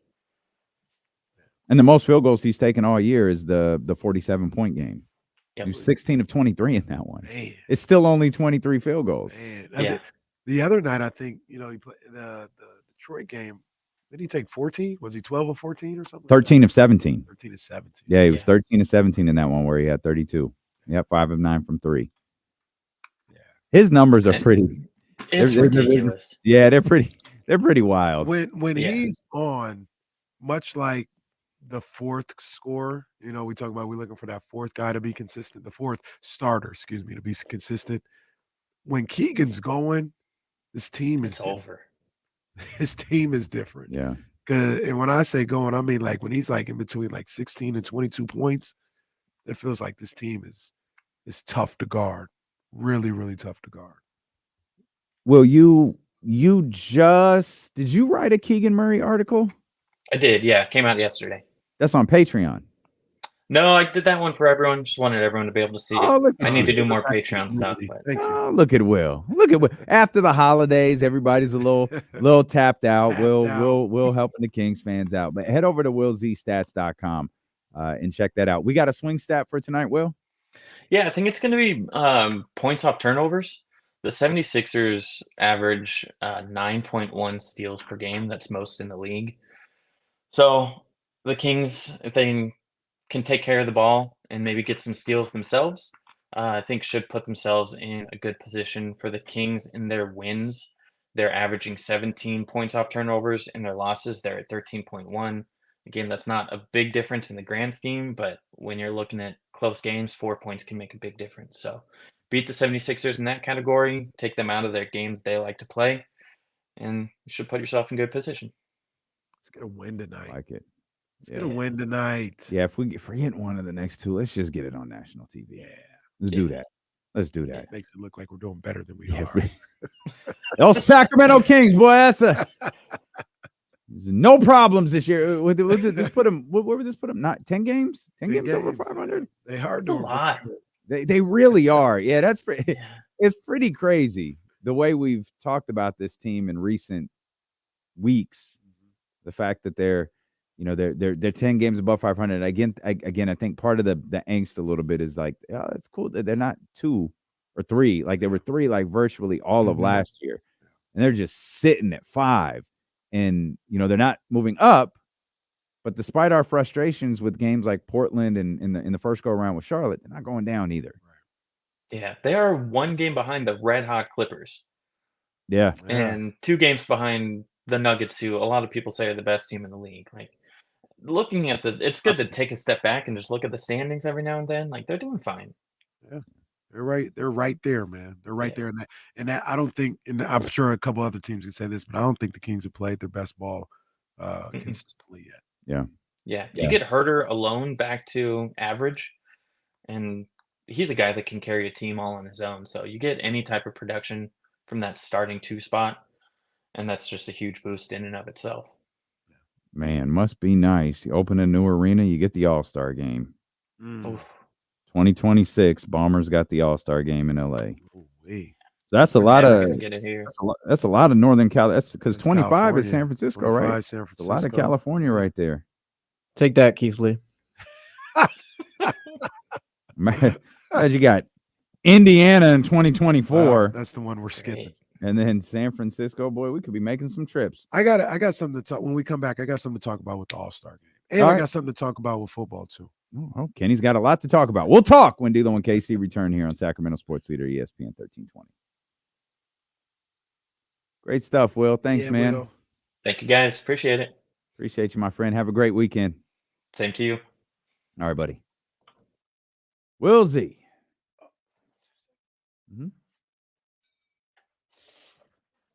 I ain't even mad, though. This arena look crazy. I mean, I am a little bit mad, but this arena looks crazy.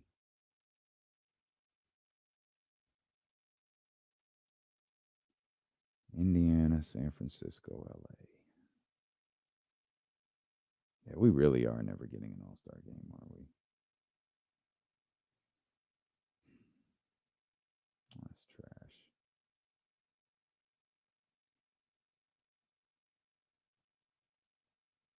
Absolute trash. Someone tagged James Hammond.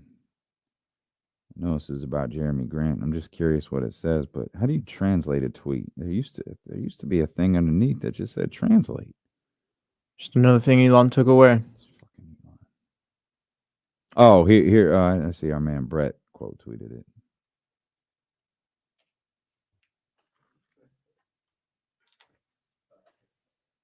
it. Speaking of James is out there. Enjoy your life, man. The WrestleMania hour at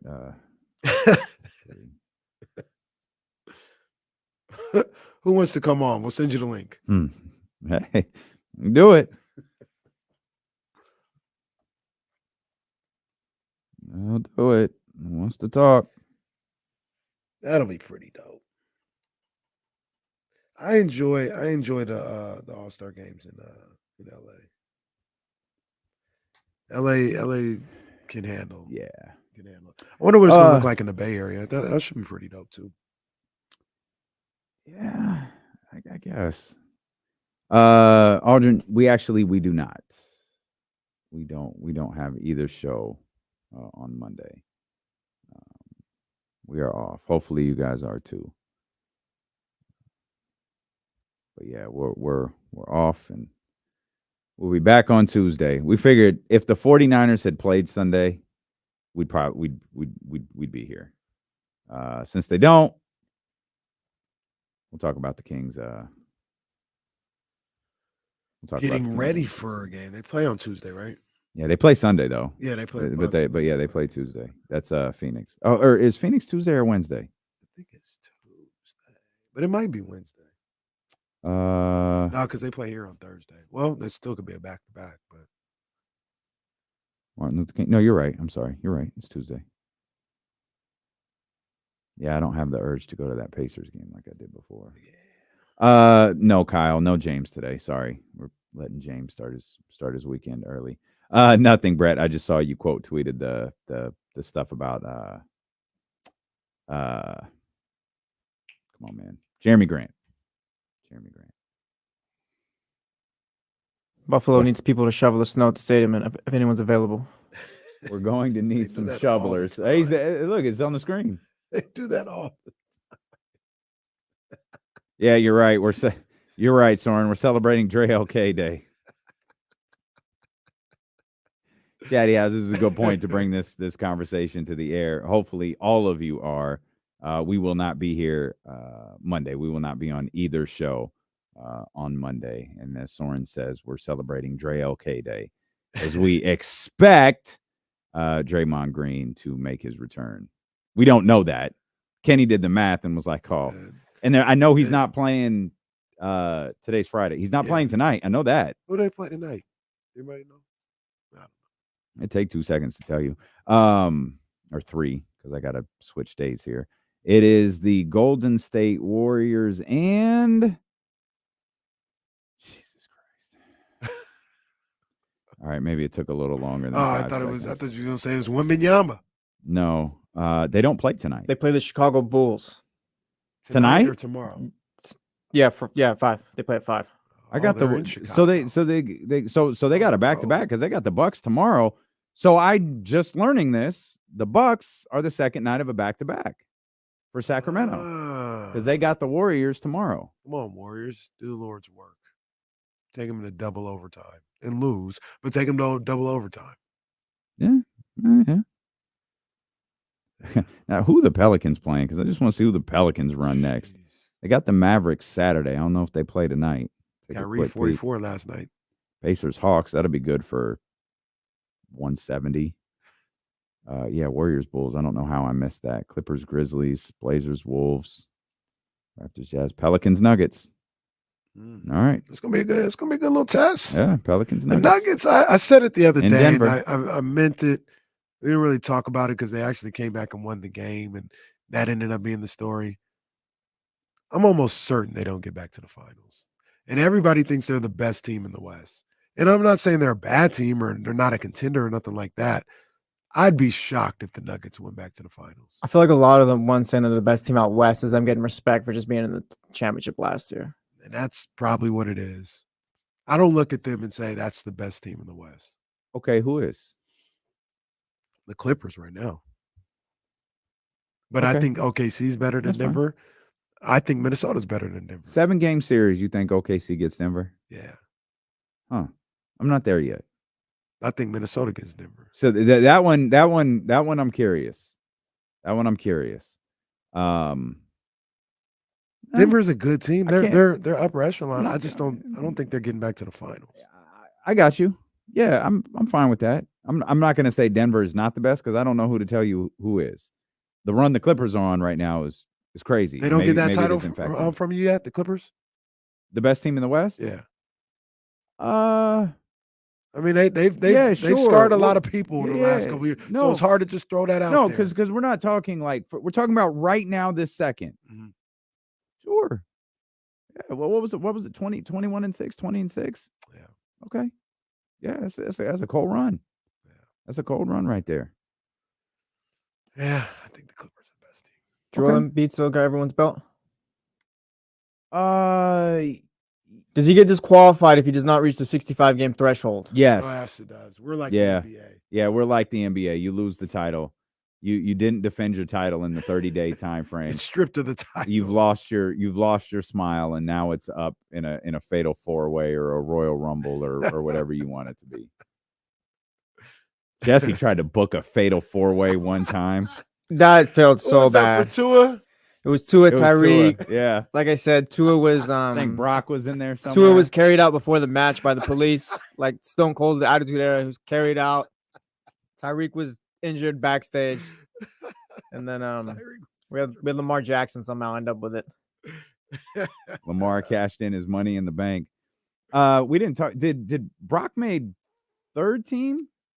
All NFL. If or they did I get have that a third wrong? team, I think second team. Or so they only No, have he didn't two, make and second. he didn't make second. Yeah. So he And that's he what I missed wanted out. to He talk finished about. third, Dak made second team over Brock. and Lamar was first. Yeah. And I got Dak had a great year. I don't think there's a wrong answer.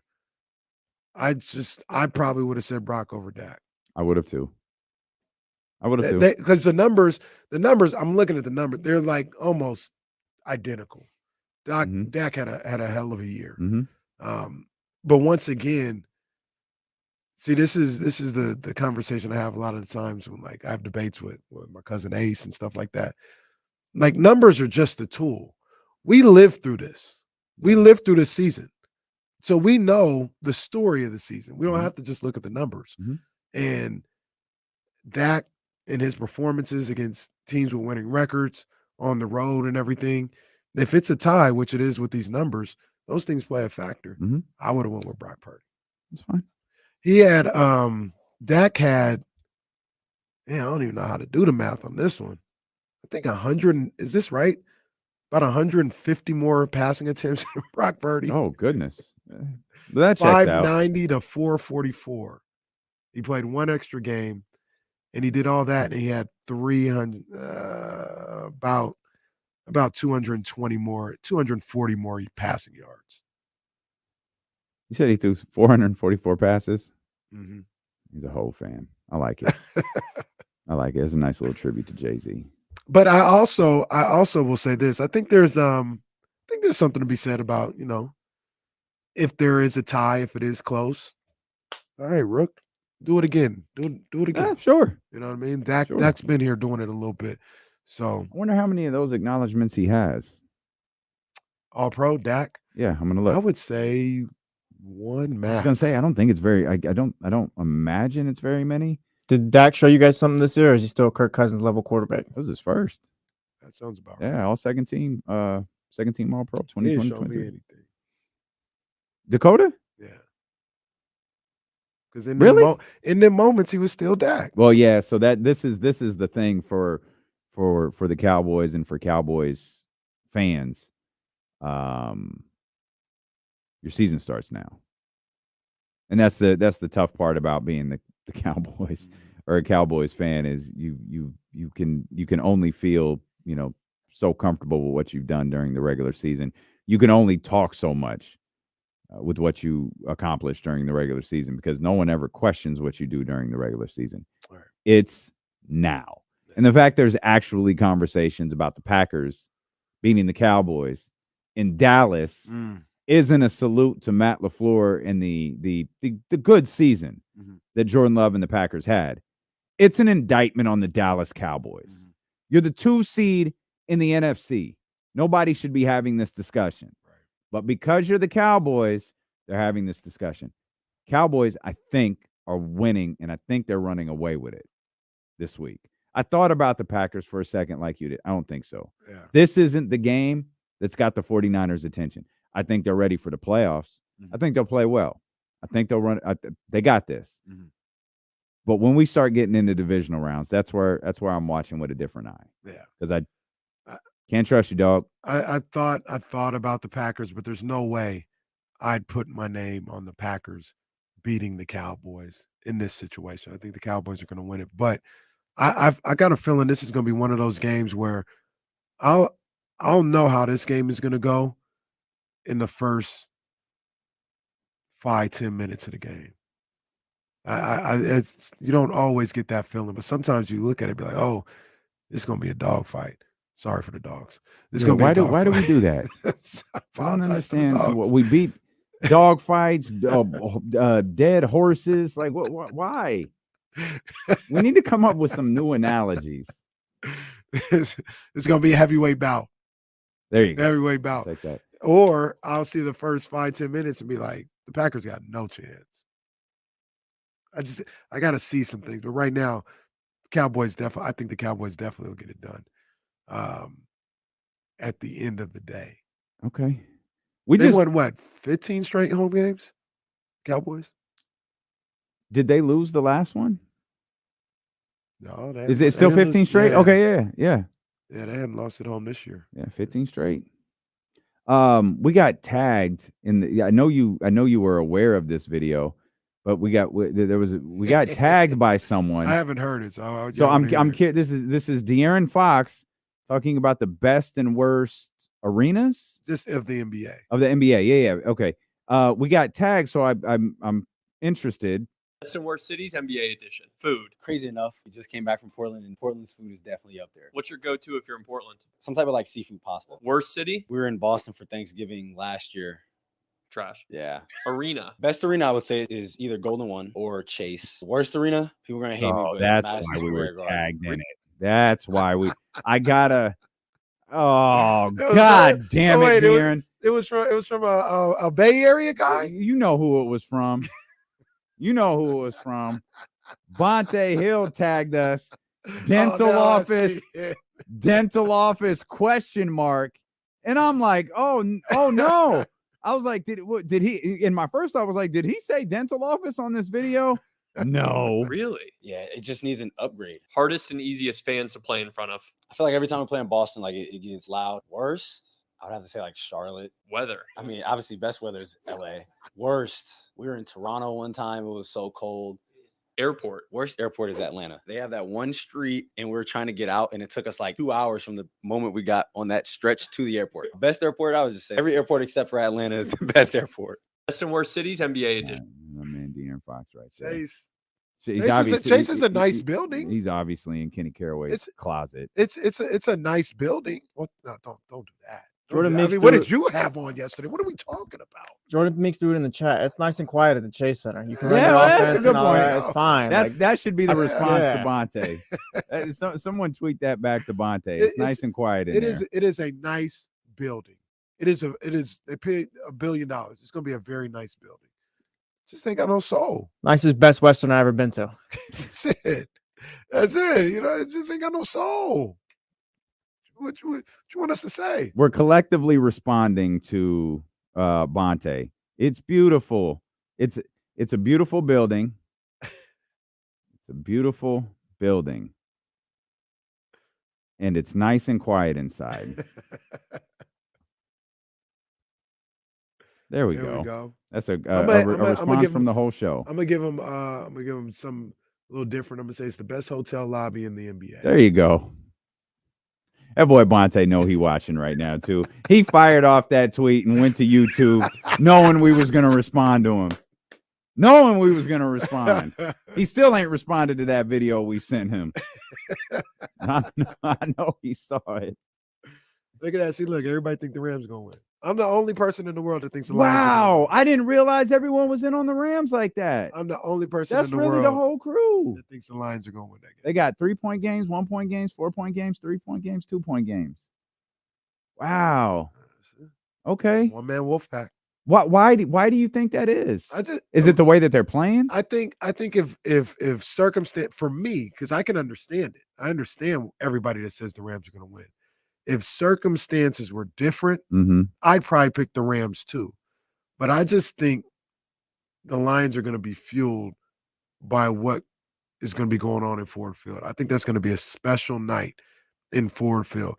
Just going on vibes. I'm just going on vibes here. And, and going through like some of the things that we went through at the Golden One Center for their first playoff game in 16 years. I think it's the first home. I still haven't seen the exact numbers. The first home playoff game in 30 plus years, I think, in Detroit.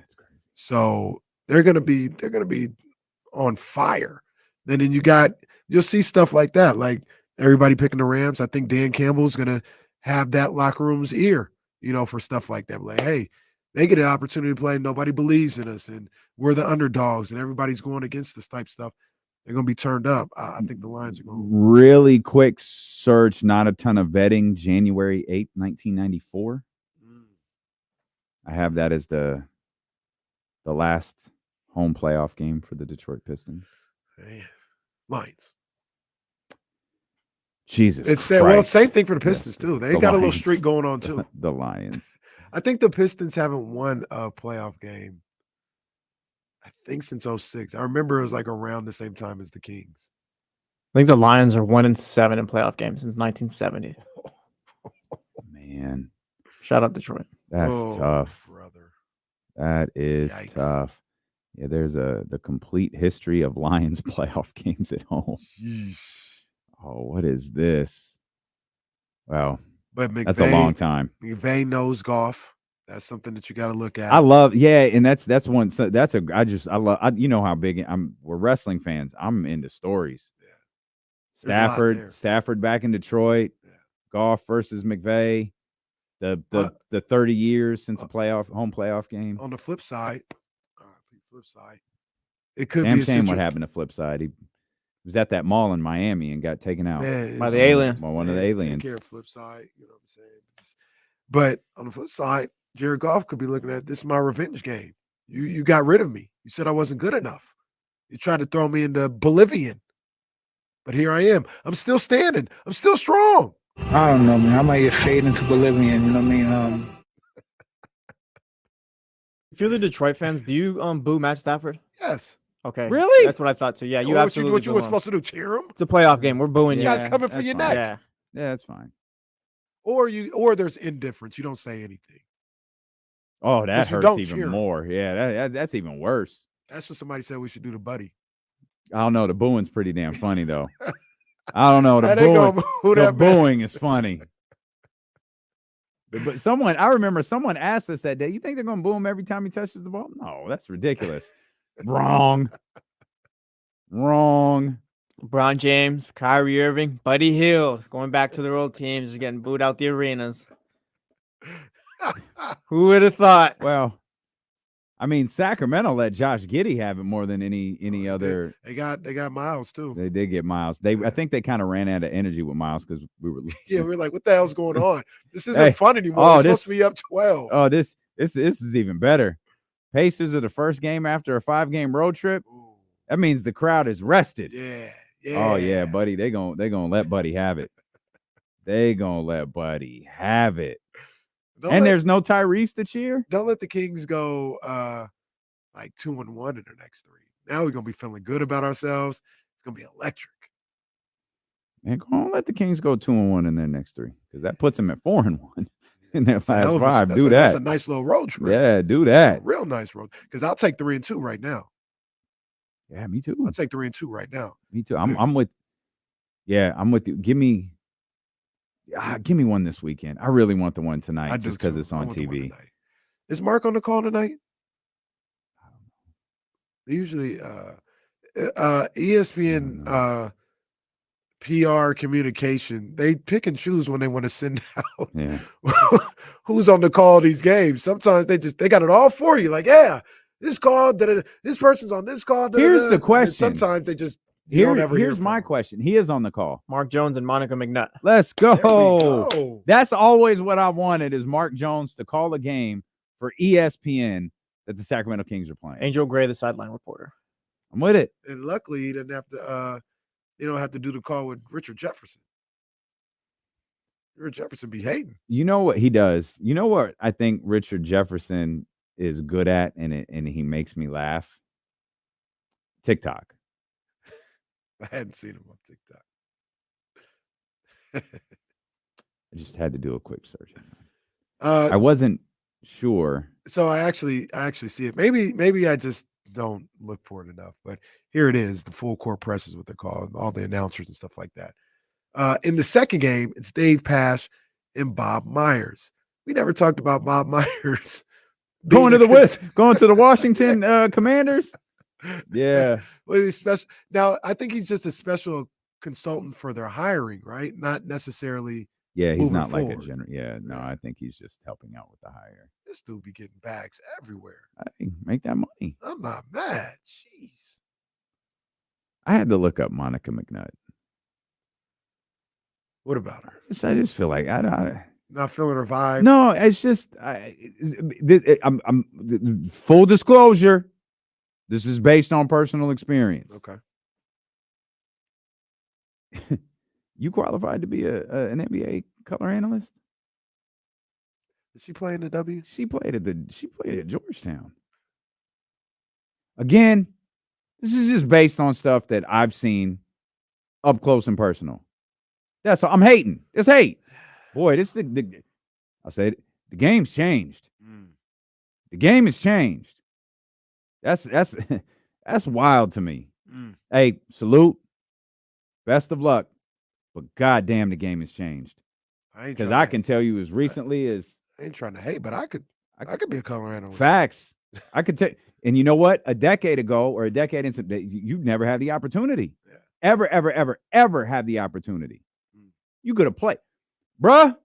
You could have won an Olympic gold medal and not gotten the opportunity. You could have won a WNBA championship. Well, not you, but you get what I'm saying. Won it, man. You could have won a WNBA championship and not gotten the opportunity. Yeah. Now they just throwing people on the payroll as an analyst for an NBA game. Hey, salute. I will say this. Even though she didn't like really know what she was talking about with the Kings last year, I when I hear her like on First Take and stuff like that, she knows the game. She knows the game. Hey, I don't. Again, I don't. Yeah, I know what you're saying. I don't mind her on TV. 100%. I don't mind her in the studio one bit. I just, I'm probably not even going to mind her on the game. I just think it's incredible how exactly what you much stuff has changed. Yeah, I know exactly what you mean. Shoot, they used to not let two black people call a game. They didn't want two black people in the studio. Oh, this one's too young. This one's too old. We need a young and an old. We can't have two young people in here. Can't have two black women in here. You know, man, Pat McAfee crazy, but he right. He a lot of things he said in recent days about ESPN are 100% spot on. 100% spot on. Steve, hey, shout out Mark Jones, Monica. I'm looking forward to listening tonight. You're listening to Dilo and Casey on KIFM West Sacramento 98.5 FM KRX QHD2 Sacramento ESPN 1320. Always live on the free Odyssey app. Quick note: James Ham starting his 3-day weekend early.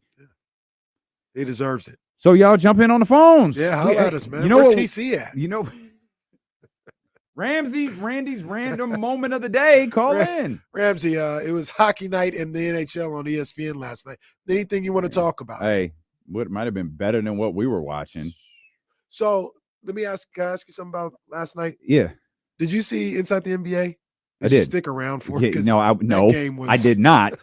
I went back to it later. That game was done. So, hey, okay. Yeah, don't forget what you said. The best part, we're here when the second half starts. And we look up like, yo, who the hell is on the floor? Because obviously we don't have the sound up. Right. So we had no idea that the starters in pool. I'm looking around like, yo, who the hell is that guy? Did they have 38 at the half? Or did they get to 35, 40? I think. We had 35. It was like 70 to 35. That's crazy. Makes me feel better about the Kings a little The Kings had a couple close games. They ain't got blown out at all compared to what we saw yesterday. But so you saw what Kenny Smith was saying about how he said Phil Jackson, Pat Riley, and he said, himself, he said, I wouldn't have done what Joe Mazzulla did. I would have left them out there on the floor. I wouldn't have, he used the term, I wouldn't have bailed them out from that embarrassment by taking them off the floor. I'd be like, no, you guys created this 40-point deficit. Yeah. You at least gonna feel it for a little bit. I'm not saying we're gonna keep you out there the whole time, but you're gonna feel it for a little bit. What'd you think about that? I see both. I see Kenny's line of thinking. Like I get both. I get both lines of thinking. It was the second night of a back-to-back. If you can grab your guys, some wind, I get that. Mike Brown seemingly uses this as an opportunity to see who he's going to use next. True. We've seen it happen with Keon Ellis. We saw it happen last year with Chimezie Metu. We see it happen where these games, get into situations that the Kings aren't going to be able to dig themselves out of them. And Mike says, okay, we're down 40. Who's playing? Because trust me, I'm watching. Now, I don't know if Joe Mazzulla is doing that, but I get that line of thinking. Right. All things considered, full context provided with the second night of a back-to-back, I'd probably lean the direction of what Joe Mazzulla did versus what Kenny Smith wants. Game was already over, and you had like 3 guys play 40-plus minutes and OT the day before. Like, you're not going to pull guys out there in a game in January 11th. Yeah. Game was lost. Get them out of there, get them some rest, and move on. Yeah. Yeah, I understand. I mean, that was egregious. You make it. No, it's bad. That was egregious. And I think that's more Kenny's. I legit didn't know 3 of the people on the floor. If it was 25, maybe you sit. I don't know if you probably wouldn't sit all the guys or whatever. But I mean, look, 25, I probably nobody wouldn't even sit him. Nobody, no, that's what I'm saying. You wouldn't sit him in that situation. But I guess what Kenny was saying and what I understand is they played just like Jesse just said. Oh, we played the double overtime yesterday. We played a bunch of minutes. We're basically not even going to show up today. I don't think it was Like, that. that's how they play. I think they were gassed because they were just missing like open shots, front rimming a lot of stuff too. Like I don't think it was just a matter of we just whatever. Like I think they were just gassed. They can't be that gassed. I don't think guys. Because they played five games in 7 nights too and stuff like that. Time. I don't think guys go out there like you just said. I think it's closer to what Jesse. Admittedly, I was watching as much as I could. Yeah. I don't think guys go out there like that with that state of mind. I do think. Well, I think. But I do think it spiraled out of control, and they might have kind of. Because they've been pretty good on back-to-backs this season. So I think they're 4-2 or 5-2 on back-to-backs this season. Yesterday's game was an outlier of the season from them. You're leaving them out there. I don't know. I don't know what I'm doing, to be honest with you. I had never thought about it the way Kenny did. Kenny said it on Inside the NBA. I never thought about it that way. When he said it, I was like, "It's a good point." No, I don't know what get I it. would do. I get to it. be honest with you. If Joe felt the way that you felt, yeah, maybe you approach it differently. Yeah. If he saw it the way Jesse saw it, I want to get a look at Kermit or what and Stevens and whoever. What's his name? Conrad or what's Luke Cornett? Cornett. The Green Cornett. You guys need to show some respect. Sorry, he almost got the tip in the other night. Pause. You know what? Hold on. Don't even do that ID real quick. Hold on. Yeah, that's crazy. That's pass interference. That's pass interference. Respond the ball at the 40-yard line. First down. It's all over the field. I'm gonna take a walk. CeeLo KC brought to you by Sky River Casino on Sacramento Sports Leader ESPN 1320. I'll do a little 13th round real quick. 13th round with your main man, Kenny Caraway. Shout out to the Jordan brand. Big ups to my people over there. Shout out to the dope ones. My guy, Don is dope. Shout out to Cola CMOS. You already know what it is. ColaCMOS.com. Go get that. Go cop that. We had a couple things going on in boxing. Boxing been kind of it was whatever, but a couple stories coming out here and there. Number one, Ryan Garcia was seen working out, taking a middle of the night jog with Floyd Mayweather. And apparently Oscar De La Hoya didn't like that. He didn't like that Floyd was hanging out with Ryan Garcia. And he said he needs to back off. No uncertain terms. He said, back off, leave him alone. He's under Golden Boy Promotions. And I don't know why Oscar's doing that because he clearly hates Ryan Garcia. So I don't know what he's all worried about. I don't know why he still has him under contract. Matter of fact, I know why he has him under contract. That's bringing in money for him. But he hates the guy. He's jealous of the guy. So let him leave. I think Mayweather Promotions would be a fantastic spot for Ryan Garcia if he were able to be a free agent and get up out of there. So that's one thing that happened. Number two, Alicia Baumgartner, my girl, and Clarissa Shields, my other girl, they have been talking mess back and forth for the last month or so. Come to find out, they ended up being on the same flight the other day. Alicia Baumgartner put on her stories Clarissa Shields walking down the aisle and talking about, oh, look at her, she following me. And they was talking back and forth in the middle of the flight. That would have been a crazy flight to be on. I wish I would have been on that flight. Alicia Baumgartner and Clarissa Shields on the same flight talking crazy. Oh, that would have been fire. On my Southwest flight to Detroit somewhere. So that would have been crazy. So there's that happen. And then we do have a fight this Saturday on ESPN. Arthur Beterbiev going up against Caleb Smith. I expect Beterbiev to destroy Caleb Smith. And we want to see Bivol versus Beterbiev. I don't know if that's going to happen in 2024, but that's what we want to see.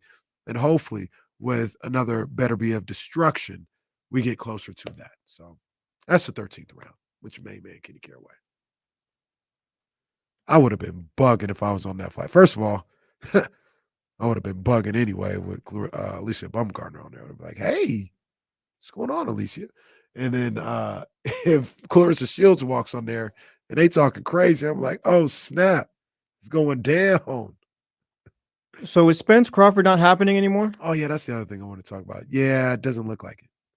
Good for Earl. Crawford said the rematch wouldn't happen. That's what I read.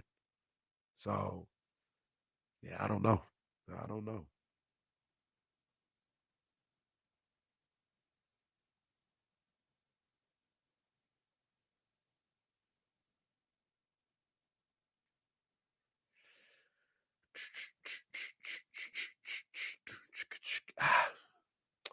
Boom, boom, boom.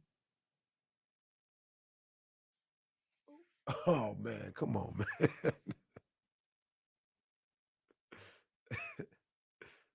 Well, that's a good thing. That's a plus.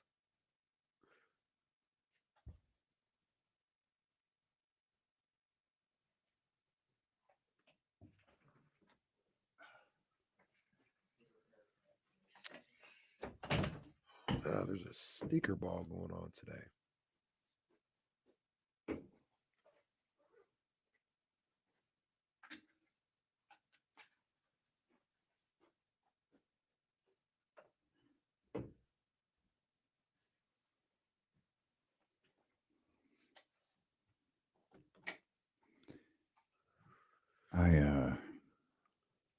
I switched up 420 today because LL's birthday's tomorrow.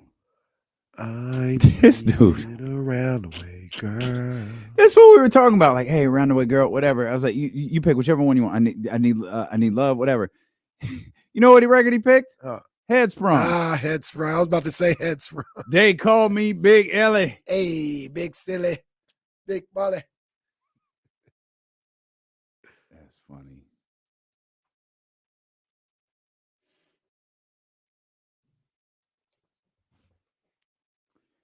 All right, man. Lots to talk about here. I don't know what it is. Been a wild couple hours. What you meant was we got 2 more hours to fill, people. We're going to have fun doing it. No James Ham today, too. Means we can laugh a little bit more. Don't have to be. We do need to talk about what James and Cotton were talking about, though. Yeah, I said I didn't know we could talk about it. I didn't either, but they talked about it for a couple hours. So we'll dive into it. Jerami Grant. What's that look like for Sacramento? Let's get to these phone lines first. 916-909-1320. Got a man, Jerami, here. Jerami, what's going on, baby? Hey, what's going on, fellas? First off, I want to apologize for my poor execution of that joke last time I called, but thank you for appreciating it. Well, okay. And then second off, how do you feel about Jerami Grant? I was just actually going to ask about that. My man. You guys are getting to it. So let's hear you guys cook it up. Well, before we give you our thoughts, what are yours? I mean, I think it would be excellent. You know, I think I don't think you'd have any growing pains at all. You know what I mean? Okay. It was nice that they got over that last week or on the last 2-game stretch. Sorry, I couldn't call in early this week, but yeah, I think it'd be a great move. Depending on, I didn't hear who they would have to give up for it because I got on the insiders a little too late for that. But yeah, so I'm not sure who they'd have to give up, but I think it would work well. Okay. Well, let's talk about it. Good stuff, Jerami. 916-909-1320.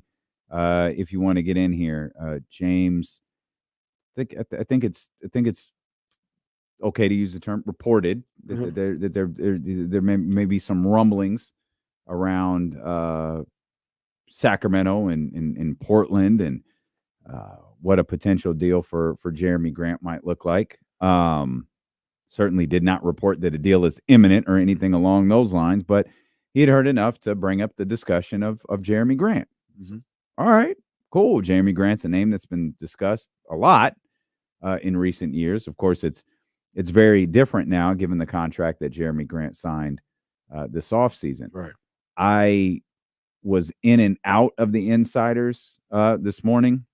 I did hear them discuss it a little bit. Knowing James the way that I do, I'm sure somehow this deal that he wants has Thibault in it. I don't know. So you got to make the money work with Jerami Grant. That's what it all boils down to. So it's almost certainly Herter and Barnes. But my guess is we know, because James reported as much, the Kings did try to land Thibault and were unable to. Right. This might be their second opportunity to do that if they could work in a multi-person trade here. I like Jerami Grant. It ain't my money, so the money doesn't bother me. The fit's there. I think I've always liked Jerami Grant more than John Collins. I don't know what my issue is with John Collins, especially now. He's not bothering anybody. He's not. I think it's just the stink of Atlanta because I don't like that Hawks team. But now that he's out of there, I don't know. But I do like Jerami Grant more than John Collins. And again, it ain't my money, so it don't scare me. Well, here's the thing with the money though. Like that would affect, number one, what you would have to give up to acquire Jerami Grant, because the money's got to match up. And then you worry about, obviously, Malik Monk. Yeah, so I think, and I'm just going off of maybe it was Zach LaVine discussion. He said you'd get hung up. What was the other one? Oh, Siakam, the whiteboard. Yeah. I think there's a way to make it all work. You just wouldn't have role players. At a certain year, I think it's the Keegan year. You're starting to fill this team out like the Miami Heat. Well, but that's 2 or 3 championships in. It's whatever. Well, there you go. Herder's obviously gone. That money's off the books. Barnes is gone. That money's off the books. I assume Davion is gone. I'm guessing. I have no idea. That's off the books. I don't know if Jerami Grant costs you draft capital. Like I don't know. I don't know where the draft picks start to come into play, because I feel like Monty's very strategic in all this. It reminds me, we need to get to what Zach Lowe wrote. I thought Zach Lowe wrote something that I think may shut a lot of things down. A lot of not for us, but a lot of silliness around the league regarding the Sacramento Kings giving up Keegan Murray. I think he might have wrote something that might finally shut that stuff down, because they care what Zach Lowe thinks. Right. So that it could go a long way. Remind me to get to that. But I think draft picks start to come into play. Like, you tier players. This is a tier 1 player. This is a player we like the absolute most. Tier 2, that's cool. Tier 3, it can help. Where do you get to the point where you're willing to give up draft picks? Tier 1, you obviously do. How many? Tier 2 might depend on years left on the player you're acquiring. Tier 3, you're probably not. Jerami Grant has so much money on his contract, and if Portland trades him, it's obviously because they want off of that money. So who's helping who here? Right. And that's where you start to get into conversations about additional players and whether draft capital even needs to be involved. Yeah. But as a player, strictly a player, a fit. Yeah, I get it. I like him. It works. Yeah, I like him here in Sacramento. I think that'd be a really good deal for the Kings if they were able to swing that one. What you said about like who you would give up and everything. It reminds me of a report I saw today about the Jazz. I think it was, and they were talking about the Jazz are open to listening from about everybody on their roster. And the quote said, when they look at Lauri Markkanen, he's not untouchable, but the price to get him would be somebody you think is untouchable. That's a great line. That's tremendous. That's good. I like that.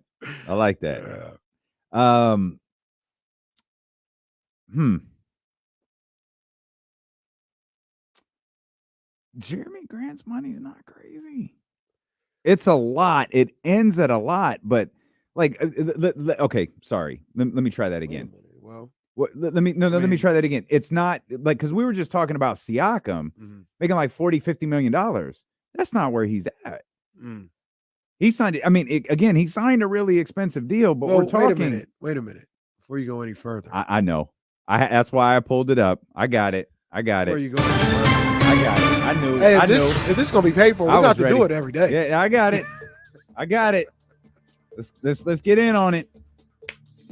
The former number. Are we including the duration of this contract? Because it is the NBA, you can't do that. That I mean, it's guaranteed money. It's I think we should count it till the end of his contract, whatever he's going to end with. All right, he has played 10 seasons. Will be going until the end of this contract. He'll be entering his 15th season. Jerami Grant, the former number 39 pick in the 2014 NBA draft. Number 39. That's important. Jerami Grant, number 39 pick in the 2014 NBA draft. So this is going to be dicey. This is how I'm going to choose to do this. This isn't the most money he will make. It's the most money he's made to date. I like how you're doing that. That helps. Obviously, that's this year. Yeah. $27 million. Remember, there are 1, 2, 3, 4 more years on the deal after this one to help you gentlemen with your math. Career earnings in 2028 for Jerami Grant will be what? Wait a minute.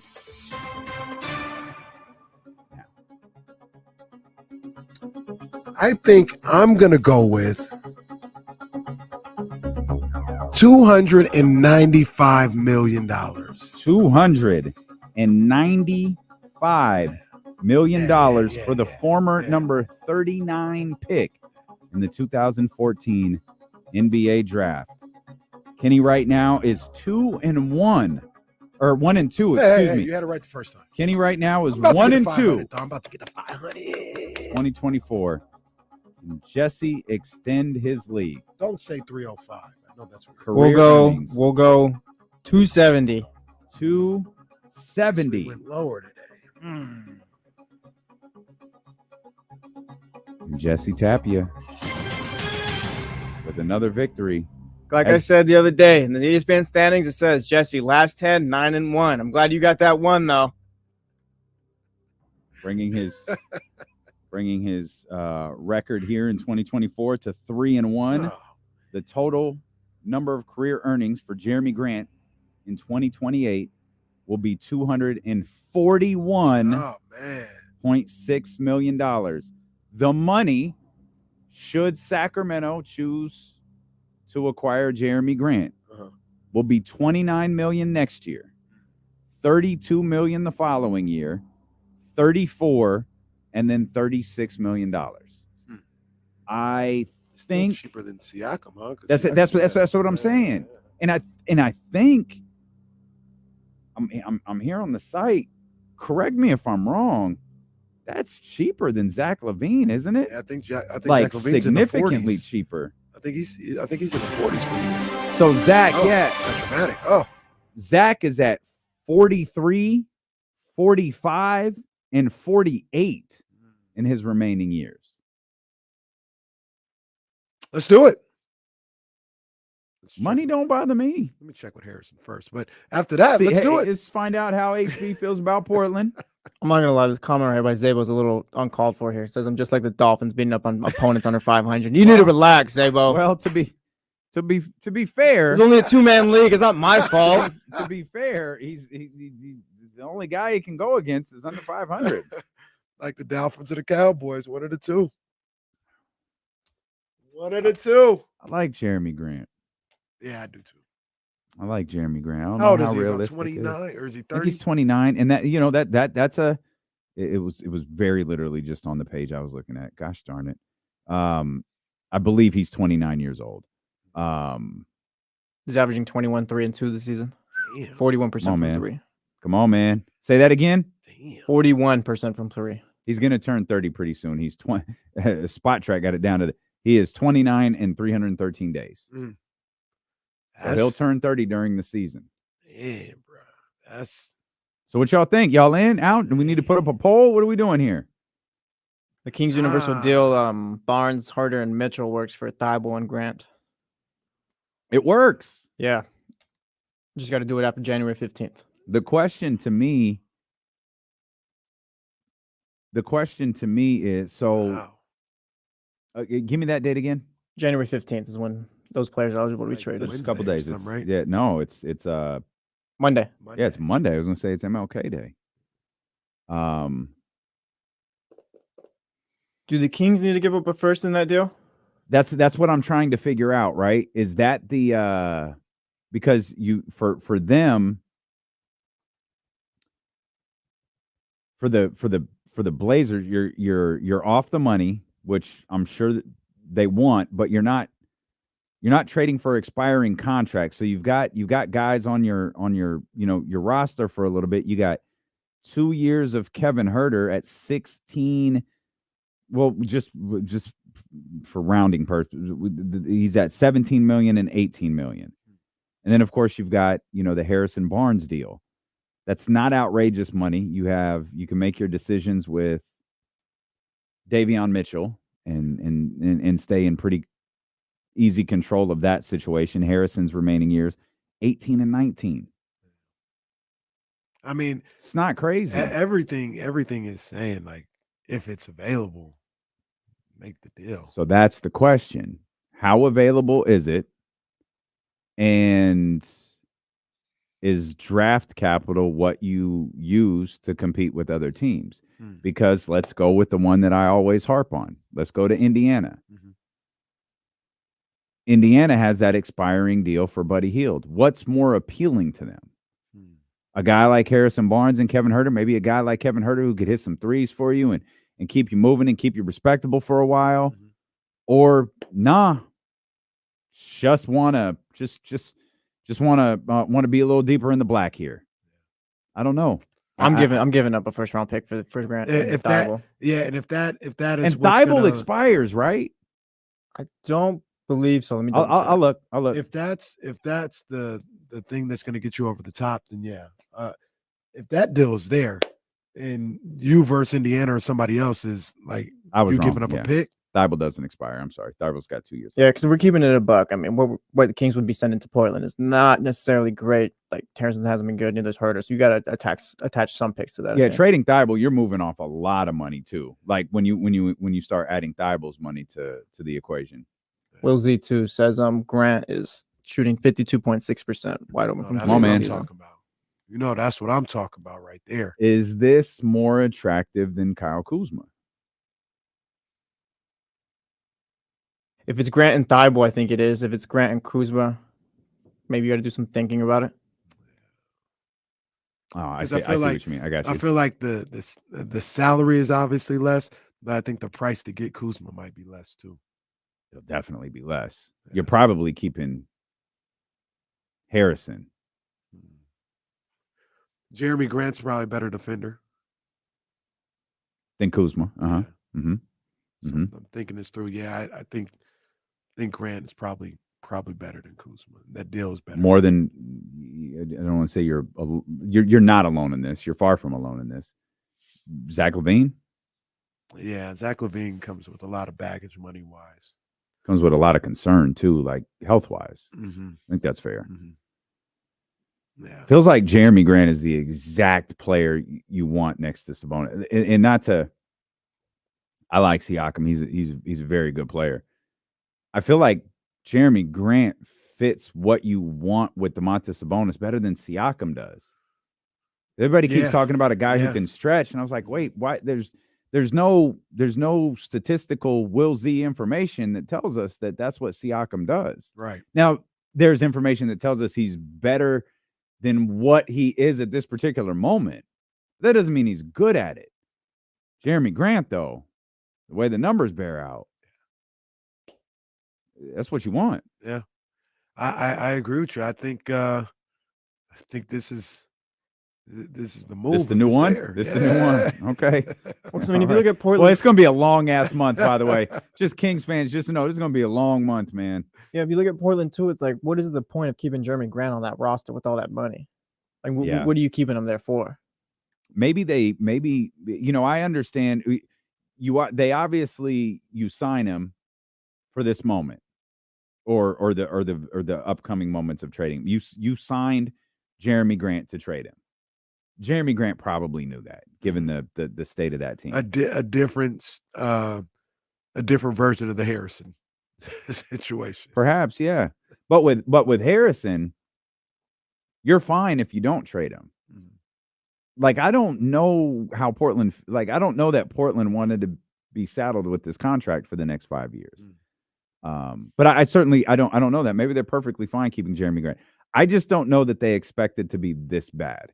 Maybe that was part of the signing too. It's like, if nothing else, he's a big, he's a stretch, He can shoot the three.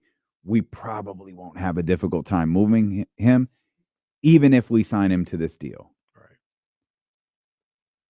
But let's take a look at what this looks like with Scoot and Anthony and these young guys that we got here. Well, you're 10 and 27. All right, let's try a different approach. And the approach may be, what can we, and man, I wonder what Portland, again, if you have multiple teams who are interested in Jerami Grant, what's the breaking point? Like, how do you separate yourself? That's probably where the draft capital comes into play. But at the same time, if I'm Portland, how much younger do I want to get? Right. And now you're just like collecting players. Like, what are you doing? Right. Right. Like, you're just getting players, no rhyme or reason.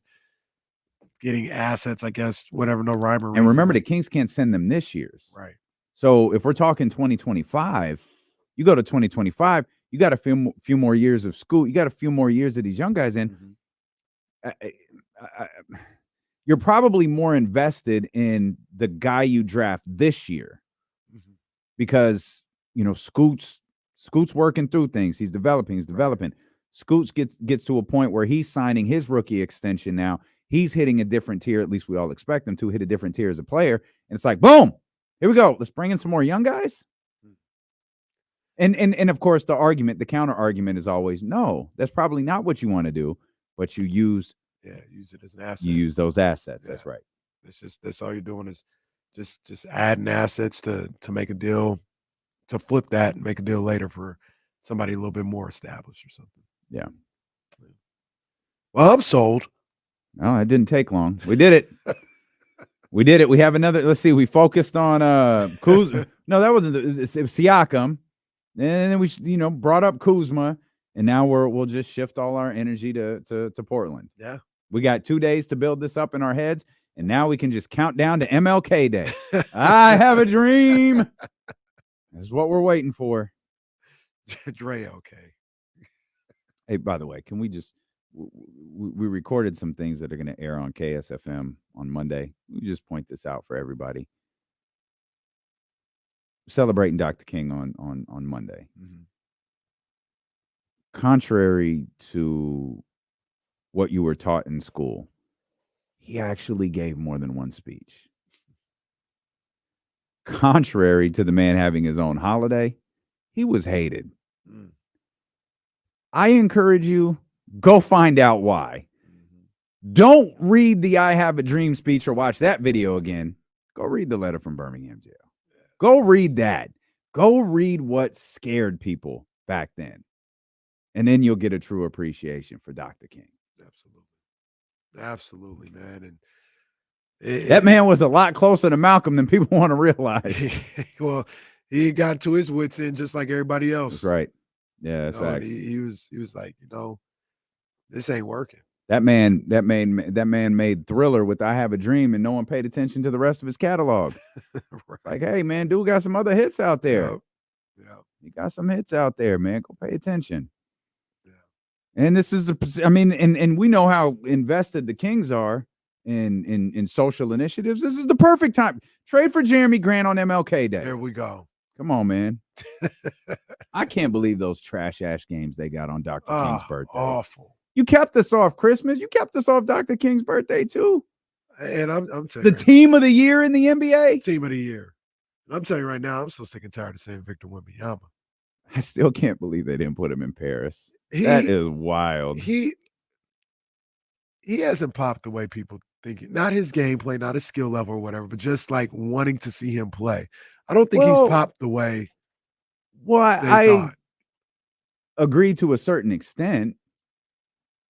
Everybody was watching game one. And maybe two. Maybe you missed it. Maybe two.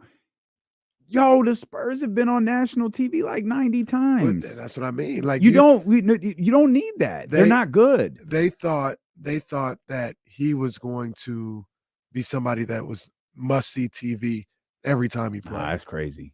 And you hope to get lucky though. You hope that you tune in the night he has his first triple-double, right? You hope they had a competitive game against Milwaukee. Competitive game against Milwaukee. They beat the Lakers. It was a fun game on national TV. Like, it's whatever. it's whatever. Like they should have this should be about the time. Well, they actually did. That's why the Kings are on tonight. But when they get to really get liberal with flexing games, it's about 25, 30 games in. Oh, I don't want to see Memphis no more. Yeah. On national TV. No more. Poor Ernie. They were flexing the hell out of games in real time last night. They're like, well, we know this game stinks, so we're gonna try to go to this one. I heard about that though. They did that for the Bucks game. They right? went to a 20-point game. There was nothing competitive for them to go to last night. Awful night in the association. They got a gang of games on Monday too. They could switch out. Pablo and Mitch are on hold, man. Guys, hang tight. We'll come back. We'll talk with you. It's D'Lo and KC, brought to you by Sky River Casino here on Sacramento Sports Leader, ESPN 1320. Poor Ernie. Had to apologize to the audience. Like Alvin Gentry. Like Mike Brown. Sorry, guys. We're not quitting here. We're not quitting.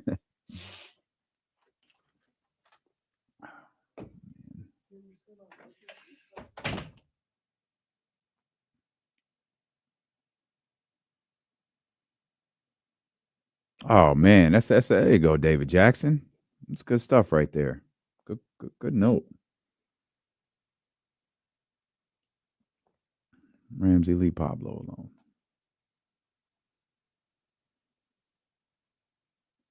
Man, Drew Down, I told you Ernie can kiss my ass. I know you said he's cool. Tell him to. Hey, what's up, Primo J? I see you, bro. Yep, that Spurs Bucks game was fire. It was fire. It was a good game for sure. Yeah, that's the right call. That's the right call. I'm fine with that. Fine with that. You on KC, confirm Bama. Yep. Yeah, saw that. Saw that. It's good stuff right there. That, you know what that leads me to believe too is they knew. They had a plan. I don't want to say not a plan like the Patriots had a plan, but maybe they got tipped off. You know, maybe Saban gave them a, hey, let's see how this season ends out. But I might be leaning in a certain direction. But let's see how I feel when this is all over.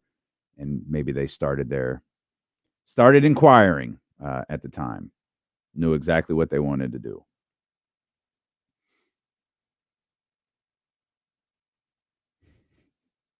Cut and Pete, what's happening, man? I see you. See you, Cut and Pete.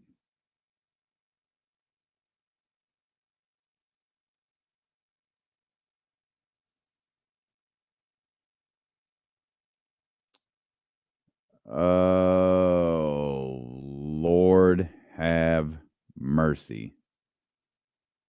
And that man tried to defend it too. His defense on Good Morning America was comedy. Absolute. He's got the worst PR team of all time. Worst. The absolute worst.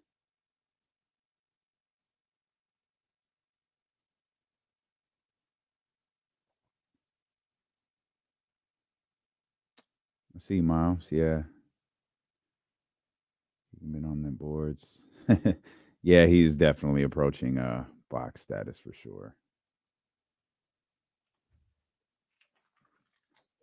Okay. Give me a bat too.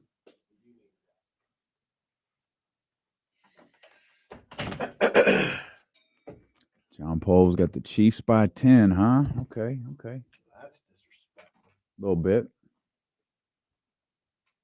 I like Jordan Love. Like I see it. You know, he's got a lot of work to do, but I see it. The jury's still out. That's fine. Like I see it though. Mike fitted today. I see you, Mike. Went shopping with Richard Jefferson.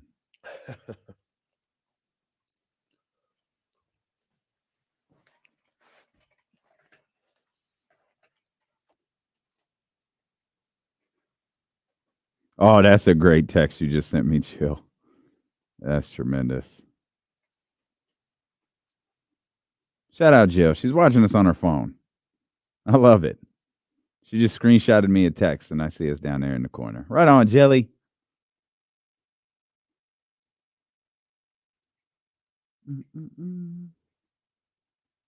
Let's talk to our man Mitch. Nobody gets weak. Yeah, okay. Just a song stuck in my head. I don't know what it is. 916-909-1320. Mitch, we missed you, bro. How you doing, Damon? Casey, hope everything's well. What's up, man? How you doing? Doing well, I think. We're getting a storm. We might get some snow. I think by next weekend we could have 13 inches.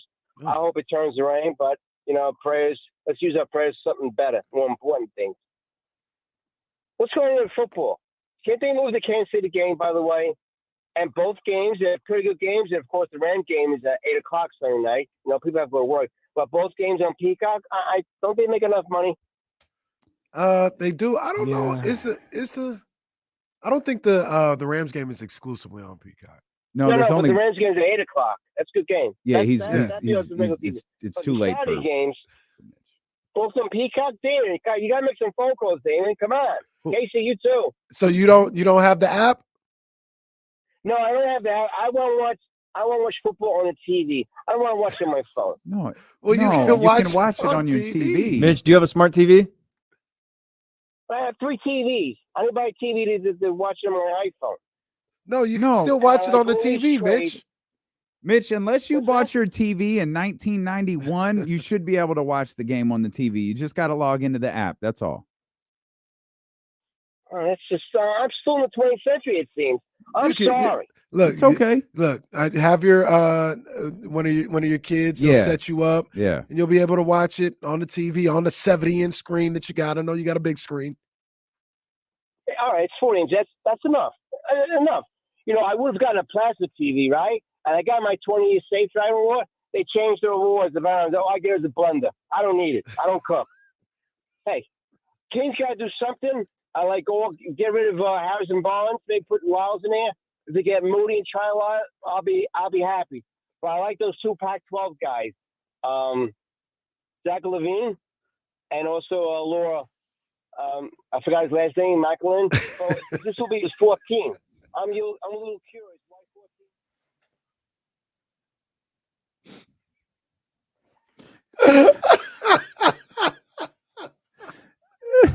14? Is he still talking? We love you, Mitch. Thank you, Mitch. Who was the other guy? Levine and who? Laura Marklin. Macklin. That was an all-timer right there. That was one of Mitch's great calls.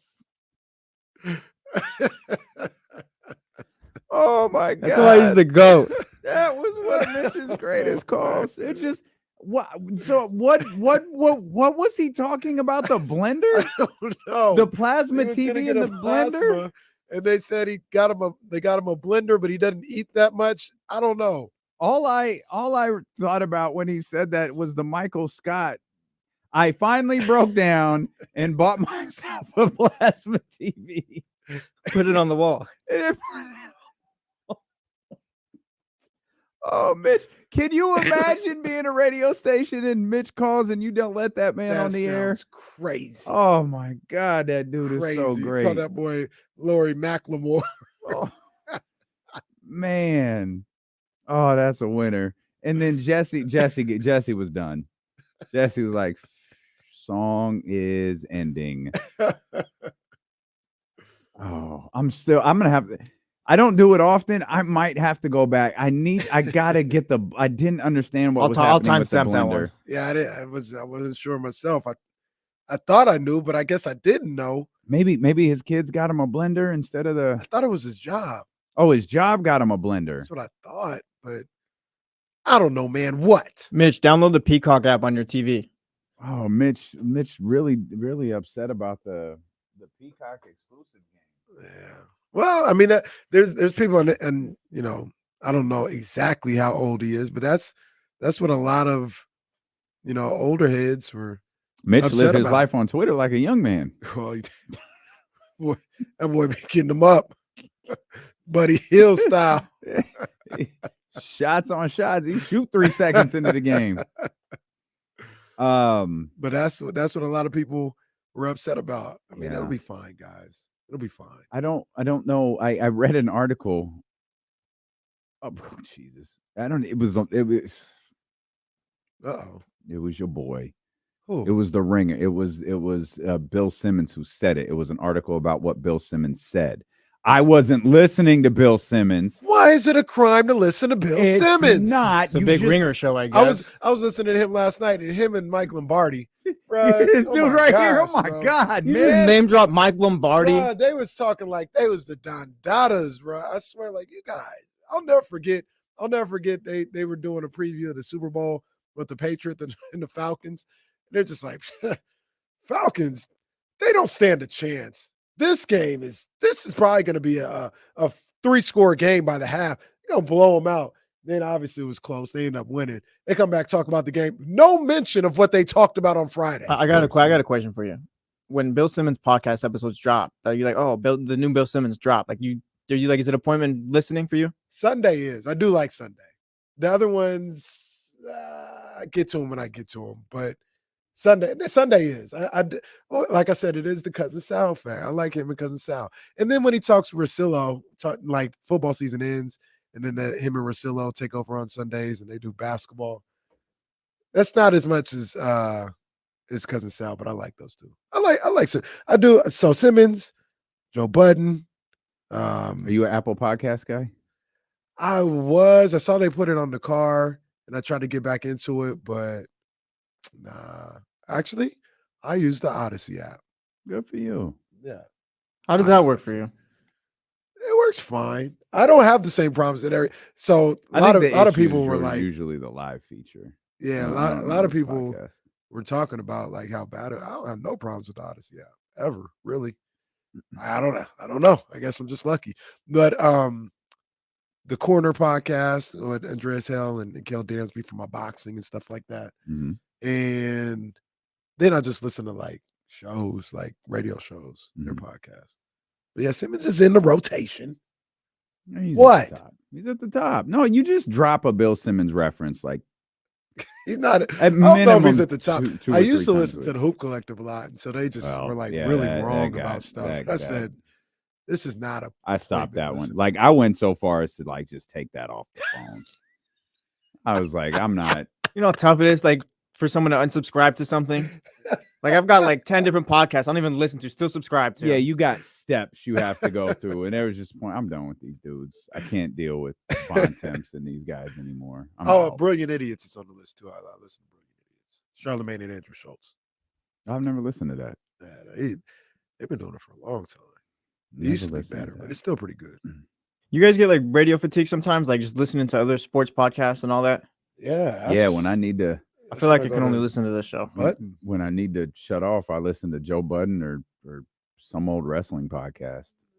I find myself like I really like I was really into Audible, like and listening to books. I was like going through these books, but like sometimes the stuff that I like to listen to because podcaster I shut off a little bit. Yeah. Books. I want to know everything that's being said. Yeah. And sometimes, man, like the books I listen to. You don't need me listening to that on my way to work. Like you don't need me listening to that. Like I was reading this, I was listening to this. It's called a Huey P. Newton Reader. It's like a bunch of his essays. And I was walking. It was during the break, not our break, when the kids were out. The kids were out of school. So it's just a real quiet, peaceful walk when there's no school, right? Yeah. I found myself getting angry because of what I was listening to. I was like, I can't regularly listen to this. Right.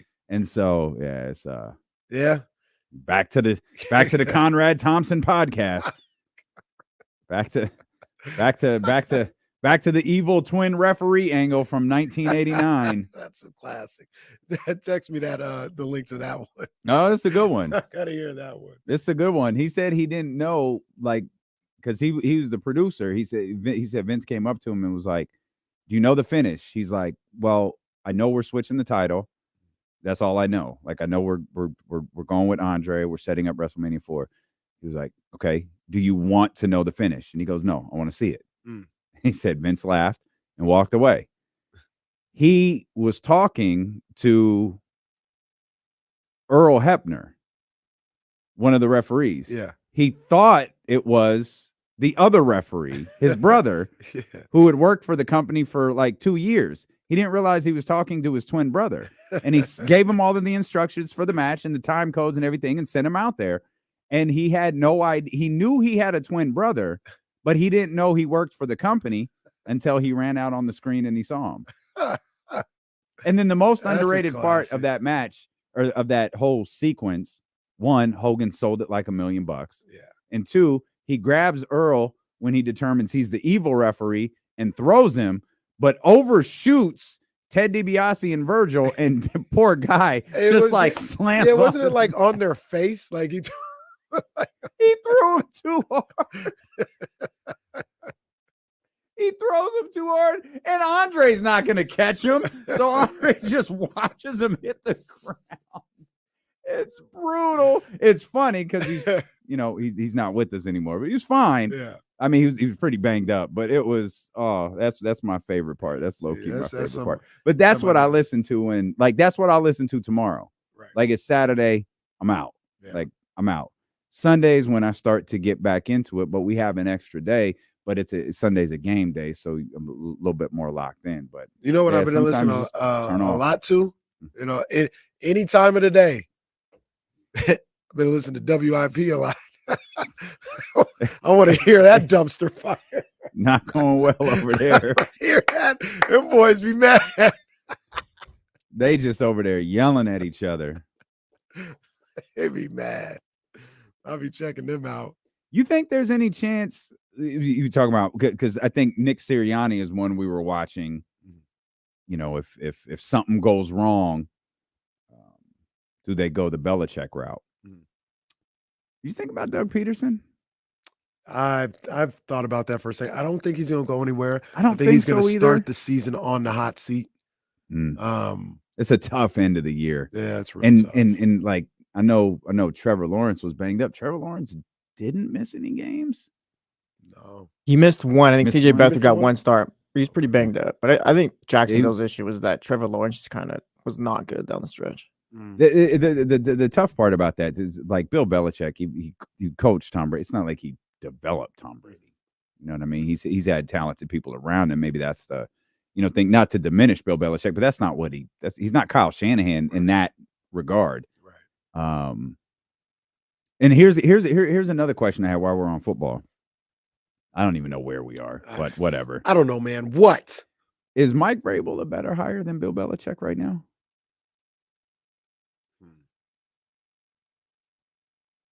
It might be. A lot of people were like you, were very surprised that Tennessee made that move. Thought it was a wrong call. And they look at Vrabel almost like a Shanahan, like that type of young coach. Okay. I think Vrabel's a really might be a good little coach. extra, but okay. Yeah, I never looked at him in that light. Mm-hmm. I think he's a good coach, though. Mm-hmm. And I'll answer for myself. I won't worry about other people's answers. No, I think Belichick's still higher on the list for me if I was going down to coaches. But I say that all that to say, I think there are people who say, yeah, absolutely. If I'm a team who is like the Falcons or like teams along those lines, I'm taking Vrabel. Like I think Belichick is the better hire. Like if I'm the Chargers, I'm not going after Vrabel. I'm going after Belichick because like Belichick, he's only going to be around for a handful more years or whatever this next job. But if I need to like rebuild something, then yeah, I'm going Vrabel. But I think ultimately, like Belichick's still the better hire. That's probably an important note to this too. We talk about this with quarterbacks sometimes. This very well might be the key with coaches too. How close are you? Right. And if you're close and your window is like Jesse alluded, your window is 4 to 5 years, or you think you have a window of 4 to 5 years, maybe Belichick is the answer. I think I could argue against it, but I can't argue against hiring Bill Belichick, but I can argue for hiring Mike Vrabel, right? Where you could take advantage of the window and then some. The weird thing is, I don't know that organizations do that anymore. I think they work within a 4 to 5 year window and think like if I think everyone leans towards the Chargers because of Herbert. Okay, you got a 4 to 5 window year with Herbert, or potentially if you sign Bill Belichick, All right, well, then what happens next with Justin Herbert? Is Justin Herbert taking off? Because if he's taking off, Bill Belichick ain't going nowhere. Mm-hmm. And it's the like Andy Reid can coach forever. Until Patrick Mahomes says he's done. Andy Reid can be done then. I chuckle because that was something I heard this morning. Mike Florio, did you hear what he said? I didn't. He just, maybe I should start doing this. I don't know. Just threw something out there. He's like, well, don't be surprised if Andy Reid retires, that Bill Belichick may be on the radar for the Chiefs. Bro, that's like Florio's whole shtick now. It makes no sense. It's like I gotta do and follow the guy because of it. He just throws out these scenarios. Hey, you know, like this could happen if so-and-so gets fired or they leave, and then maybe this guy comes here. Like maybe, you know, like he does that all the time. Why would Andy Reid retire? So I don't think Florio, I think somebody asked him about the report, and Andy Reid kind of chuckled and he goes, I'm old. I'm not that old. I'm not, basically saying I'm not retiring. Like, what are you guys talking about? But yeah, Andy Reid's 65 years old. Andy Reid ain't going nowhere. Andy Reid could probably coach out Patrick Mahomes' career. Andy Reid is trying to become the winningest coach of all time. I need Andy Reid to stay healthy. Andy Reid, I legit get worried about Andy Reid because I feel like Andy Reid like always looks, hey, my man looks pretty good week 1. And then by like week 16, it's like, oh man. Well, it should be the opposite. It should be all them long days. Yeah, but then long days. Yeah, eating at 1 o'clock in the morning. Yeah. I'm sure he has like healthy habits and healthy routines and sleeps well and does all of that stuff, you know, during the off season, and then season gets here and it's literally what Nick Saban said yesterday. Mm-hmm. When I was younger, I could do the 2 a.m. stuff. Right. That's a lot harder now. Yeah. I think when you're a coach, man, that's tough. And I just want Andy to be healthy because I'm dead serious. I think he could coach out Patrick Mahomes' entire career. For sure, man. He's like you said, he's not going anywhere. He's one of my favorite coaches. So Florio just saying, well, look for it. Your boy. What are you talking about? What are you talking Florio. about? So two things. As you know, we get real random. I actually have a 49ers question that I want to ask. This was published 4 days ago. Will Andy Reid retire after the 2023 season? That's what Florio wrote? Yeah, this is on Florio's website. So he hasn't said anything public. I'm just looking to see, like, what is this based off of? just talking. Just absolutely talking. It's literally based off nothing. That's what he does now. It's absolutely nothing. Here we are closing in on the end of another NFL season. Reid will be 66 in March. It's fair to once again ask whether he'll be tuned for another year. How old was Pete Carroll? 72. How old's Bill Belichick? 71. Bro, get at stop it. We should start doing that. We could be Mike Florio. Mike Podden. They didn't even want to stop coaching. They got fired. They didn't even want to stop. Man. Yeah. 70-something years old. Yeah, I got a chance to like watch the Bill Belichick thing. Yeah, that was not a mutual decision. No. Mutually agreed my ass. No. He did not. You see, he tried to crack a joke at the beginning. No, he tried to humor. I like Bill Belichick. He said, you know, he kind of has this like half smile on his face. You can tell he's probably a little bit nervous. And he's like, oh, yeah, haven't seen this many cameras here since we signed Tebow. All right, guys. Well, and then he goes on to do the speech, and it's like, look at Bill smiling a little bit, trying to have some fun, and oh, it's a good day. And then the second he leaves, Robert Kraft, yeah, what went on the last 4 years is unacceptable. Oh, you suck, bro. Robert Kraft, you suck. Get out of here. Meanwhile, they said poor Pete Carroll out there like, it's just tough. You know, I support these guys. I support them. You know, we're going to get it done. We're going to do it together. You know, gets to find out how hard it is. But like, damn, the poor guy wanted to coach. Let him finish his career. Jackasses. More, he didn't have that many more years left coaching. Let him finish his career. They just kicked him to the curb. Shout out to our man Bonte Hill. Did you see his response to your tweet? He did exactly what we said he would do. Y'all knew damn well I was watching y'all's reactions. Bonte is my man. Shout out Bonte, man. Big ups Damn, to him, man. I'm gonna have to talk to De'Aaron. Like, hey, don't say nice stuff about the Chase Only Center bad publicly like that. Only bad things. Maybe for them it really is nice. Maybe Well, once again, it's a nice building. Maybe he hasn't tried to navigate. Maybe he hasn't walked the concourse and ran into a wall yet. Maybe that hasn't happened for him yet. It's probably, Maybe he hasn't had to take 4 left turns to get to his seat. It's probably really nice for the players. Really nice. Facts. It probably is. And for the viewing public. I love that my Yawn. man. I love that my man fired a tweet off and then opened up YouTube to see how we'd react to it. That's my guy. That's my guy. Two things real quick before my bigger question. Yeah. About the 49ers. We'll probably get that on the other side. Alabama. My guy, my random NFL insider got this one got right. that one right. Yep. Washington, Kalen. How do you say his name? DeBarrow? Oh, I don't know. I would call him Kalen. I don't know. how you say KB, yeah. KD. KD. Head coach at Washington is going to Alabama to be their new head coach. That, I mean, it makes all the sense in the world. That he did everything he could do. It's funny. I think that's what the players call him. KD. They call him Coach KD. Yeah. He did I remember that from one of the videos going into the game the other night. He literally did all you could do at Washington. Yeah. It was time to move on. And it's going to go downhill. Well, that's all you Get out of there while you can. I say that to say, though, I came across, I remember I talked about Dabo being a potential candidate. Mm-hmm. I came across a story. Did you see he has a Alabama clause in his contract with Clemson? Yeah, I didn't until you brought it to my attention.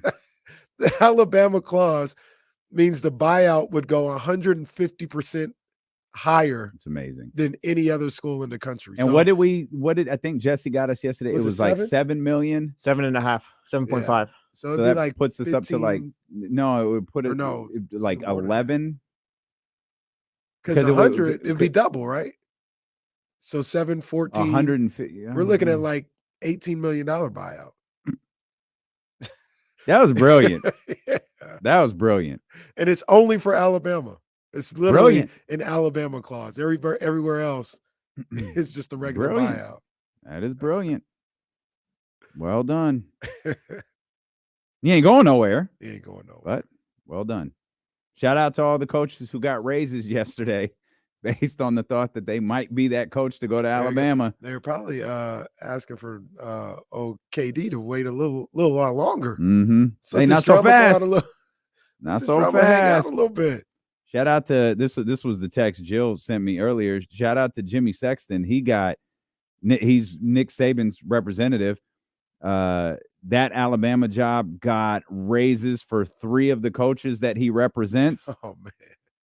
And he also represents Coach KD. Hey, he's He winning. had a week. He is winning. That man had a week he can retire on. Goodness gracious. Yeah, he's winning. Well done, Jimmy. Big ups, man. So Alabama's Well got done. their coach. Washington will be looking as they go into the Big Ten. Here's my here. I have one more NFL. I know we got 49ers and Kings will close out the show. No James Ham today. He's off to enjoy his 3-day weekend. When I saw the Antonio Pierce Tennessee thing, I thought, okay. One, people took notice of what he did in Las Vegas. Mhm. Obviously thought of well enough to get a an interview with the handful of jobs that are available. That has him linked, if that's a fair word, to 2 jobs. I'm not going to phrase this as a question. I'm going to phrase it as a statement. I started to wonder, because we're talking about Mike Vrabel, and I think highly of Mike Vrabel. Started to wonder if Antonio Pierce could be the next Mike Vrabel. Ex-player, young, ish coach, young for coaching. Yeah. Young coach, step in. By the way, Jerami Mayo's 37. Wow. Wow. But yeah, I started to think the new Patriots head coach. I started to think, I think Antonio Pierce, maybe he could be the next Mike Vrabel. He could be the next guy. Look, first year or two, like solid, and then you start thinking, hey man, this is one of the good coaches in the league. Mm-hmm. Great relationship with players, which I think holds a lot of value. That's a difficult line to walk as a player's coach. Mm-hmm. But I feel like, talk to Mike Tomlin. Right. Mike Tomlin walks that line, seems to at least walk that line flawlessly, where he is a guy that team loves. But if you ain't doing what he's asking you to do, you're gonna hear about it. Yeah. And we're gonna hear about it. Yeah. I think Mike Tomlin could teach a master class on that.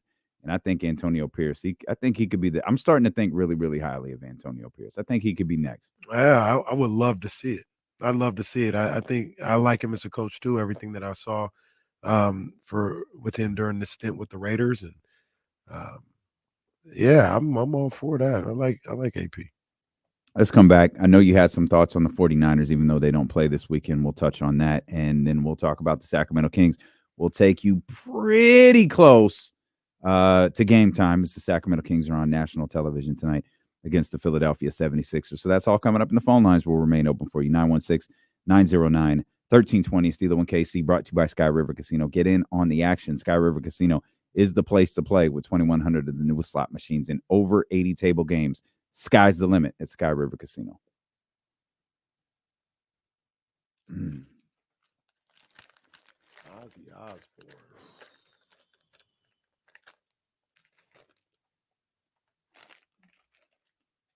Was that Ozzy on the screen? Oh, yeah. Ozzy Osbourne, WrestleMania 2.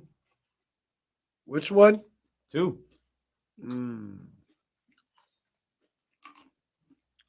That might be of all the old school ones. Like anything 14 and under. That might be the least watched one. For me. It's just weird. Who really cares about King Kong Bundy? And then it has that terrible boxing match with Piper and Mr. T. And then the Battle Royal with Refrigerator Perry in Chicago. Because every other one up to 14 has something. It feels like. Am I missing anything? There's Andre Hogan. There's the tournament at WrestleMania What's 4. 8? That's a hard rewatch. WrestleMania 8 is the Hoosier Dome in Indiana. That one's kind of forgettable. Is that Ric Flair, though? Ric Flair and Randy Savage. 9 is Caesars. Sid Justice and Hulk Hogan when Papa Shango ran out and the Ultimate Warrior returned. Is that when he runs like the gift? Yeah, they always that's the gift. There's a really good. That's a moment right there. I don't remember it, but that's got to be. There's a really good Hitman Piper match on that one. 7 was in LA with Hogan and Slaughter. 6 was the Ultimate 9 Challenge. was Caesars. Yeah, was with phenomenal. Hogan winning the title. That was not phenomenal. That's when is that when Yokozuna won and he took it off after? Yeah. Yokozuna beat Bret Hart, And then Bret Hulk told him, Hogan, "Go get him, go get him." Yeah. Remember I think might have been Icons. Shout out Icons. Still waiting on episode 2 when they talked about that. Hold your breath, buddy. If I got The Rock and CM Punk to the WWE, I can get episode 2 of Icons. Keep working on it. Everyone talks about 11 being not a good one. I liked 11. I always liked 11. Yeah, 11. The main event was good. 11 was Diesel and Shawn. Shawn and Diesel, and it laid the groundwork for the next night on Monday night. Mm-hmm. When Shawn turned babyface. Got his ass beat. Yep. And then 12. What was 12? Boyhood 12 Dream? was the Boyhood Dream. Yeah. 13 was Austin, but that wasn't even the main Austin and event. Brett. The main event was Taker and Sid. Yeah, 2 was awful. Yeah, 2 was bad. Pound for pound, is Shawn the GOAT? Mm-hmm. Okay, yeah. Yeah, I think that's easy. Yeah, he's the best because he had it all. He had everything. Yeah. WrestleMania 25 is the greatest match I ever saw. Yeah, I've watched that one back like plenty of times. It just doesn't get old. I've made people watch that match. You want to know why? Is that the one in Detroit? This is why. It's in Might have been Shawn and Taker, right? Yeah, it's in Detroit. Yep. Better than 31, huh? 31, I think, is a top 5. That's whatever Santa Clara was. Oh, I think that's a top 5 one. A pay-per-view? No, WrestleMania.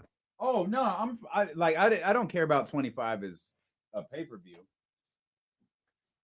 I don't care about WrestleMania 25 as a pay-per-view. I'm talking about Taker versus Shawn is the best match I ever saw. That match. At 25. Got you. Yeah. That's That was legendary stuff. Yeah. It was just you felt like you knew the outcome because of the streak. Mm-hmm. But Shawn was so good and JR was so good on the call. And that was the first time they ever fought, right? No, because they did they didn't they do Hell in a Cell? Maybe did Hell in a Cell. Maybe it was the first one at WrestleMania. Yeah, it was the first one at WrestleMania. Yeah, but they didn't wrestle a lot like they did 97, the Hell in a Cell, and then the Royal Rumble where Shawn got hurt. And that was basically it. When Shawn came back, they didn't really do anything together until 25. And then, of course, they did 26. Shout out to and Undertaker. apparently they did some stuff in Saudi Arabia where it went really bad. Shout out to Undertaker for doing that move where he jumped over the ropes and barely made it. Oof. The cameraman was too far back. It was the cameraman's job to catch him. And because didn't Shawn grab the cameraman or whatever? Yeah, Shawn grabbed him and pulled him over, but he was too far away. So Taker basically torpedoed into the mat. Oof. Ouch. Yeah, brutal. We'll talk about this more in April, I'm sure, but I think I always ask this question. 31, that's Santa Clara, right? Yeah. It's a top 5 WrestleMania. I think you know what? Live, I had a blast. Watching it back, I didn't like it as much because I thought the announcers ruined this thing, Triple H thing. Live, it was just fun. Like you knew what you were watching. Yeah. And then Hogan comes out and DX and it, like all the old guys come. It's fun. Yeah. But like the announcers were talking about WCW, and it's like, bro, WCW closed like 20 years ago. Why are you idiots still talking about this? Just another instance of Triple H going over when he shouldn't have. Yeah. Well, you know why he went over? What happened later the night? Set up the was it going to be a tag team or it was going to be they set it up. It was supposed to be Ronda and Rock versus Steph and Triple H. Boy, I hated seeing her come out there. It was a moment though. It was. It was a moment. It was. Yeah, it was a moment because the crowd started to sense it. Yeah. And then when the camera caught her and the Rock standing next to each other, and she can't sell for nothing. Like she's like, she couldn't sell it. And the Rock gives her the come on. And they did. That's why they set it up the way that they did. That's why she didn't hit Steph.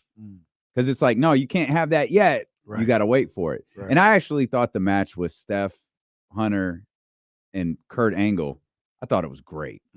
It was obviously very well rehearsed. Right. But I thought it was great. Yeah. And that's one. Yeah, that's the one that I'll. Is that your favorite one? It was good. It might be the RKO. The RKO that was phenomenal. Yeah, that Seth took. Yeah, before winning the title later that night. That's one of my favorite moments. I'll go look Kamara on you. I'll go LeBron James on you.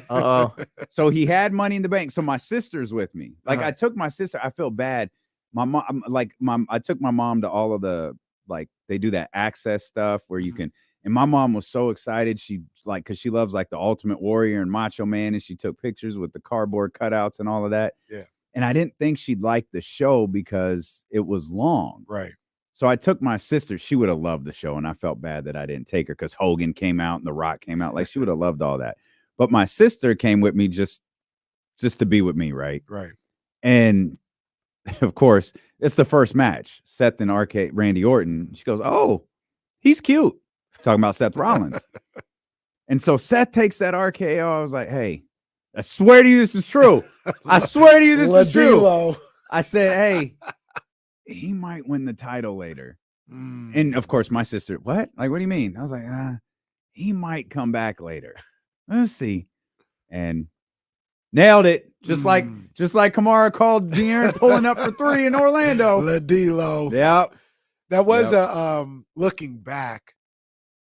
I mean, it was an okay like first match, but it was kind of random to have that be the kickoff. Well, I thought it was a good kickoff, and I think They they did a were great counting. job. I think they were counting on the spot, Yeah. which I still love the story that was the only time that they made it work. Man, that was legendary. The only time they made it work, and Randy was so excited he forgot to cover Seth. The ref had to tell him, "Hey," you could see the ref do it. Hey, that was legendary. I popped when I saw. I said, "No, "Oh, that was fire." snap. Yeah, that was fire. That Yeah. was absolute fire. Before we get back to the Kings, who play in just about an hour from now, you had something on your 49ers. Yeah, man. So I was thinking about the Niners, man, and it's playoff time, man. It's playoff time. This is what I've been gearing up for since, what would you say, May? I've been talking about like this is it of 2020. Yeah. But specifically this No, season, yeah, I was yeah, like, yeah. this is the season. You've been clear. Yep. This is the one. Yep. And I ain't even gonna lie to you. I'm nervous. This is not enjoyable. I'm like, Oh, okay. Well, I got breaking news for you.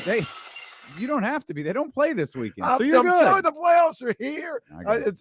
This is not enjoyable. I just want them to win. And like I said before, if they win, I'll be more relieved than like elated. I'll be about the same, but I'll be really relieved, right? But I say all this and I ask these questions because it's really being framed right now as 49ers have to win this year. This is the year. This is their best chance. And I'll ask you, and I'll ask Jesse as well. Is it as urgent as maybe we thought in September because Brock Purdy looks like he's a franchise guy? No, not at all. Not in my opinion. But I do understand. I think there's two different things at play, or maybe two different ways to kind of look at this. It's not this is it. You have to do it now. It's like this is your best opportunity. You have an incredible George Kittle's going to be older next year. Debo's going to be older next year. Trent Williams, Fred Warner, Eric Armstead, they're all going to be older next year. Sure, Brock Purdy's going to be older next year, and that's going to be good for you. But those other guys, man, you got to wonder for a full year. Yeah, like you he gotta, stayed healthy and everything. So. You got to wonder. You got to wonder, right? The window doesn't close if they lose next week or the week after or in the Super Bowl. But I think the idea that this is their best chance to win the Super Bowl is 100% accurate. This is their last chance to win the Super Bowl is not. Right. Because if the 49ers win, they're going to be the favorites next year. So all of this, they have to do it. They have to do it. They win this year, they're going to be the favorites next year. They could probably get to the Super Bowl this year and lose and be the favorites next year. It's just the Kyle Shanahan stuff, which will always be a thing. And this roster is truly incredibly talented. They've had some close calls as it pertains to the Super Bowl. That's why the talk is so loud. You look at what were they missing against Kansas City? What were they in the Super Bowl? What were they missing in these years they didn't make it? This year, they got it all. They got it all. They got everything, which is why you feel the way that you do and why this is such a big talking point. There's two reasons why I thought about that. I was watching one of the America's games, and it was when the Niners won in '89, I think it was, when they beat the Bengals with Montana to Taylor. And Bill Walsh, they start the thing off with Bill Walsh talking about the year before. And he said, we lost in the divisional round. We were, I think, 13-2. And he said, I was so sick about it. That was one of the best teams we ever had. We were the best offense, the best defense. We were so far and away the best team in football. And we lost that game, and I was so sick. They didn't even get to championship game. They lost in the divisional round. And that's the first time I was like, damn, football a little different, man. Like it could happen that way. It could happen that way. Because Bill Walsh was saying it's like that. We were clearing away the best team in football. And some random Anthony Carter, I think his name was, had like a 230 yard receiving game that day. like something crazy, and they lost. And I was like, damn. So then I started to think about like to a certain degree, people in Baltimore in 2019 were probably like, this is the year for us to win a Super Bowl. We finally got this dude, Lamar. We're 14-2. Nobody can stop us running the football. This is it. And they lose. And here they are 5 years later, looked at as the favorites to win by a lot of people. And look at that team. The only person still there, I think, is Lamar. Yeah, and you know who I think that's a credit to? Lamar. And John Harbaugh. That's what I'm saying. And well, the organization deserves Right, credit. I don't mean to right. minimize them. Well, but in terms of on the field, yeah, Harbaugh and Lamar. that kind of goes to the point, right? Like, it feels like as long as you have a quarterback and the same people making the decisions, you're gonna have an opportunity moving forward. And that's even though we think this is the best opportunity, 3 years from now, that could be the best opportunity ever. And not to, I'm promise I'm not trying to derail this conversation. That was the point I was trying to make about Mike Vrabel. I thought you had a good coaching staff there, and I think everyone would agree you don't have a quarterback. Moving on from both felt silly. Like, go get the quarterback situation. You had people in place who could put that quarterback in the best position. That's why I felt the way that I did earlier this week about the Vrabel firing. But yeah, I completely agree. I'd be once again, people talking about moving the goalpost. No, I would be so sick. I would be so hurt if they did not. Yeah, Shanahan needs to win the Super Bowl for keeping it a buck. He needs to win it. Otherwise, you're just coming up short every year. Like you have this would be his biggest failure if they didn't win the Super Bowl this year. Well, but the thing is, he needs to win the Super Bowl until next year. And if he doesn't win it this year and we're back in this, it's going to be, you're going to say the same exact thing at the same exact time next season if he falls short this year. Well, this team is much better, I think, than anything Shanahan's had. That's why I'm saying it. Like you traded for Chase Young, you got McCaffrey, you got everything you need at your disposal. Everything Shanahan needs. Like they need I get what you guys are saying. Like you're not wrong. They have the future at Brock. Like they'll have opportunities, but like you need to do it this year. You have everything at your disposal. He's not wrong. No, he's not. This he gotta win, but he's not wrong. And then what you said is wrong. He doesn't win. So what are we talking about this again next year? You try again, but it's gonna get harder because like you said, those guys are getting older and stuff like that. Like here is perfect right now. But we're also assuming like they just don't find nobody, right? Like this team found this group found this whole roster. They gonna stop finding good players? No, they'll be fine, but there's a point where like you got to get it done. Like right now, like there's no excuses left for them this year. It feels like it's this group's best opportunity to win, and that's I think you just said this, Casey. Christian, you got a full year, Christian McCaffrey. Everyone said you go acquire Christian. He gets hurt. He doesn't play. Yeah, and got hurt since he been to 49. He hasn't. Like not seriously. He's Right. dealing with the hamstring right now, but everyone said hamstring, right? The calf. Calves. Sorry, He he's said dealing he with the would've strain. played. Yeah, he's On week 18 if they didn't needed to. practice this week, and said Harbaugh. Shanahan said that was a plan. He'll practice next week. He'll be ready to go for the game. Fred, you lost Eric Armstead a little bit, but you got Fred Warner. You were able to get Chase Young in a deal. Like Hargrave here. I mean, Charvarius Ward has been phenomenal Ward, this year. All-Pro. Yeah, Team been All-Pro. phenomenal this year. So it feels like there's two ways of looking at this, depending on Kenny Carroll. Everything is set up for the San Francisco 49ers to achieve the ultimate success from the hater perspective, or maybe just an alternate perspective. Everything is set up here for this to be a failure, because if Cleveland loses, it's not a failure. Right. Joe Flacco's their quarterback. If Houston loses, it's not a failure. That's a rookie quarterback and a young coach. Run through the teams. Miami will have some questions. I don't know if it'd be considered a failure. Kansas City, they're made men. Yeah. You could run through all of the different teams. The one that might be in the 49er category are your Buffalo Bills. That's the one team that might be in the 49ers category. But most teams are just like, it's all right. There's next year. This one, it feels like you failed if you didn't win. And that's the difference between the San Francisco 49ers and probably everyone else, maybe with the exception of Buffalo. Maybe. You hit it on the head, on the nail on the head in that situation.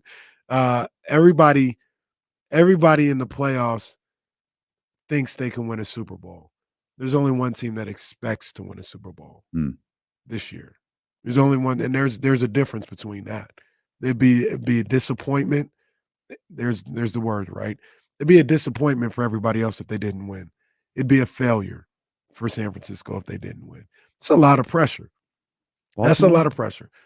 I don't think so. I don't think so either. Because Baltimore I just also want to make sure I acknowledge they're the number 1 seed. Yeah, Baltimore's they've overcome a lot, right? They've had a lot of injuries. That's right. Yep. So you could say they lost in the conference championship game. Well, man, they did so well considering everything they had to overcome. There would still be some type of positive light that could be looked at out of their season. The 49ers, I mean, TC gonna have a field day if the 49ers don't win a Super Bowl. Nope. He's gonna have a field day. And I'm not blaming anybody for that. I'm looking at the macro, and I'm like, the organization's in a good place. They're in a good place. But with that said, it's kind of like you said, though, win. like they expect to win Super Bowls. You made all these all-in moves because you expect to win the Super Bowls. Like then this year or whatever, that'd be a failure if you didn't. I'm with you. I'm with you. This is not enjoyable. You're going to be. The last 2 years were kind of fun. This is not fun. Because if they don't win, I'm not like, oh, fire Shanahan and all that. But if they don't win, it's kind of like you kind of look at them a little funny. Like, what more do you need? You're going to be miserable next week, aren't you? This isn't fun. I'm so glad next week's only 4 days. You're going to be tough next week. You're going to be tough next week. I understand. Like, I get it. I get it. There's one. And then I'm like, why do I care outcome. so damn much? You're a fan. The hell? Well, why? You're why? invested. Why? It's why we're invested in a trade deadline that's like 3.5 weeks away. It's why we're invested in tonight's game against Philadelphia on national TV. Yeah. Being a sports fan is a sickness. That's all it comes down to. That's it. Look, how many times this year has Jesse hated football or hated sports? Yeah, it happens. Hey, I hated sports when the Kings lose a game in December. Oh, that's facts. That Pelicans that's game true. was not fun. Sports is the only thing we really do where it's just like the teams mess up. It's like, oh, they got it next year. And it's like, no, they don't. They don't. They never do. There's literally infinite years ahead of them. Being a sports fan, being like this level, like us and those watching and listening, it is really weird. Bro, I came into work on Monday. It's like we do a radio show. We talk sports. I was genuinely like bummed out and sad because the Dolphins lost to the Bills on Sunday. I was like hurt. Yeah, and we talk sports, and we talk about guys making throws and reading coverages and being in the pocket. I can't do any of that stuff. Hey, Sacramento, hit your free throws tonight. I can't do it, but I need you to do it. Right. Everything about being a sports fan is weird. So somebody, I saw this lady on Twitter. She had a tweet. She's like, guys will sit up there and spend hours all week talking about a game that's going to be played. Then the morning of, they'll watch shows previewing the game that's going to be played. Mm-hmm. They'll spend 3-4 hours watching the game. After the game, they'll spend another hour watching the post game of the game they just watched. Mm-hmm. Then they'll watch highlights of the game they just watched. Mm-hmm. Then the next morning, they'll turn on the TV and watch people talk about the game they just watched. It's like it just centers around this game all the time. And if they lose, your whole week is ruined as if you got fired from your job or something bad happened. That's facts. Reality, your life is fine. Oh, man. That's facts. I need the Kings to win tonight. Tony Romo said it. If this is the worst thing that happens to me, I'm just fine. What did Clay say? Clay said, what you want me to do? Lose sleep over it? You know what Clay wanted to say. I'm rich. I don't care. What was it LeBron said that one time? Oh, he did it. Yeah. Go. Yeah, LeBron lost it that one time. I get to choose whatever I want. Everyone's got to go back to their same boring lives. So if you want to hate, go ahead. That was the one they time. Got mad at bro. Oh, they broke LeBron that night. They broke LeBron that night. They got mad at him for saying that too. He had enough. Oh yeah, they were not pleased with LeBron James. I'm rich. I get to do whatever I want in life. I'm gonna pick up my $3,000 purse, turn around, walk out, tell you to do better. Yeah. So we'll be watching this weekend. I'll be scouting for Kyle this weekend, seeing, what I see, in cover 2 and how they disguise the cover 3. I'll text Kyle and say, hey, this is what they're doing. You don't, it's not COE. You don't have to answer this question. Okay. Do you have a preferred opponent? The Packers. No shame. Man just wants a cakewalk to the Super Bowl.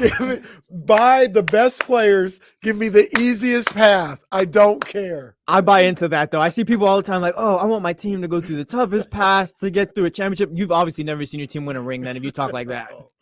Yeah, we'll go the toughest route next year on the repeat. How about that? This year, give me the easiest path. Buy all the best players. Is there any free agents we can go get right now? I don't think Anybody? So.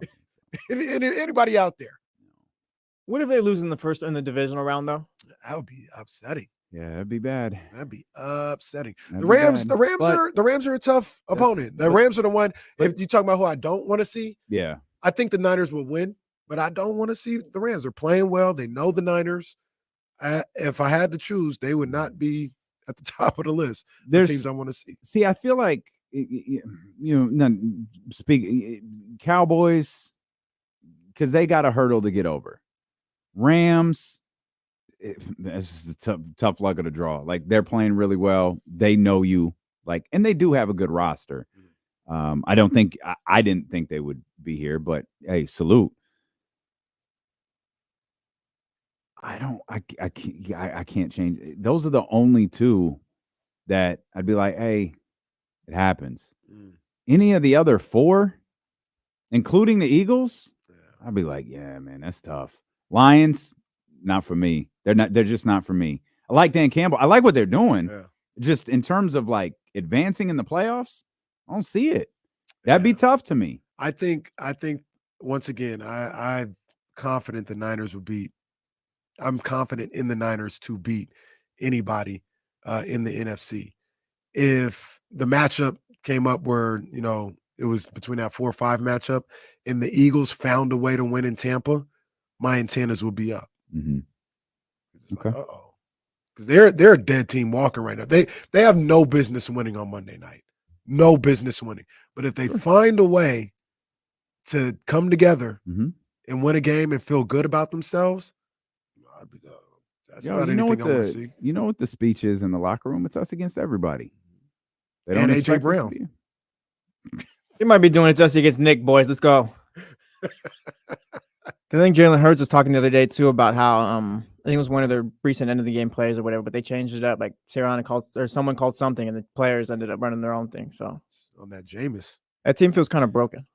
Yeah, they are telling us they are done. They told us 3 weeks ago they were done playing with each other. Like, we don't want to be part of a team anymore. Well, just remove references from social media and keep it moving. That's what they do. Hopefully the Kings will play together as a team coming up here in about 50 minutes or so when they take on the Philadelphia 76ers. That is a 4:30 start, right? Because my 4:30. calendar alert just went off. It must have never updated because it still says 4 o'clock on my Kings calendar.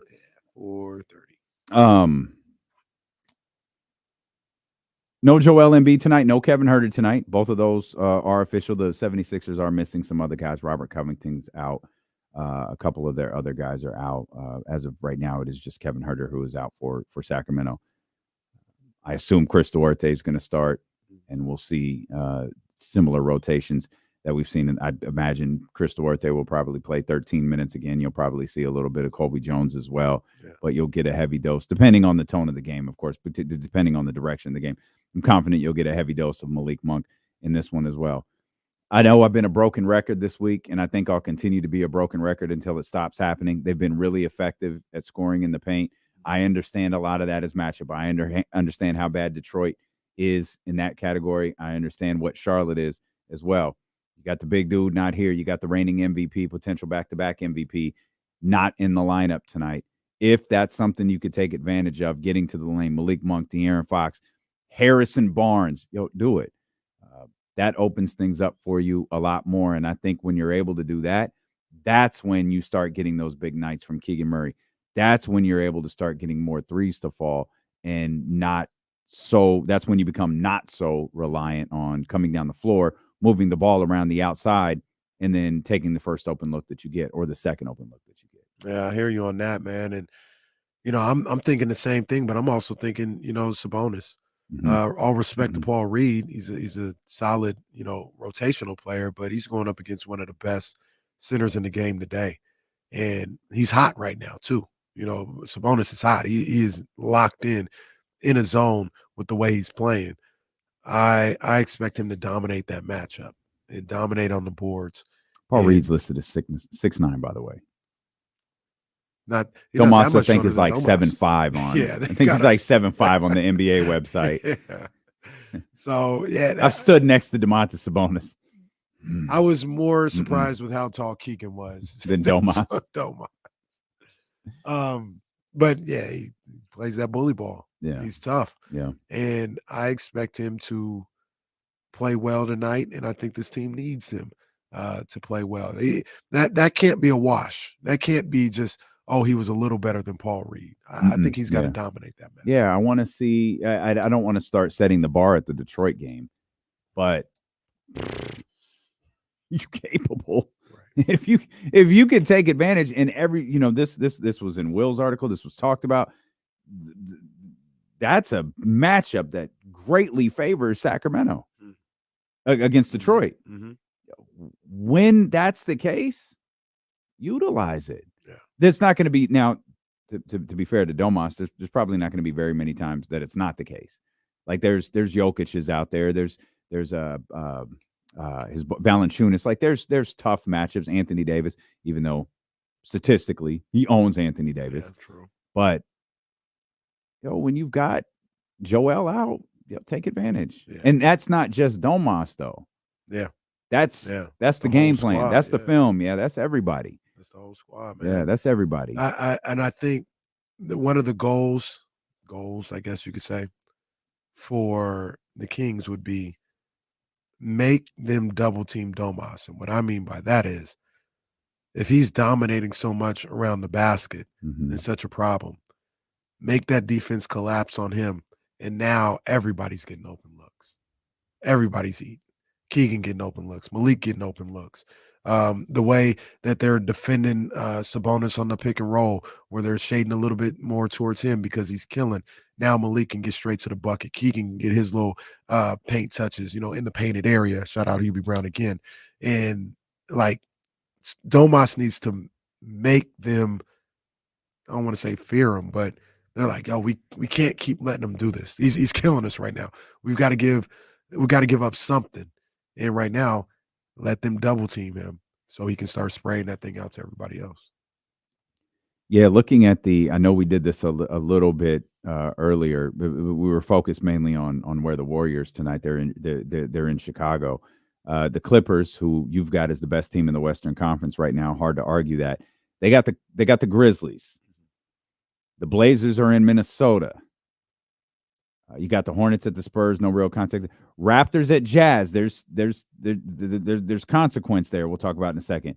And then this is the big one, immediately following Kings Sixers. You got the Pelicans and the Nuggets. Oh. I bring those matchups to your attention because have you looked at the standings lately? They're all, I mean, you've got Minnesota, and shout out to OKC. OKC's went they're right there at the top of the conference right now. Then you got Denver right behind them, playing a pretty hot New Orleans Pelicans team. And then you've got the Clippers right behind Denver. Right behind Denver, you have Sacramento. And then right behind Sacramento is the team we just mentioned right there, New Orleans. Every game, there's movement, right? Every game you could see some some movement in these standings, and with the Kings having 2 Eastern Conference opponents coming up in the 76ers and the Bucks, closing things out with Phoenix on Tuesday for this road trip, you'll be looking at the scoreboard to see, who's creeping around Sacramento, who have been pretty firmly locked in that 5 spot for quite a while now. Have you ever through the seen- good and bad? Right. Have you ever seen? I think it's like maybe something they did in the 80s or 90s or something like that. But like they did it in movies or clips or whatever. And I think it was like in New York City, but it could have been everywhere, where somebody would be on a skateboard or a rollerblade and they would hold on to the back of like a mail truck, and they would let the mail truck basically be the momentum to carry them forward. Yeah, it did it in Back to the Future. That's what that was. Yeah. I knew it was something in the 80s Yeah. or 90s. But that's kind of like what it feels like the Kings are doing with the Clippers. just riding along, tagging along that way until you get your own momentum, and then you take off. It kind of feels like that's what's going on. I hope that's what's going on, where they're just they're keeping them around. Well, the Clippers were in such a deficit because of the way the season started, and then the way things went with Harden upon his arrival, that the 20-6 or whatever the number's been over the last stretch is somewhere around there. It's way more impressive isolated than impressive on the season. The way they've been playing in this stretch, you'd think they'd be the number 1 seed. Right. But they were so far back, like you mentioned. So that's why they're able to kind of stay around and grab the wind right there. The draft. Because those two have been 4 or 5 for like a week and a half, 2 weeks. A minute. So I really want to see what these Kings can do in these next 3 road games, because man, if you could go 2-1, feels like you could really grab some momentum and catapult off that momentum. So this question might start a fight, not amongst us, just amongst people. It's not a trick question. Shout out TD. I don't know. Is that a trick question? Like, yes, is that a trick question? Do you think Oklahoma City's better than Sacramento? Right now, I'd say yes. You do? Yeah, right now, I'd say yes. Okay. I think if the Kings play to their potential, I think they're right on the same level with OKC. But I think OKC is one of the top teams in the West right now. Sacramento's not there yet. Not yet. I don't think they're better than the 3 that I mentioned: Minnesota, OKC, and the Clippers. This man does not like the Denver Nuggets. It's fine. That's fine. Oh, I mean, the Nuggets and Clippers actually have the same amount of losses. That Nuggets-Pelicans game is interesting. The Pelicans beat up Sacramento, as we're all aware of. They beat up the Warriors way worse. Easy work. On national television. Yikes. I'll actually imagine. wait to make my national TV jokes till tomorrow. There you go. Yeah, good call. My bad. Tyrese Maxey going for 82 tonight. They're on the road in Denver. They're hot right now. That's an interesting game. It is. It's very interesting, because really what I was trying to figure out with the Oklahoma City question is, you defend it. Oklahoma City's better. It's perfectly fine. Again, it wasn't a trick question. It wasn't trying to start a fight. Sacramento's beat Oklahoma City multiple times this year. And they're behind Oklahoma City. Then you got the Pelicans, who just own Sacramento. 4 of their 23 wins have come against the Sacramento Kings. And yet they remain half a game behind Sacramento. It's hard to make heads or tails about what's going on in this conference. Yeah. The one that seems the most solid, I mean, Minnesota seems legit. Like, my bad. Didn't believe that. In Dallas was here. It's a radio show. I'm making hand gestures. Dallas was near the top. Now they're, not by a lot, but by a game. But now they're in the play-in conversation. And that was a team that was like, I don't know. Right. Look at where Houston's at now. Houston was a darling to start the year. Doesn't mean they're not going to continue to compete. They're not going to continue to be, a solid basketball team. It's just look how much has changed with those teams through the start of this year. And then you got those top 6. New Orleans has definitely brought themselves up here a little bit.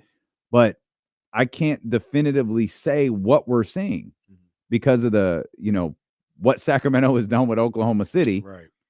What the Pelicans have done with Sacramento, right. And the fact that they're all separated by 1, 2, 3, 3.5 games and from the top. James brings up a good point all the time. And, if this, if that, I get it. But he's like, Kings just handle business against the Hornets and the Blazers. Mm-hmm. They're like a game behind OKC. Yeah. So this is a team. The one thing I'll say about the Kings and the Thunder, and this is no fault of the Thunder that they've done what they're supposed to do. Feels like the Thunder are playing about as good as they can play. I don't think there's another level for them. I think the Kings can still reach another level. I don't want to leave. I don't want to leave that. Shea had like 31 in 20-something minutes last night. You see that pass he made to Giddey? I saw. Yeah, I saw. I didn't see it. I saw it on the reel. Yeah, he's. And then he did like a little step through, left hand reverse. Like that boy is smooth. He's smooth. They beat the Blazers by 62. He had 31 in 21 minutes. That's ridiculous. That's ridiculous. You see poor De'Aaron made Shackton? No, I didn't see that. Was that on last night? I didn't see Shackton last night. He made it for when he lost the ball in Detroit. Well, poor De'Aaron. That's fine. He was tired. Leave him alone. Well, we was really tired on that House of Highlights video where he talked about the Chase Center. My man must have been exhausted. Needed more sleep. Again, I'm sure it's really nice for the players. Oh, yeah. It's A1. They've never run into a wall trying to get a soda because the concourse ran out of space. Next time I find my seat there will be the first time. Next time I didn't have to walk.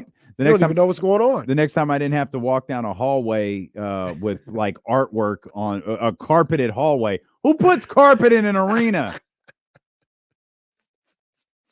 This is why Keith Lee left. That's why Keith Lee left. Man. Goodness gracious. Well, I think they're going to win tonight, though. All right. I think they're going to win it. I think they're going to play. I'll say at the very least, they're going to play well tonight. They're going to show up on national TV. Mark Jones is in the building. They ain't going to get blown out. They're not going to embarrass Mark Jones like Can't do that. Yeah, can't do that. All right, man. I'm locked in. Game starts in about 30 minutes. We're locked in. If you're just tuning in or you missed this earlier, we will not be with you on Monday. We'll celebrate Dr. King. Yep. And hopefully you do the same, whether it's taking part in the MLK March or it's reading. If you want to watch something, I just beg you, watch something other than the I Have a Dream speech. that hey, gets its downloads. It's important. It's wonderful. It's valuable. It's not the only time he ever spoke. The History Channel has something really good on Malcolm and Martin. I'm going to have to try and watch that this weekend. I would like to see that. Study other civil rights leaders, too. If that's what celebrating MLK is all about, study other civil rights leaders, too. Study the Malcolm X's, study the John Lewis's, study those people that you don't, that don't have their own days. But use the time wisely. And then make sure you're back here with us Tuesday. Yes. We'll have a lot to talk about. We'll know the 49ers opponent. We'll be getting ready for the Suns game. We'll be 2 more Kings games down. We encourage you, have a safe weekend. Have a great weekend. And like we said, make sure you're tapped in with us beginning at 10 a.m. on Tuesday here on Sacramento Sports Leader. Oh, if you want more Kings coverage, don't go anywhere. We'll run it back. Though I just realized that would probably be kind of weird. But it's fine. It's a lot of good stuff. It's not just King stuff. Just run the WrestleMania and Aliens back. It's in there. It's in there. I'm not even gonna lie to you. Of course it is. Steeler with KC here on ESPN 1320. Vamos Kings like the beam. Man. Scooter Jerami Grant may be a King by Monday. Well, it's the first official day. It could happen. Appreciate your team, Glenn. Appreciate all of you. Filthy McNasty. Glad the gear came. Primo J, thanks again for Wednesday night. Never hurts to have people who listen to the show come up in front of the bosses, man. So thanks for your hospitality. Thanks for the drinks and the desserts, and can't thank Shout you out and Zach Primo. enough, man. Can't thank you and Zach enough. There you go, John. Well, your company's racist then. I guess that's just how it works. I think we worked MLK last year or the year before. Yeah, it was a lot of it was the 49er schedule. But hey, light the beam, baby. Light the beam. Light the Hey, beam. I didn't pack my lunch. Leave me alone. I forgot to pack my lunch. I was trying to get out the house. Well, you got busy mornings, man. Maybe if somebody helps you pack your lunch, maybe a little. She does. She makes my lunch a lot. Oh, It man. just didn't happen this You just left it? Oh. Yeah. Jazz, could you make me lunch too? Because I heard you can cook. So we had turkey last night. Cooked turkey. It wasn't even Thanksgiving. It was bomb. too. like ate turkey? Yeah. Like threw I it in think the was oven, a smaller turkey? Like I think it was a smaller one, but we had turkey. It was bomb too. Sorry, Jasmine. Sorry, Jasmine. I'm gonna end the stream now before I can get in too much more trouble. Have a great weekend, man. We'll see you guys Tuesday. Hit the thumbs up before you go. And go Kings.